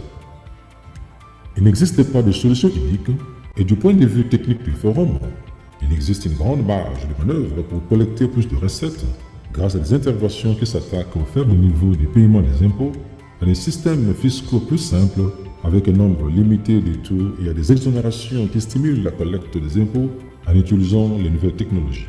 Inventer nous-mêmes, et c'est ça que j'aurais voulu voir, que nous-mêmes nous arrivions à inventer nos propres normes qui soient conformes à nos réalités, adaptées à nos contextes économiques et le niveau de développement de nos économies, plutôt que d'importer les modèles qui sont fabriqués ailleurs pour d'autres économies. Mais si on ne peut pas faire ça, au moins qu'on participe à la formulation des normes globales, qui comprennent nos perspectives, nos intérêts à défendre aussi bien au niveau international, mais aussi qui soient adaptés à nos économies au niveau régional et national. Revenue authorities don't seem to be well resourced in many of our countries to be able to carry out their work. And I know that with support of Wataf and many of our other partners, including supporting a number of countries in the region, for example, put in place, a more fit-for-purpose, comprehensive transfer pricing regulations, for example. I think that we can work around something around regional level, but then also support countries at the national level with the requisite capacity to be able to discharge their duties, because we need to scale up on the education of the public and working with national revenue authorities to educate the public, the professional groups and the like, to contribute their quota and make the work of the revenue authorities a little bit easier to discharge as they've been mandated by their states. So I think we need to take a step further up for its adoption and kind of implementation at the regional level, working with ECOWAS and UEMOA, so that we can really optimize our potential in the region. Bien que le forum ait réalisé des exploits louables dans les interventions techniques, il sait que des systèmes fiscaux bien conçus peuvent renforcer la relation entre les populations et leur gouvernement, donner aux citoyens un intérêt plus important dans ce qui fait leur gouvernement et une incitation plus forte à exiger des comptes. Pour les gouvernements, les impôts sont un levier essentiel pour tenir la promesse de l'équité sociale et économique, ainsi que des régimes fiscaux plus solides ont des avantages qui vont au-delà des revenus qu'ils génèrent. Cependant, le développement ne consiste pas seulement à doubler des recettes, mais aussi à mieux comprendre ce qui fonctionne pour chaque région géographique. Avec une seule voix, l'Afrique de l'Ouest peut prendre les choses en main et créer un avenir meilleur. En fin de compte, les pays et les partenaires au développement doivent faire le travail difficile dans la durée et mettre en place les institutions pour des systèmes fiscaux efficaces dans toute l'Afrique de l'Ouest. Thank you and best wishes and a happy 10th anniversary to Wataf and wish them very many years ahead of beneficial service. First, I want them to be the voice of the members. They should be able to speak on behalf of the revenue authorities that are in West Africa, particularly Nigeria. Le cadre of cette plateforme-là qui permet en fait d'échanger, de se comprendre, de partager et de faire en sorte que les best pratiques-là soient vraiment étendues à toute la région et chacun y gagne en réalité. Aujourd'hui, je suis content parce qu'au début, c'est la CEDEAO qui poussait, mais aujourd'hui, je me rends compte que le cadre fonctionne seul, les administrations ont pris les dessins en main et ils se regroupent quand ils veulent, ils discutent, ils organisent des conférences. Souvent, ici, la CEDEAO participe, la CEDEAO ne participe pas.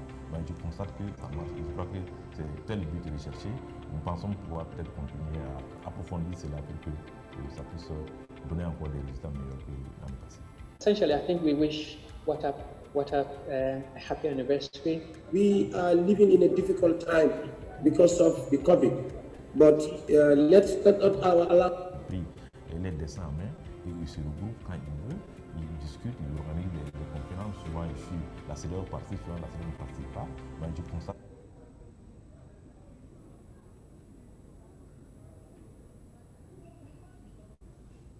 Je crois que c'est tel but de chercher. Nous pensons pouvoir peut-être continuer à approfondir cela pour que ça puisse donner encore des résultats meilleurs que dans le passé. Essentially, I think we wish Wataf a happy anniversary. We are living in a difficult time because of the COVID, but let's not allow ourselves COVID to defeat us. Let's try to push as much as we can so that life can go on, even though COVID is around, but we move with life. Aujourd'hui, le FAFOA célèbre 10 ans de collaboration, engagement et dévouement total au développement de l'Afrique de l'Ouest. Continuons de conjuguer nos efforts pour construire son avenir.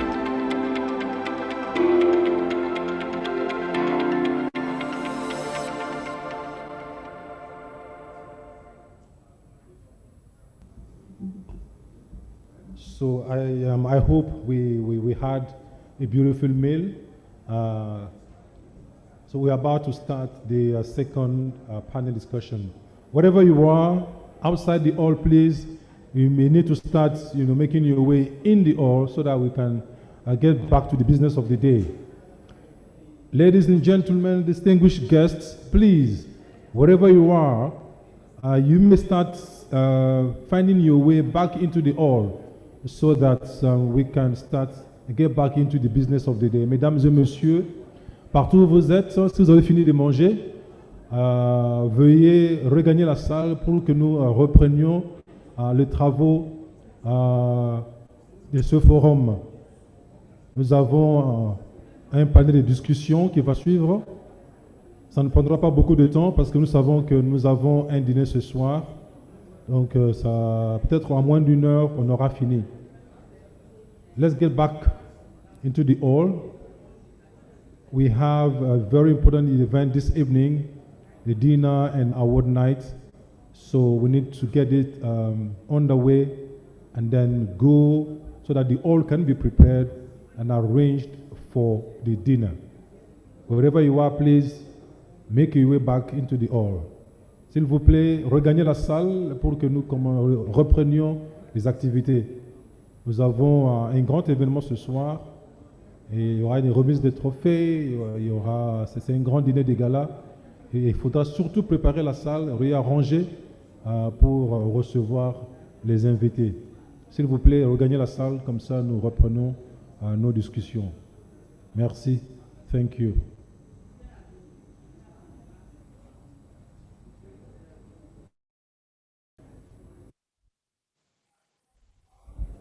Can you hear me? Yes, Mr. Duncan Oduro, the Executive Director of the Commonwealth Association of Tax Administrators, Qatar. Can you hear us? Yes, I can hear you very clearly, Femi. Okay, thank you. We're just trying to get your panel seated, then you roll from there. Thank you so much. Can you hear me? We can hear you clearly. Thank you so much.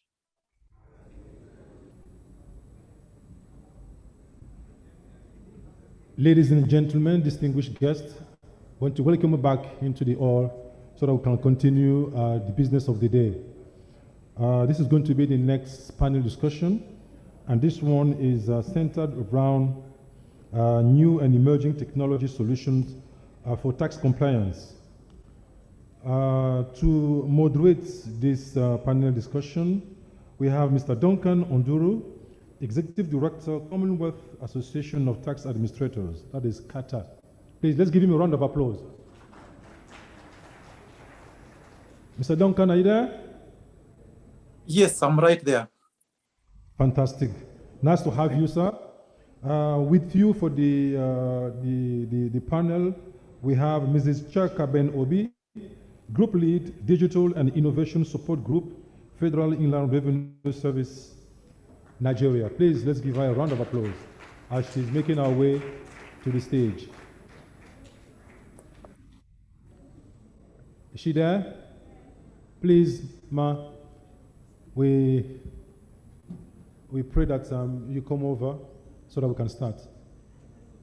Let's encourage her with another round of applause.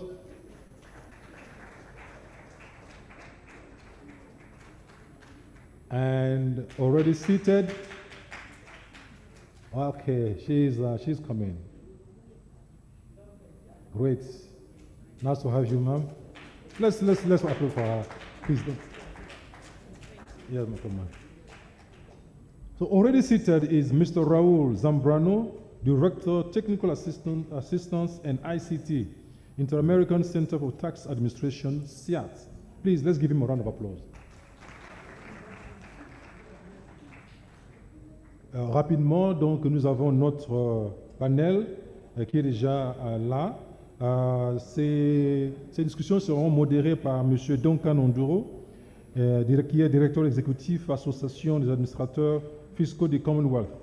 Le titre, c'est la présentation sur les solutions technologiques nouvelles et émergentes pour la discipline fiscale. Les panélistes sont Mme Chaka Benobi, qui est chef du groupe de services numériques de FARS ici au Nigeria.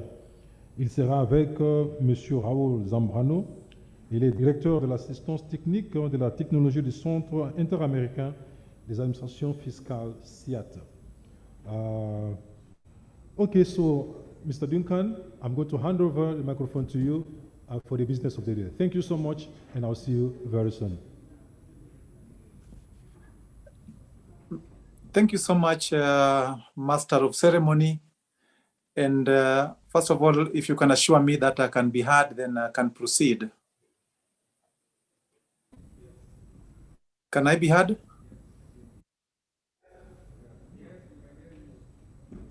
We can hear you loud and clear. Thank you so much. Thank you. The chairman and the secretary, executive secretary of Wataf, I wish to thank you most sincerely for inviting the Commonwealth Association of Tax Administrators, CATA, to join you in this auspicious occasion when you are celebrating your 10th anniversary. It's always been our pleasure to work together with Wataf, and Wataf being a key member of our partnership profile. So let me congratulate Wataf for their 10th anniversary, and we hope that with having spent 10 years, now you are right on your feet to progress ahead and lead the West African community in charting their path in this complex landscape of taxation. I wish, therefore, to appreciate the partnership which has existed between CATA and Wataf, and we hope to see more of this engagement in the coming future. I wish also to applaud the speakers, especially the senior leadership of the Nigerian government who are with us in the morning, including the two ministers. And I'm very grateful that they've shared their thoughts and given us some homework to do, especially in the upcoming issues within the international tax arena. I wish also to acknowledge my all-time friend and colleague, Tayo, who presented a very thought-provoking presentation this morning as a form of an horizon scan of digitalization in Africa, and again has posed a number of questions which this conference perhaps would help us unravel. Without much ado, I'm told that there's a great evening tonight. And as I know, Nigeria doesn't do things halfway. When they mean to do it, they do it fully. So I do not want my panel to be accused of spoiling the appetite of anybody. Therefore, I would just go ahead to kick the sessions off. I would have been happier to be fiscally Nigerian, to join my old friends and colleagues. But again, situation does not permit us to do so. Therefore, accept my apologies, and I hope that one of these coming days, we will be together. My panelists have already been introduced, And I would just like to call them up the floor. And I would start with Ms. Cheka Ben Obi. Please, if you could take the floor and give your presentation. Thank you.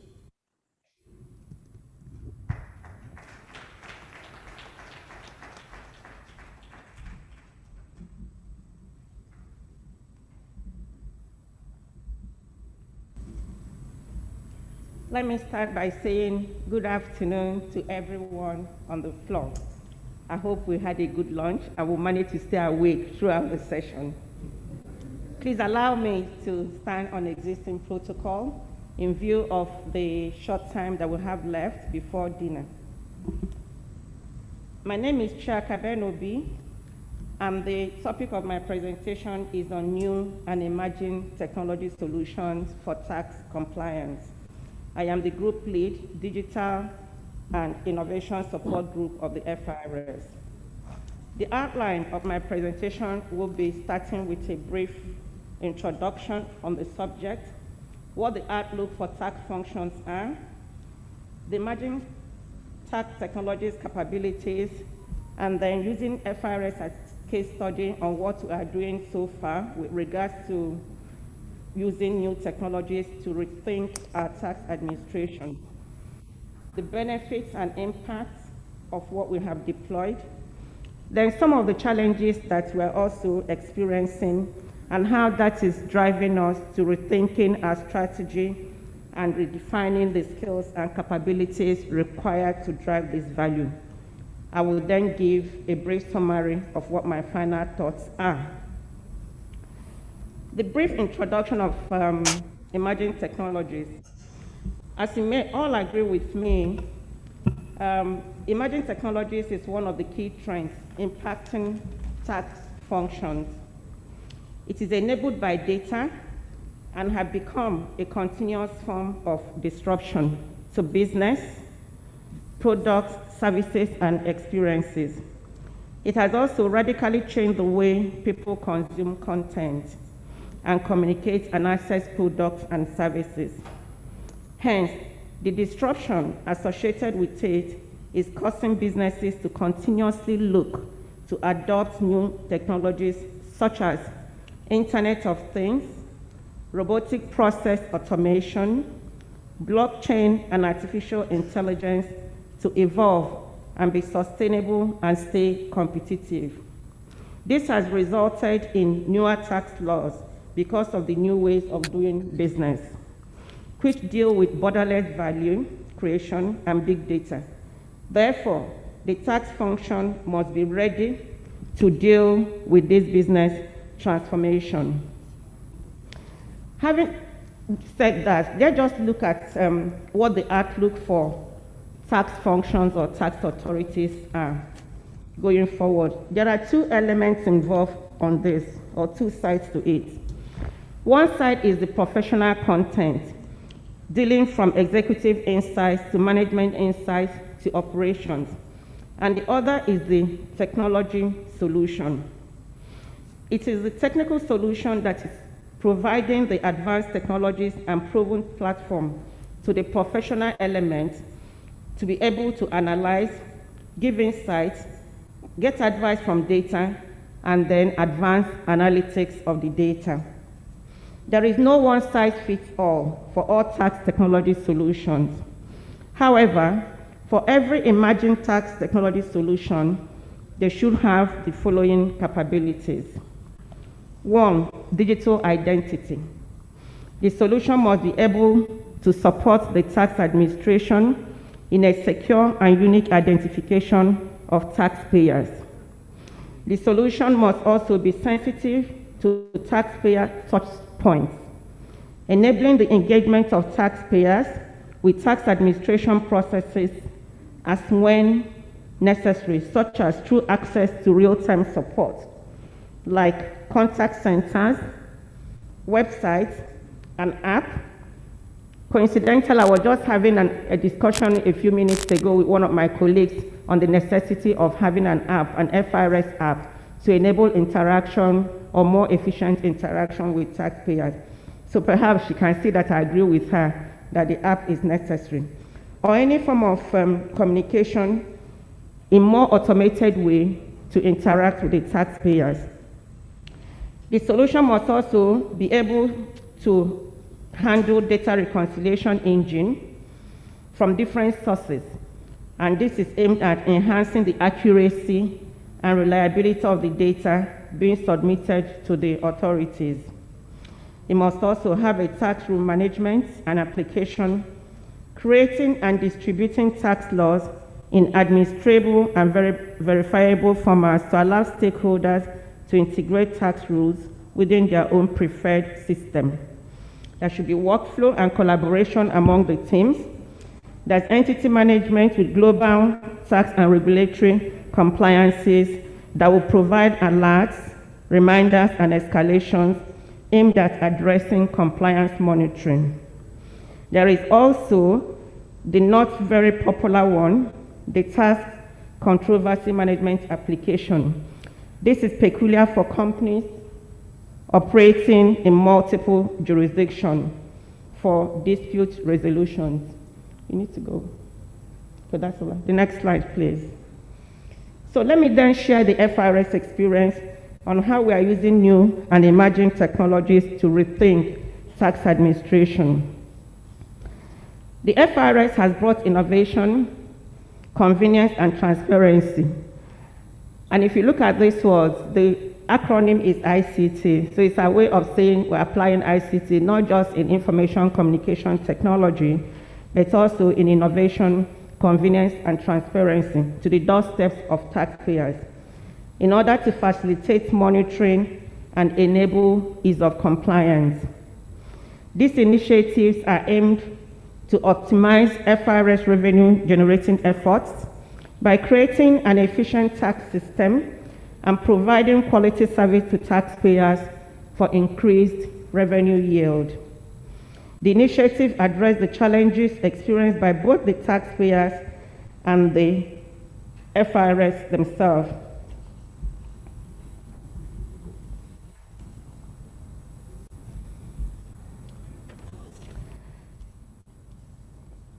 Some of the strategies we have embarked for our tax regime and revenue collection are: first, the revision of the tax laws and regulations, intensive registration of taxpayers. For those of us who remember here, when we asked the taxpayers to go to their tax offices to update their details for ease of filing their VAT and CIT and other taxes, we were actually registering the taxpayers. But that was the quickest way to get the taxpayers to actually physically go to update to register their details. Just, you can liken this to the bank, going to your bank to also update your details, especially during the BVN capturing. We also embarked on a lot of stakeholder collaboration, both through Zoom, one-on-one, and through workshops. We established, I've heard a lot mention of the non-resident taxpayers. We also have established a department for non-resident taxpayers. We positioned our large and medium taxpayers. We automated our VAT administration for ease of collection at source and remittance. We're also reforming on the way we're administering tax clearance certificates and withholding tax. We also embarked on an extensive nationwide tax audit exercise. I must also mention our expansion of our treaty network and access to treaty benefits. I am proud to tell you today that FRS is, if not the first 3 organizations that have certified our AEOI Center to ISO 27001. This is not to 27001 standards. This is not an easy feat for any public service organization. So as it is today, we're able to exchange online data with the banks and then with the OECD countries through the Common Transmission System, popularly called CTS.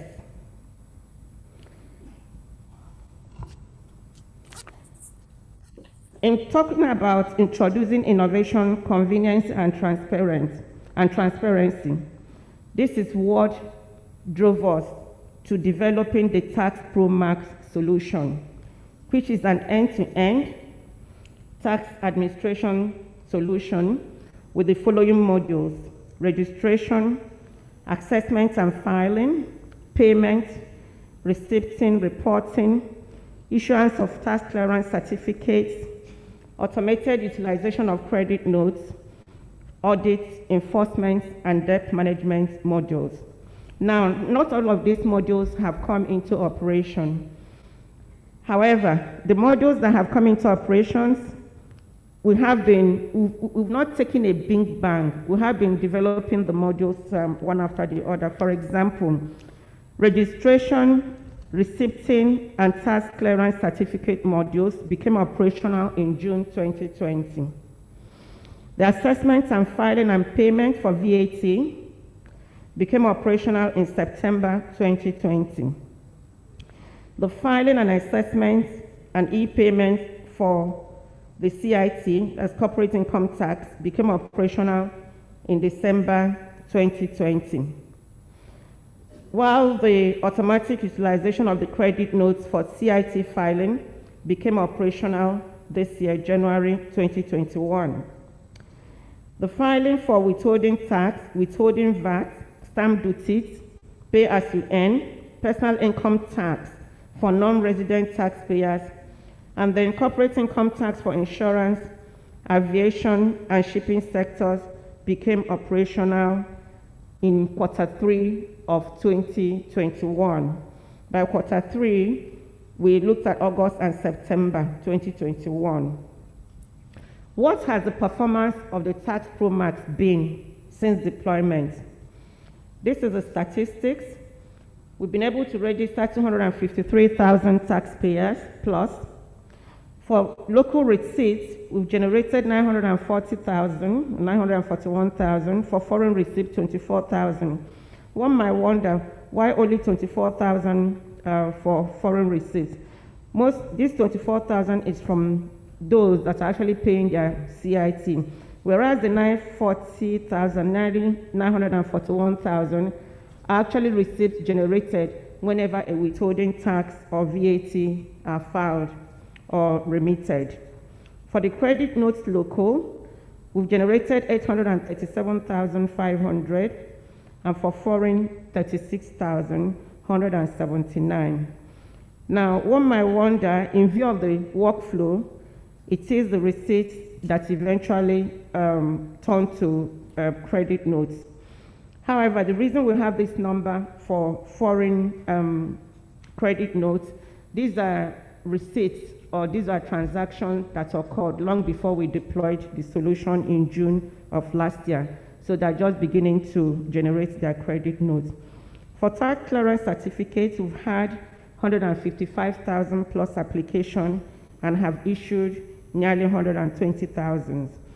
Some of the applications were rejected because they didn't conform with the application process, while some are still work in progress. What has the performance in collection been with regards to deploying this platform? Now, you have the ECFRS mentioned collection of over 600 billion in June, which is the highest that's been recorded since the COVID pandemic era. What you have on the screen is a breakdown of tax types and number of filers.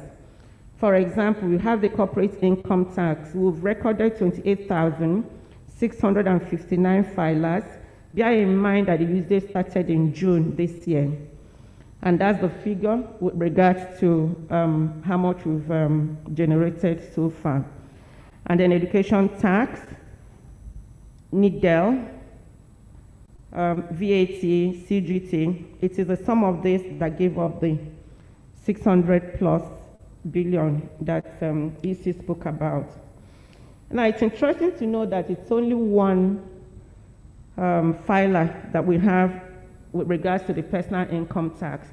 Now, this is a British national who, of course, was staying less than 6 months in the country and had to file before he left the country.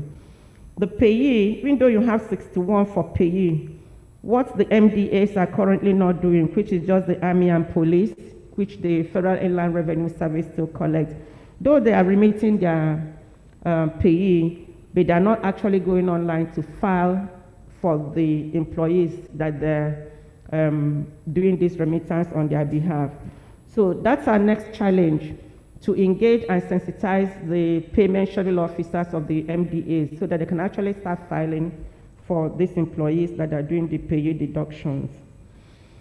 Emerging technologies and revenue generation and tax compliance has also enabled FRS to activate their e-services portal, where taxpayers are able to register, file an assessment, pay for their taxes, we issue receipts, stamp duty processing and payment, and then application and issuance of the tax clearance certificates. We are also triggering VAT payments from source and remittance to our designated accounts in CBN. The sectors that we are currently working on has been aviation, power, telecoms, e-commerce, financial services, oil and gas, insurance, hospitality, and branded retail outlets. However, only 4 sectors have become operational, and those sectors are in aviation, banking, branded retail outlets, and cable and satellite TV. We've also enabled e-payment channels, at least 4 of them. This is InterSwitch, eTransact, Remitter, and NIPS. We're also exchanging information, like I mentioned earlier, with the OEDC through CMS, with Nigerian Customs, with CAC, and CAC is very key to us because all corporates that file with FRS first are registered with CAC. Now, during the course of registration, after the integration with CAC, the tax or the corporates now pay their stamp duties automatically and then remittance thereof. When the CAC registration documents are issued, they also issued with the TIN number of the corporate. Again, when a corporate that's been registered in the past comes to FRS to register to be issued a TIN number, we do an online real-time check verification with CAC for the company details and the validity of what the company has submitted before that taxpayer is registered. So what we have done with CAC, we believe that it's giving us a lot of positives. Again, we've enabled most of, on social media, where we're engaging with the taxpayers. I already mentioned the website. Then there's Facebook, Instagram, etc., where we try to engage with the taxpayers. The benefits of this initiative are threefold. 1, to the taxpayers, 2, to us, the FRS, the tax authority, and then to the country. From the taxpayers, there's online filing of taxes, there's easy remittance, which they can do from anywhere they are. There's improved service to taxpayers. There is also improved taxpayer education, sensitization, as well as brand management. What does it do for the service? It's promoting accountability in tax administration. There's a smooth and automatic exchange of data and information. The cost of enforcing compliance is reduced. There is enhanced staff efficiency. And for the country, is increased revenue generation capability, is promoting economic viability and growth of FRS and the Nigerian economy. It has also improved provision of an enabling environment for Nigerian businesses. And then for all, there's a reporting dashboard which is visible to the taxpayer, to the tax authority, and to the country.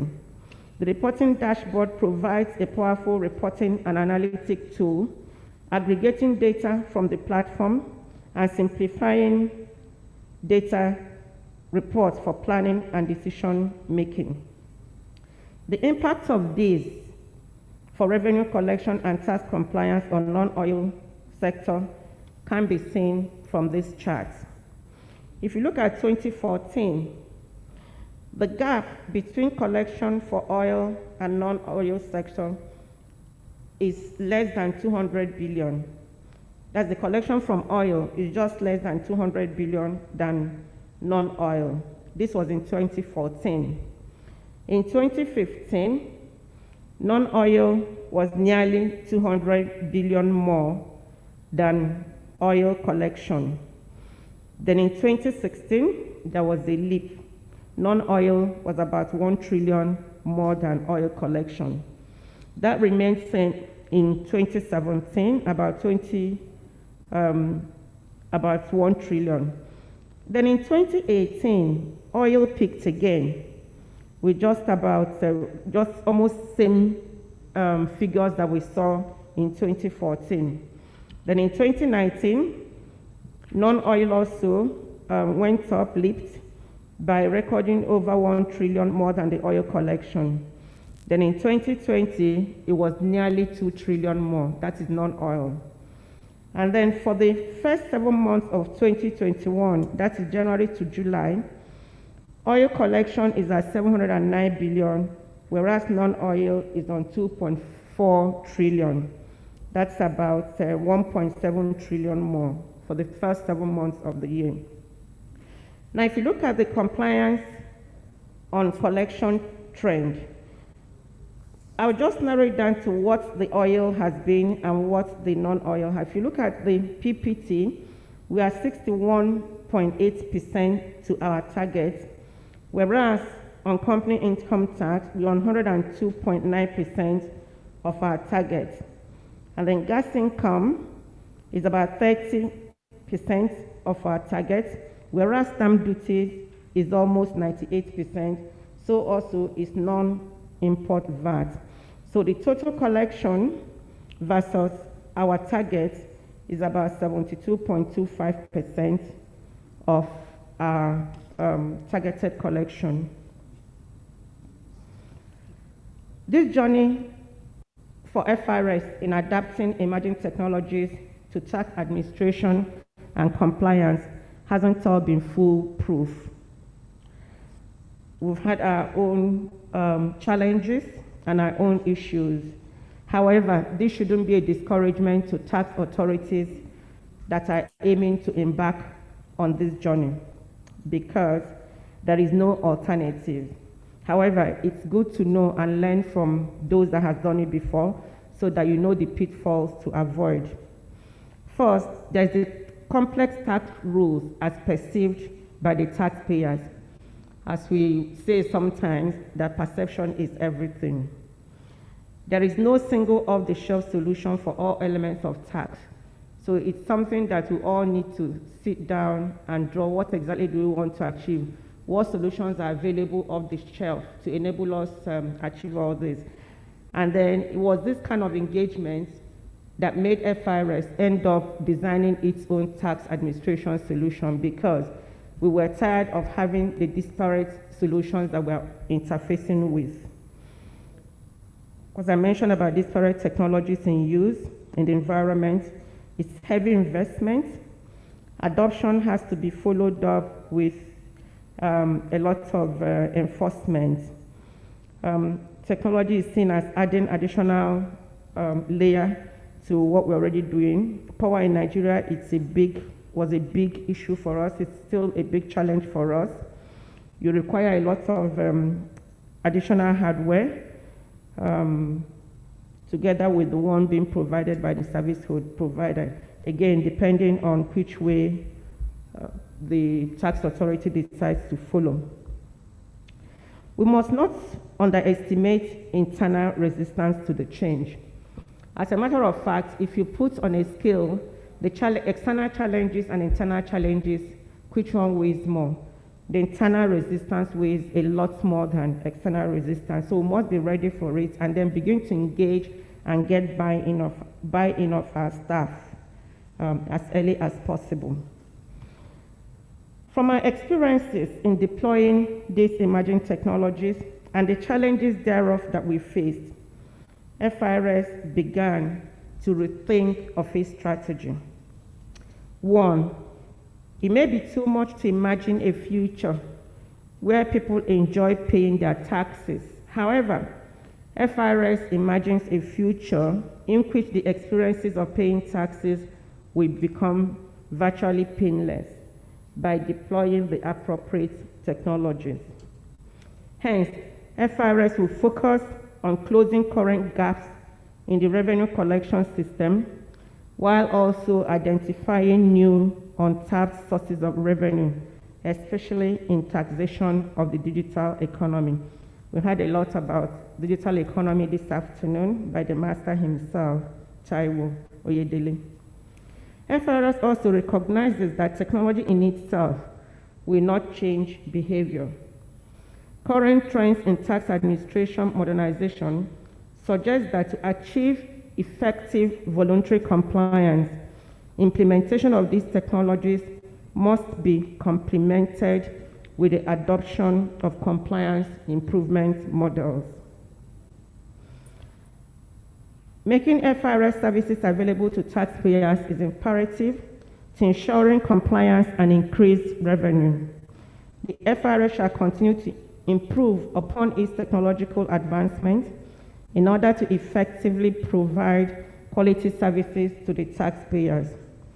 FRS has recognized that a prerequisite to making real sustainable change is agile, enthusiastic, and continuous commitment, as demonstrated by the federal government of Nigeria with passing of the Finance Act 2020 into law in record time and international cooperation.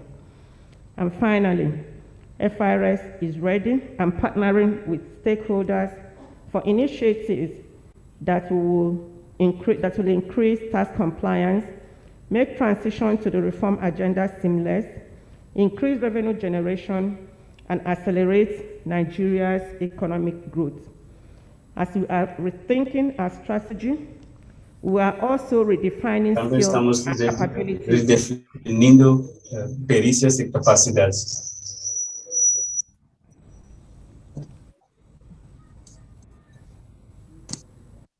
As we are rethinking our strategy, we are also redefining skills and capabilities required to drive value. It is no gainsaying that emerging technologies bring about a paradigm shift for tax administration. It is therefore imperative for tax employees to be proficient in the use of technology tools and platforms. Tax administration must have a mobile and digitally skilled workforce and require an organization-wide redesign, change management, and HR transformation in order to embed people's strategy with business outcomes for improved tax compliance and revenue generation. Let me now close by sharing my final thoughts on this subject on emerging technologies for tax compliance. 1, technology advances is a key business enabler. The word enabler is very important to note, as sometimes developers in ICT seem to want to define the business rule for the business and not seeing ourselves as enabling what the business wants to be enabled. I think I mentioned that to the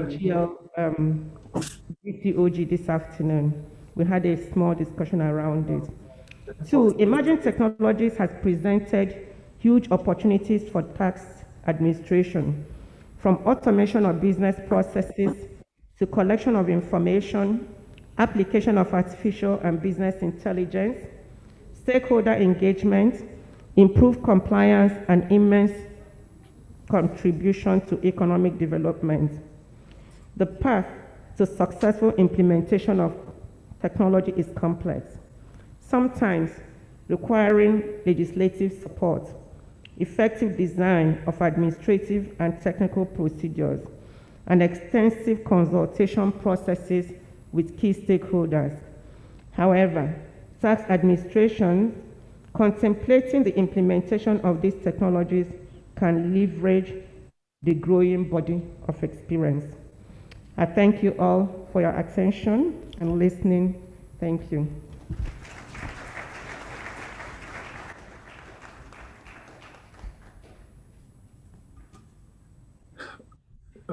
Many thanks, Madam Chiaka, for giving that elaborative, very elaborate journey that the Federal Inland Revenue of Nigeria has traveled.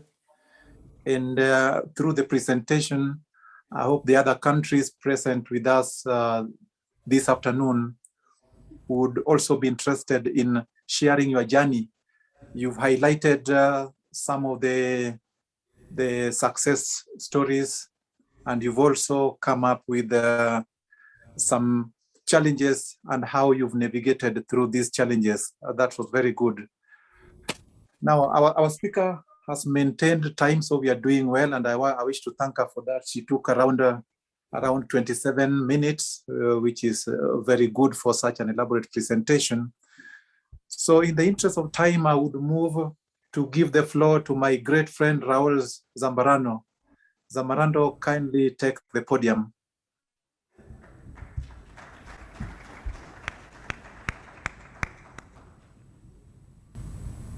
Boa tarde, bonjour, good afternoon.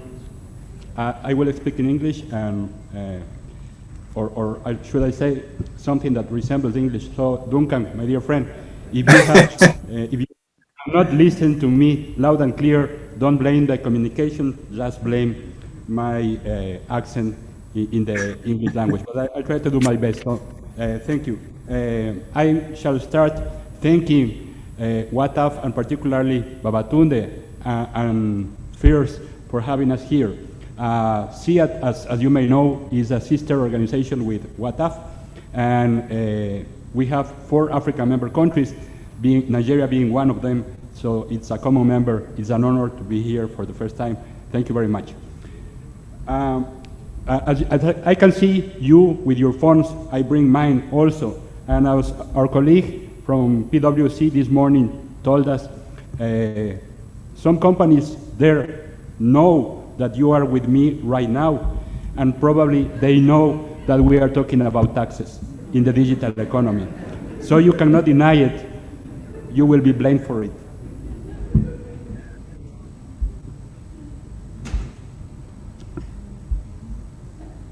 This is just to keep track of my time.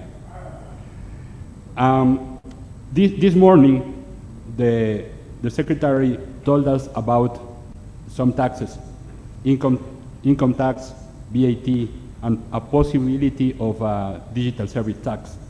And the ministry told us about some of the expectations, difficulties, negotiations, compromises that the direct part of those taxes need to go through.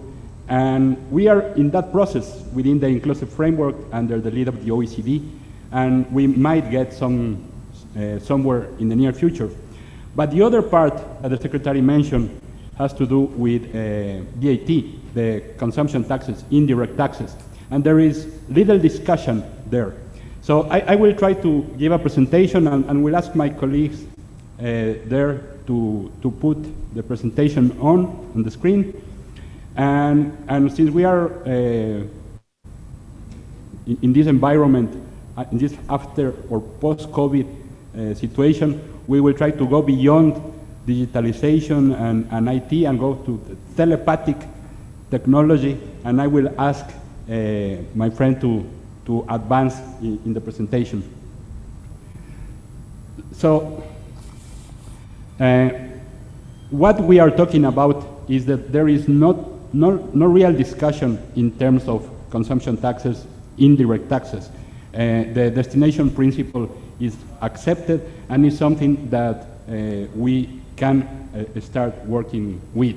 So the thing is, what we are talking about is the difference between being in a jurisdiction or not having any presence in the jurisdiction. And I will try to very rapidly go through it with some practical examples. Remember that if a company is operating with a physical presence in a jurisdiction, that company is subjected to the same regulations as all other taxpayers in that jurisdiction. So basically, we'll have to go through the processes and take advantage of these very nice features of the new system of FIRST. But if the company has no presence at all, then, and that is the idea behind that smile, sunny face in the second part of that slide, is that those companies will operate with no physical presence and will not only not provide the revenue the country needs, but also will compete in, with a different set of rules in a more advantageous situation than companies operated in the local market. So to help us understand this, I will bring you some practical examples. First, what we are not talking about. There you can see a screen capture of an operation managed through the internet. Everything was done over the internet. The delivery of food, the menu was presented over the internet, the request, payment, everything. But that is a company that is within the jurisdiction. And if you take a look in the bottom of that screen, you will see ITBMS, which is the name of VAT in Panama, where I live. And so that company operates in the same market under the same rules as any other company because it has physical presence in the jurisdiction. So we are not talking about that. It's regardless of the fact that this company operates with a lot of technology. So this example is a very well-known company that operates on the streaming service. And well, in many cases, they don't have any presence in the jurisdictions. And if you see the information about those payments, there is no VAT or VAT-like tax being collected under that operation. And they compete, for instance, with local cable companies that make investments that have to collect VAT from the local customers, and that some of those customers might choose to move towards a streaming company, abandoning the local business, and we, the country, will not get the revenue, and also the local company will compete in a more disadvantaged position. It's not only a matter of choice, the tax that is not being collected might also contribute. Some of these companies are very well known, like this one, but the next example here is a company that works in the streaming of content and movies, but a specialized type of movie for intellectuals, for those that are into that kind of stuff, but it is not very well known. So many of you have never heard of that company, but they can operate in a jurisdiction without any physical presence. So there are different things like web hosting. Here we see a company that offers a web hosting capability. They operate with no physical presence, and they compete with local shops that could rent physical servers or cloud services that are well known. This can compete with this other service that you see there is a very well-known company, one of those companies that will know that we are here, that you are here with me, and the cloud services provided to either individuals or businesses. So we have some examples here, and I will go through them rapidly. Just there. Here we see one that I will invite you to take a look. This is digital good. It's a book. It is not streaming. You are buying the good. It was mentioned this morning. But take a look at the payment. You see one credit. It is not euros. It is not dollars. It is one credit. It's something that the company manages itself. So you are paying with credits. Those credits can be acquired through different means, including buying a type of gift cards from that company while you visiting another country, for example, or by points you earn by using services or buying things within this company or other company. So that is not money exchange, but that operation should be subjected to consumption taxes, VAT, if that is the case in a jurisdiction. So we can move over there. The majority of these transactions operate through credit card transactions or debit card with companies that operate outside of the jurisdiction. But some, let's move, operate through a different payment process. Like this one, this is collected through Apple, a second company, a third company that provides services. So the company that is providing the services is not collecting the money, or the next one that you see, a very well-known payment service, PayPal, that is used to make the payments. And finally, here we see the receipt of that transaction, of that digital book that I mentioned before. And if you see the amounts below is 000, it was paid with a credit. And that is interesting because we shall reflect a little bit in a later slide about those transactions. So, and finally, the last example here is using something that was mentioned also this morning, the use of cryptocurrencies for payments. In this case, it's a service that might or might not be legal in different jurisdictions, but that are being used, cryptocurrencies are being used for those payments without a lot of knowledge of tax administrations even possible. And just a quick comment about this. There are very different approaches to handling that kind of situations. We have some countries that are banning the use of cryptocurrencies, while other countries are openly adopting them for even as a substitute of the local currency. So very different approaches there. So what to do? And this is key. I mentioned there is no discussion that in terms of VAT, the destination principle is accepted, so the country where the market is should get those taxing rights.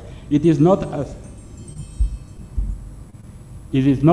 simple as we would like it to be, because it is not always easy to define where the country who has that right is located. And I will use a very simple example.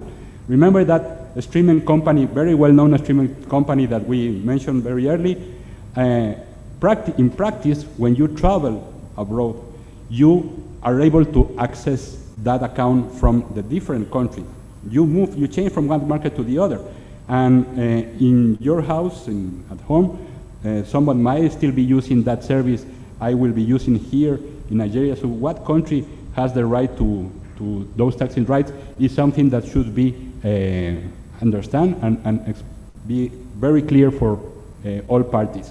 So what we can do is, and we have been working with colleagues from the OECD, the World Bank, and the Inter-American Development Bank in creating a set of guidelines to implement the indirect taxes in the digital economy and how to collect them. That means establish a simplified regime, a special regime that would allow taxpayers operating with no physical presence to register themselves from abroad, file tax return on a simplified manner from abroad, and facilitate the tax administration job through a process of risk management. In some parts of the world, and particularly in Latin America, there are some countries that opted for a different scenario, different alternative, which is to establish a withholding mechanism in the means of payment. So the credit card transaction, the operators of the credit card would be responsible to establish a withholding equivalent to the VAT rate on all operations to those taxpayers that operate outside of the jurisdiction and collect those taxes. And it is a good option. And in my personal opinion, we should work in trying to implement both the simplified regime for those taxpayers that would like to comply with that option, and as a second choice, or for those that would not or could not comply, have the withholding mechanism in place. And the withholding mechanism in place has some deficiencies, as we need the banking sector to cooperate with us, and we need to precisely identify which taxpayers would be subjected to that withholding process. So the list of the very well-known companies, the large ones, is easy to identify and to pass to the banks and credit card operators. It will be probably a couple of hundreds, 200 companies in the world. But those other operators, the yoga instructor, the specialized cinema streaming company, those would be more difficult. So in our opinion, having a simplified mechanism in place plus the withholding mechanism would be the best option. So in that sense, sorry, here I will not cover this because of time, but it's just an invitation. We made a study, it's published in our site, of in terms of revenue, the potential of the consumption taxes in the digital economy in the Americas. So you can visit and take a look. It would clearly be an example of what you could expect in Africa. It's publicly available, so you can query. And you will have the presentation so you can see those figures. Let's move. So in CIAT, what we did is, with the support of the NORAD, the Norwegian Cooperation Agency, we created a software tool that will be available to all tax administrations that would like to use it, not only CIAT members. So any tax administration that would like to use the tool would have access to it, and that would facilitate that companies operating in the digital economy from abroad a country with no physical presence in the jurisdiction could register in a simplified way, file tax returns in a simplified way, file information or about the transactions when needed, and that means it's probably not very interesting for a tax administration to get information of every single transaction in terms of a streaming service, but might be interesting to know if, for instance, a company rents or facilitates the rental of property, and that would be an indication of local income tax that would be very interesting for the tax administration to have. So we build a system with these characteristics. It can work on-premise within the servers of the tax administration or in the cloud, and it is agnostic in terms of the cloud. It will work in any of the major cloud operators. It is highly parameterizable, so it will, since as the lady mentioned, no hat fits all, there are a lot of parameters that will facilitate the implementation of in a jurisdiction to a different jurisdiction with the particularities of each country in those senses. So it has two interfaces for tax administrations and taxpayers, and operates over the web or through web services, or large companies can automate the process. So instead of going online and filing the returns each month, they can put inside the ERPs the capacity to file the tax return every single period. It is multilingual to support more than one languages, and it will eventually become an open source product. So we will very rapidly go through a lot of screenshots of that application, so you can take a look at that. Please. So we see here the taxpayer portal, and see that it supports multilingual, and it allows the implementation of a second factor to guarantee the identity of the taxpayer, and a dark interface. Please move forward. Then the registration process, which is set by parameters, so we can establish which fields are required, the location in a map, the taxpayer identification number in the country of residence, contact persons, the type of operations, the obligations that will be required. Generally would be VAT, but if some jurisdiction has a second consumption tax For instance, at the municipality level or at the state level, it could also be parameterized within the system. And you can upload scanned documents. So then the return filing, which is very interesting, is also multilingual. So one taxpayer in Germany can see the tax return and the process, the interface in German, while other would use English or maybe Chinese, depending on where that taxpayer is located. Here we see the taxpayer selecting a period and filling the data until the process is complete every single month. The system has an inbox functionality, so the tax administrations could interact with the taxpayer, and it is API ready. So let's move on. The tax administration portal is the parameterization, and the first thing we see is that the user also can use different languages. Probably that's not the case, but there are some countries that have more than one language in place, so it's also a second factor for the user. Then the tax administration portal has an audit log, so every single transaction is recorded, and any modification to the system can be analyzed to understand when and why it happened. So let's move a little quickly, please. Here, we are not going into details here. We will see that the welcome screens is also parameterizable, so we can put the logo of the tax administration and set the text that identify the regulations or the acts that are mandatory, and in each language that is being used, that would be also available. The system has a lot of catalogs, and I will go fast until we reach the last, because I'm trying to meet my time. So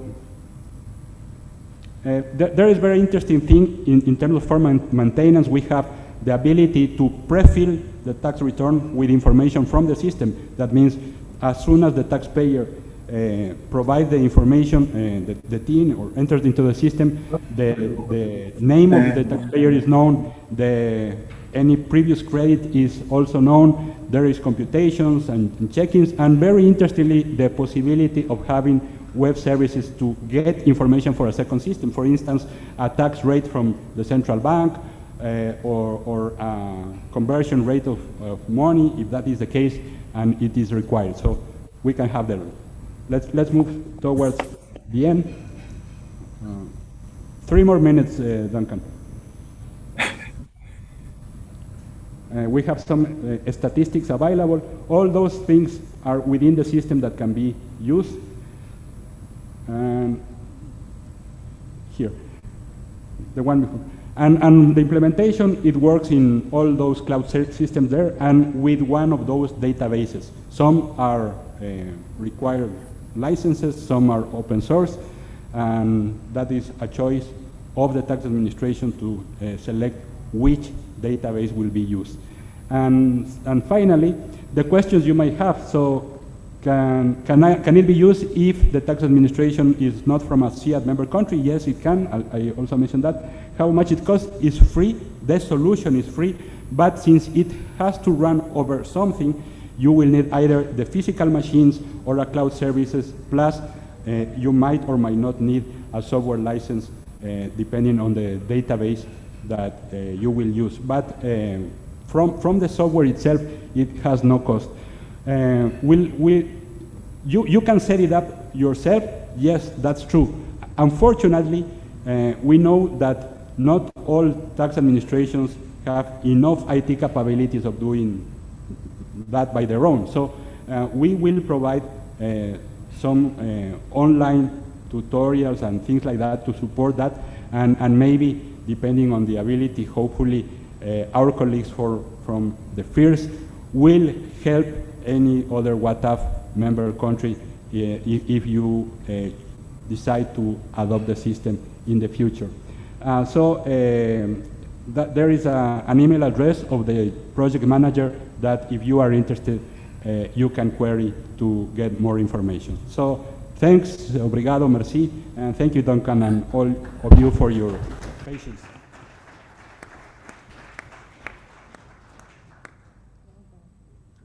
Thank you very much, Raul. You've also stayed right on time.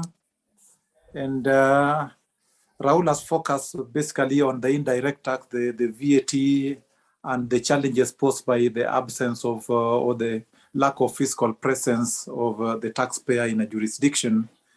But he seemed to be recommending a procedure where taxpayers can be required to register in that jurisdiction or to have an entity to represent them in that jurisdiction, and that can help in the tax organization, the tax administration in reaching out to collect VAT.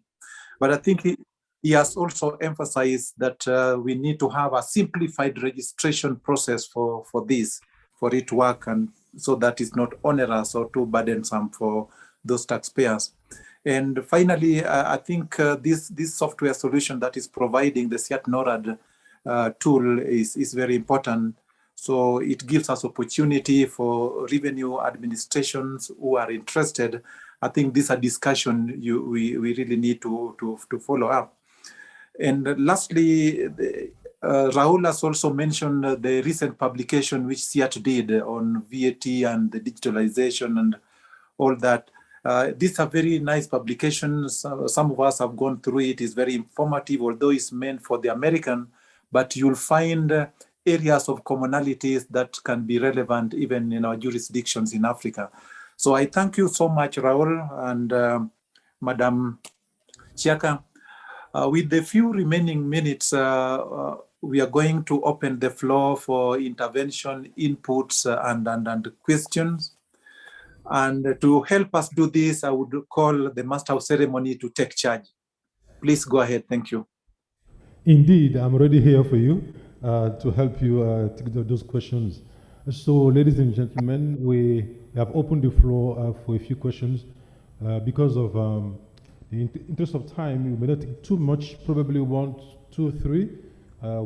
This section in the middle and on my left-hand side. So, if you have any questions, please, you may want to raise your hand for identification. Do you have any questions, observations, or comments?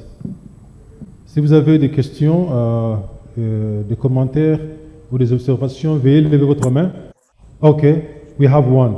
Okay, so we will take all the questions so that we can give them to the panelists and the moderator, and then we'll take it from there. Please go ahead. Okay, good evening, everybody.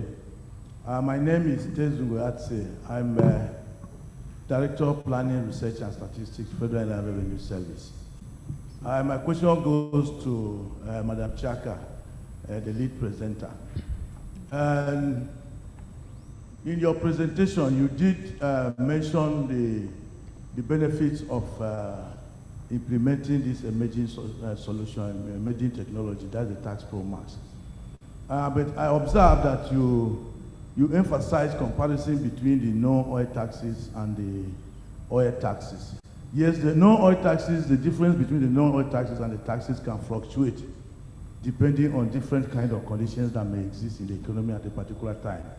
But from your observation of the results of implementation of the tax pro max and your comparison between the actual collections, especially the non-oil taxes, between now, from comparison from what is happening now and what was happening before, can you notice any significant difference that can be attributed to the implementation of the tax pro max?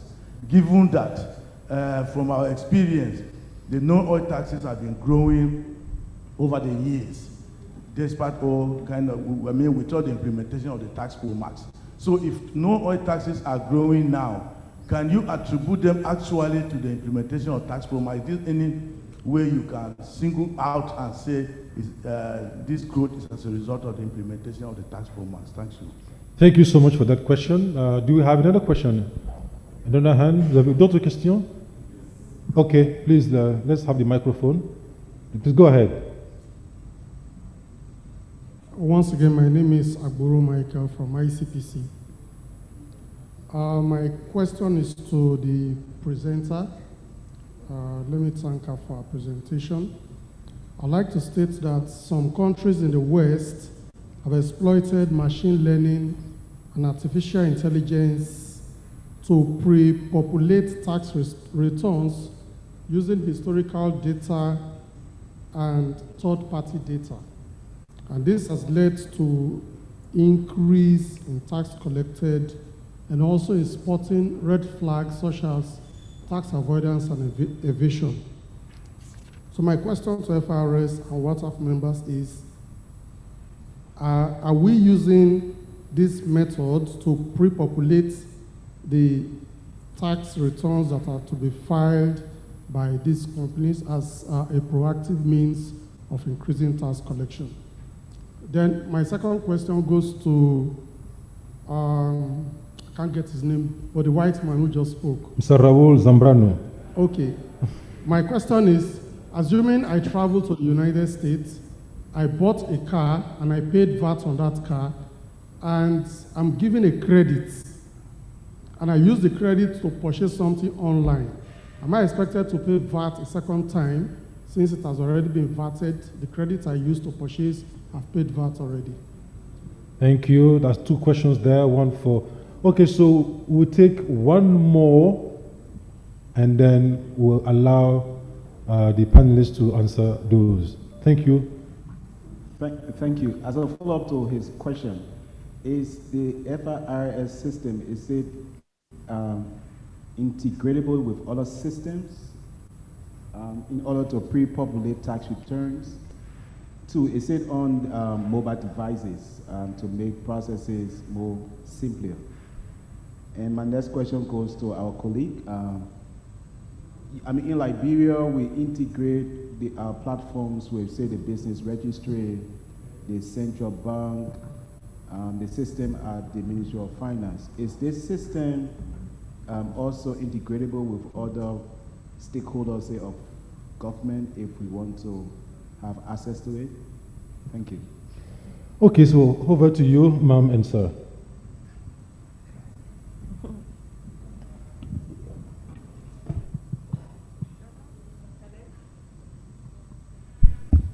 How do I get, should I come there? Is it working now? Okay. The first question is with regards to the oil and non-oil, the trend in the oil and non-oil collection that we charted, if that has any direct impact from implementation of Tax Pro Max. Now, the implementation of Tax Pro Max is just one of the emerging technologies, and we just use that as a case study or a sample of what FIRS has done with regards to deploying emerging technologies. So emerging technologies is not just speaking about Tax Pro Max, it's looking at all the various initiatives, and that's why I said these initiatives. One of those is, and how is that impacting non-oil collection, is the auto deduction of VAT from source and remittance thereof directly to FIRS CBN account. Now, even over and above that, if you look at our collection also on stamp duty, with regards to our versus what our target is, we're almost at 90%, and that is really enabled by technology. In the past, before we deployed these various platforms to deduct stamp duty at source, we haven't been achieving that level of performance in collection of stamp duty. And Tax Pro Max has a direct impact on the collection of stamp duty with regards to the MDAs, where stamp duties are now, 1% of stamp duties are now being automatically deducted for contracts or contracts that have been awarded. So with regards to stamp duties, the answer is yes. With regards to VAT deduction at source, the answer is partial because it's also talking to other type of technologies that the service has deployed. On the second question on, I think I understand that to be application of AI in populating returns. That is not currently happening. However, What is currently happening is that FIRS is looking at other data sources and using that to validate the validity and the transparency of what the taxpayer has declared. Now, going forward, we have it in the plan that we will have auto-population of declarations when the time comes. We would have also integrated with these other data sources before that can happen. So it's still work in progress. We haven't actually finalized, but we are still in the process of implementation. So what we have presented is the status to date of what we are currently doing with new and emerging technologies. Thank you.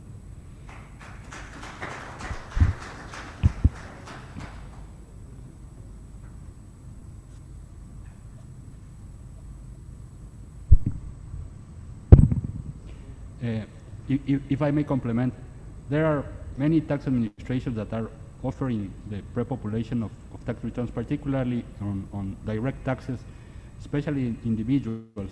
But there is we in SIAD, we think that it is a trend that in the future we will see that happening more and more.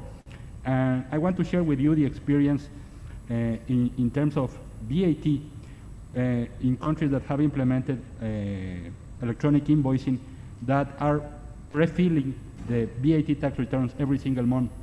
In the case of Chile, of all VAT taxpayers, and with an acceptance rate of the proposal that the tax administration offers the taxpayers of 94%, which is almost everyone. So it's very interesting and very successful.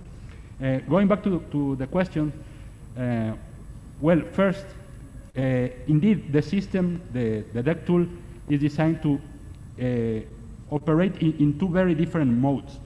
The one as a standalone solution that can operate completely isolated, independent of any other system in a jurisdiction. And for instance, one country in Latin America that is implementing the system right now is using this approach. Why? Because it is the fastest way. It is the easiest way to implement the system. Basically, it runs by itself, it generates its own numbers, and later the integration of collection would have to somehow manually complete it with whatever tax core system is being used in that country. The second alternative is to integrate or to make the DEC tool interoperate with the tax administration core tax systems for things like the registration of taxpayers that will use a valid tax identification number in the jurisdiction. And why this could be interesting? Because that taxpayer might not have a physical presence in a jurisdiction right now, but that taxpayer might decide in the future to come to the country, and in that case, that taxpayer might keep that tax identification number in the future, also to integrate different elements that can be used to populate some fields, not all fields of those tax returns, but some fields, or other elements like even some workflow possibilities like approving an amendment return or things like those. And in terms of the second question, we have to remember that the majority of these transactions are facing directly the consumers. So there is no credit that will be claimed in those transactions. However, if that's not the case, if it is a VAT responsible company within the jurisdiction that is using this kind of services and that would like to claim the VAT involved in that transaction, then I'm not sure if it's said exactly as it translates from Spanish into English, a reversal of the subject would be required so that the company in the country would prepare an invoice to itself and collect the VAT. And eventually, in the end, we will have some transactions that will be taxed twice, one in the country and one in the seller country, and that unfortunately will be unavoidable. But in the majority of the cases, that will be handled that way. Thank you very much, ma'am and sir. We have one last question coming from Mr. Matthew Bojumbola, who is the group lead, Special Tax Operations Group, FRS Nigeria. Please, sir, your question. Thank you very much, Chair, and thanks, colleagues, for the wonderful presentation. Actually, I'm not asking a question, just want to clarify on the issue of pre-populating tax returns, just in addition to what our presenters have said. First of all, pre-populating tax returns works much well under income tax, and it requires a very conducive or appropriate legislative framework. It also requires a centralized point for capturing invoices. And for you to do that, you also need to make appropriate legislative intervention that enables the tax authority to pass invoicing through a central system, as ditto for payment systems and also accounting system, particularly accounting codes, which enables the relevant information to be captured and put into the pre-populated account tax returns. However, in an environment like ours, particularly in West Africa, where a lot of transactions are done by cash and informal businesses, and without the relevant legislative provision to mandate a centralized invoicing, payment, and accounting system, it is going to be like putting the cart before the horse. I think finally, one other hurdle that will also be crossed for us to get there, we need to also create the relevant social environment, political environment for that. Some of us in Nigeria will recall a lot of shouts that goes about when BBN was introduced, and also when we were asked to link our NIN to our telephone numbers. All of these are conditions that must be in place for us to be able to move to the level of doing pre-populating tax returns. I just felt that we needed to have that education so that we don't think it's just all about computing or artificial intelligence. It's also about other necessary environmental issues, including legislation and political buy-in. Thank you. Thank you very much, sir. Please, a round of applause for Mr. Bojumbola for that insightful clarification. So I'm going to hand over the microphone back to the moderator, Mr. Duncan Onduru, to wrap up this session before we depart from this hall. Thank you very much. Mr. Duncan, over to you for a wrap. Thank you so much, the MC, for guiding the Q&A session.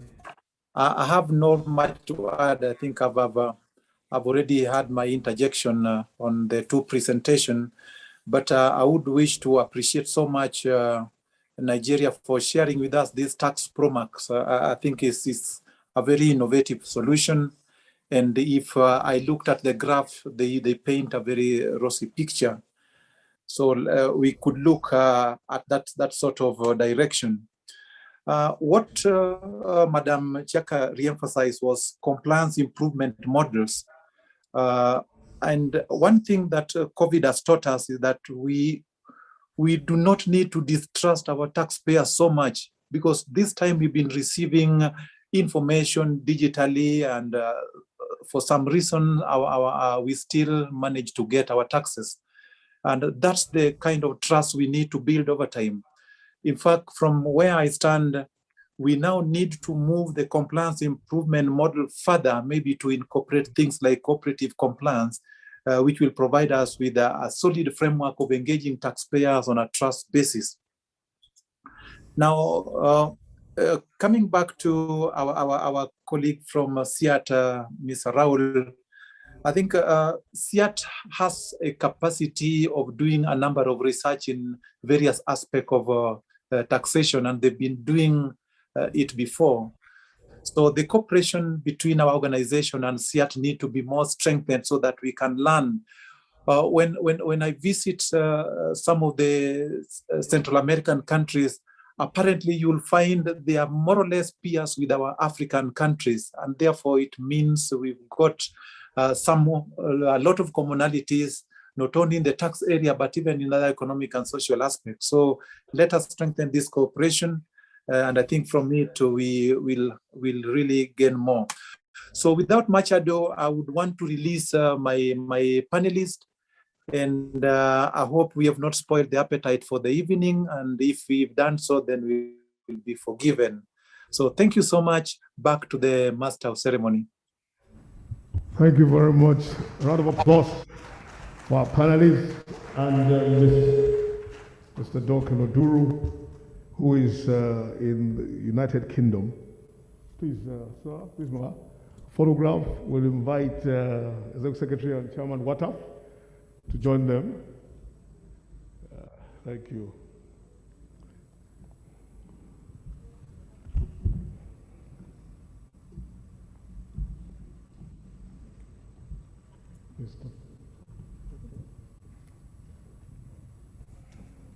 Trevor.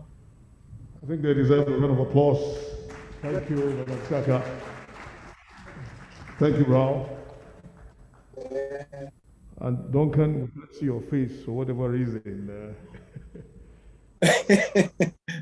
Don't worry. All right.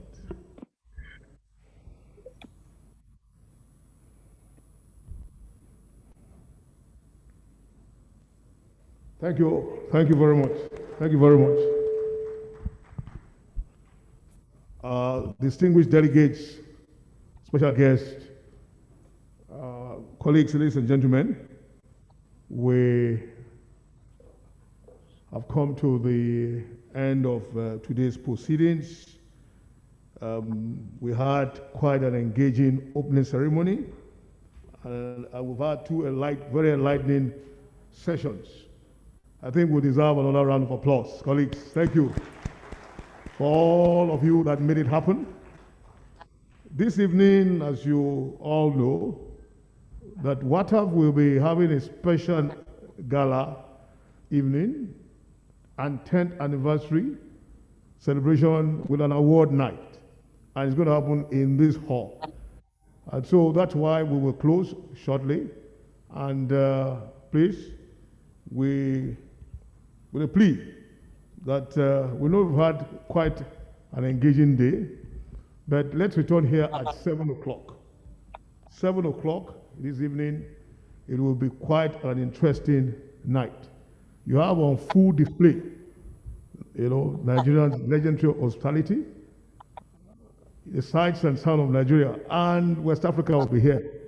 I'm sure we'll have quite a beneficial time.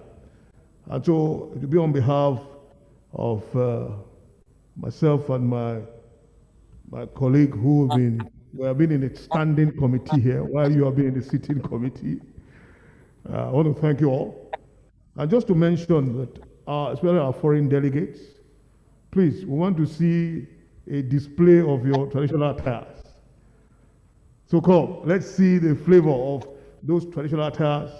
Benin, Togo, Burkina Faso, Gambia, all of you, Guinea-Bissau. This evening, let's showcase West Africa. Also, an announcement for our foreign guests. Sorry, you know this requirement. You have to take a COVID-19 test before you leave.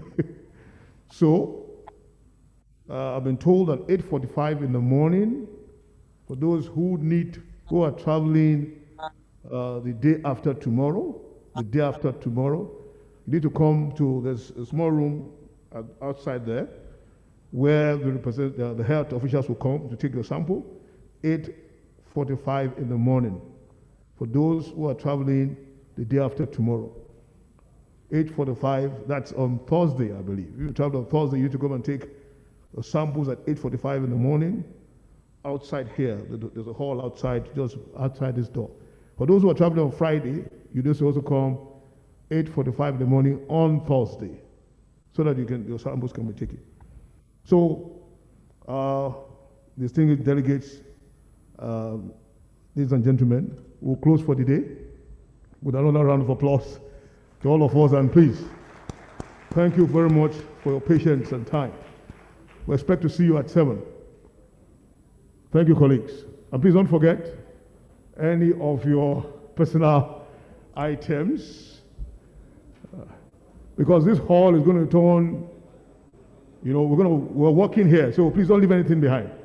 Anything that's yours, anything that belongs to you or you want to use, please don't leave it behind, because we'll be rearranging the hall.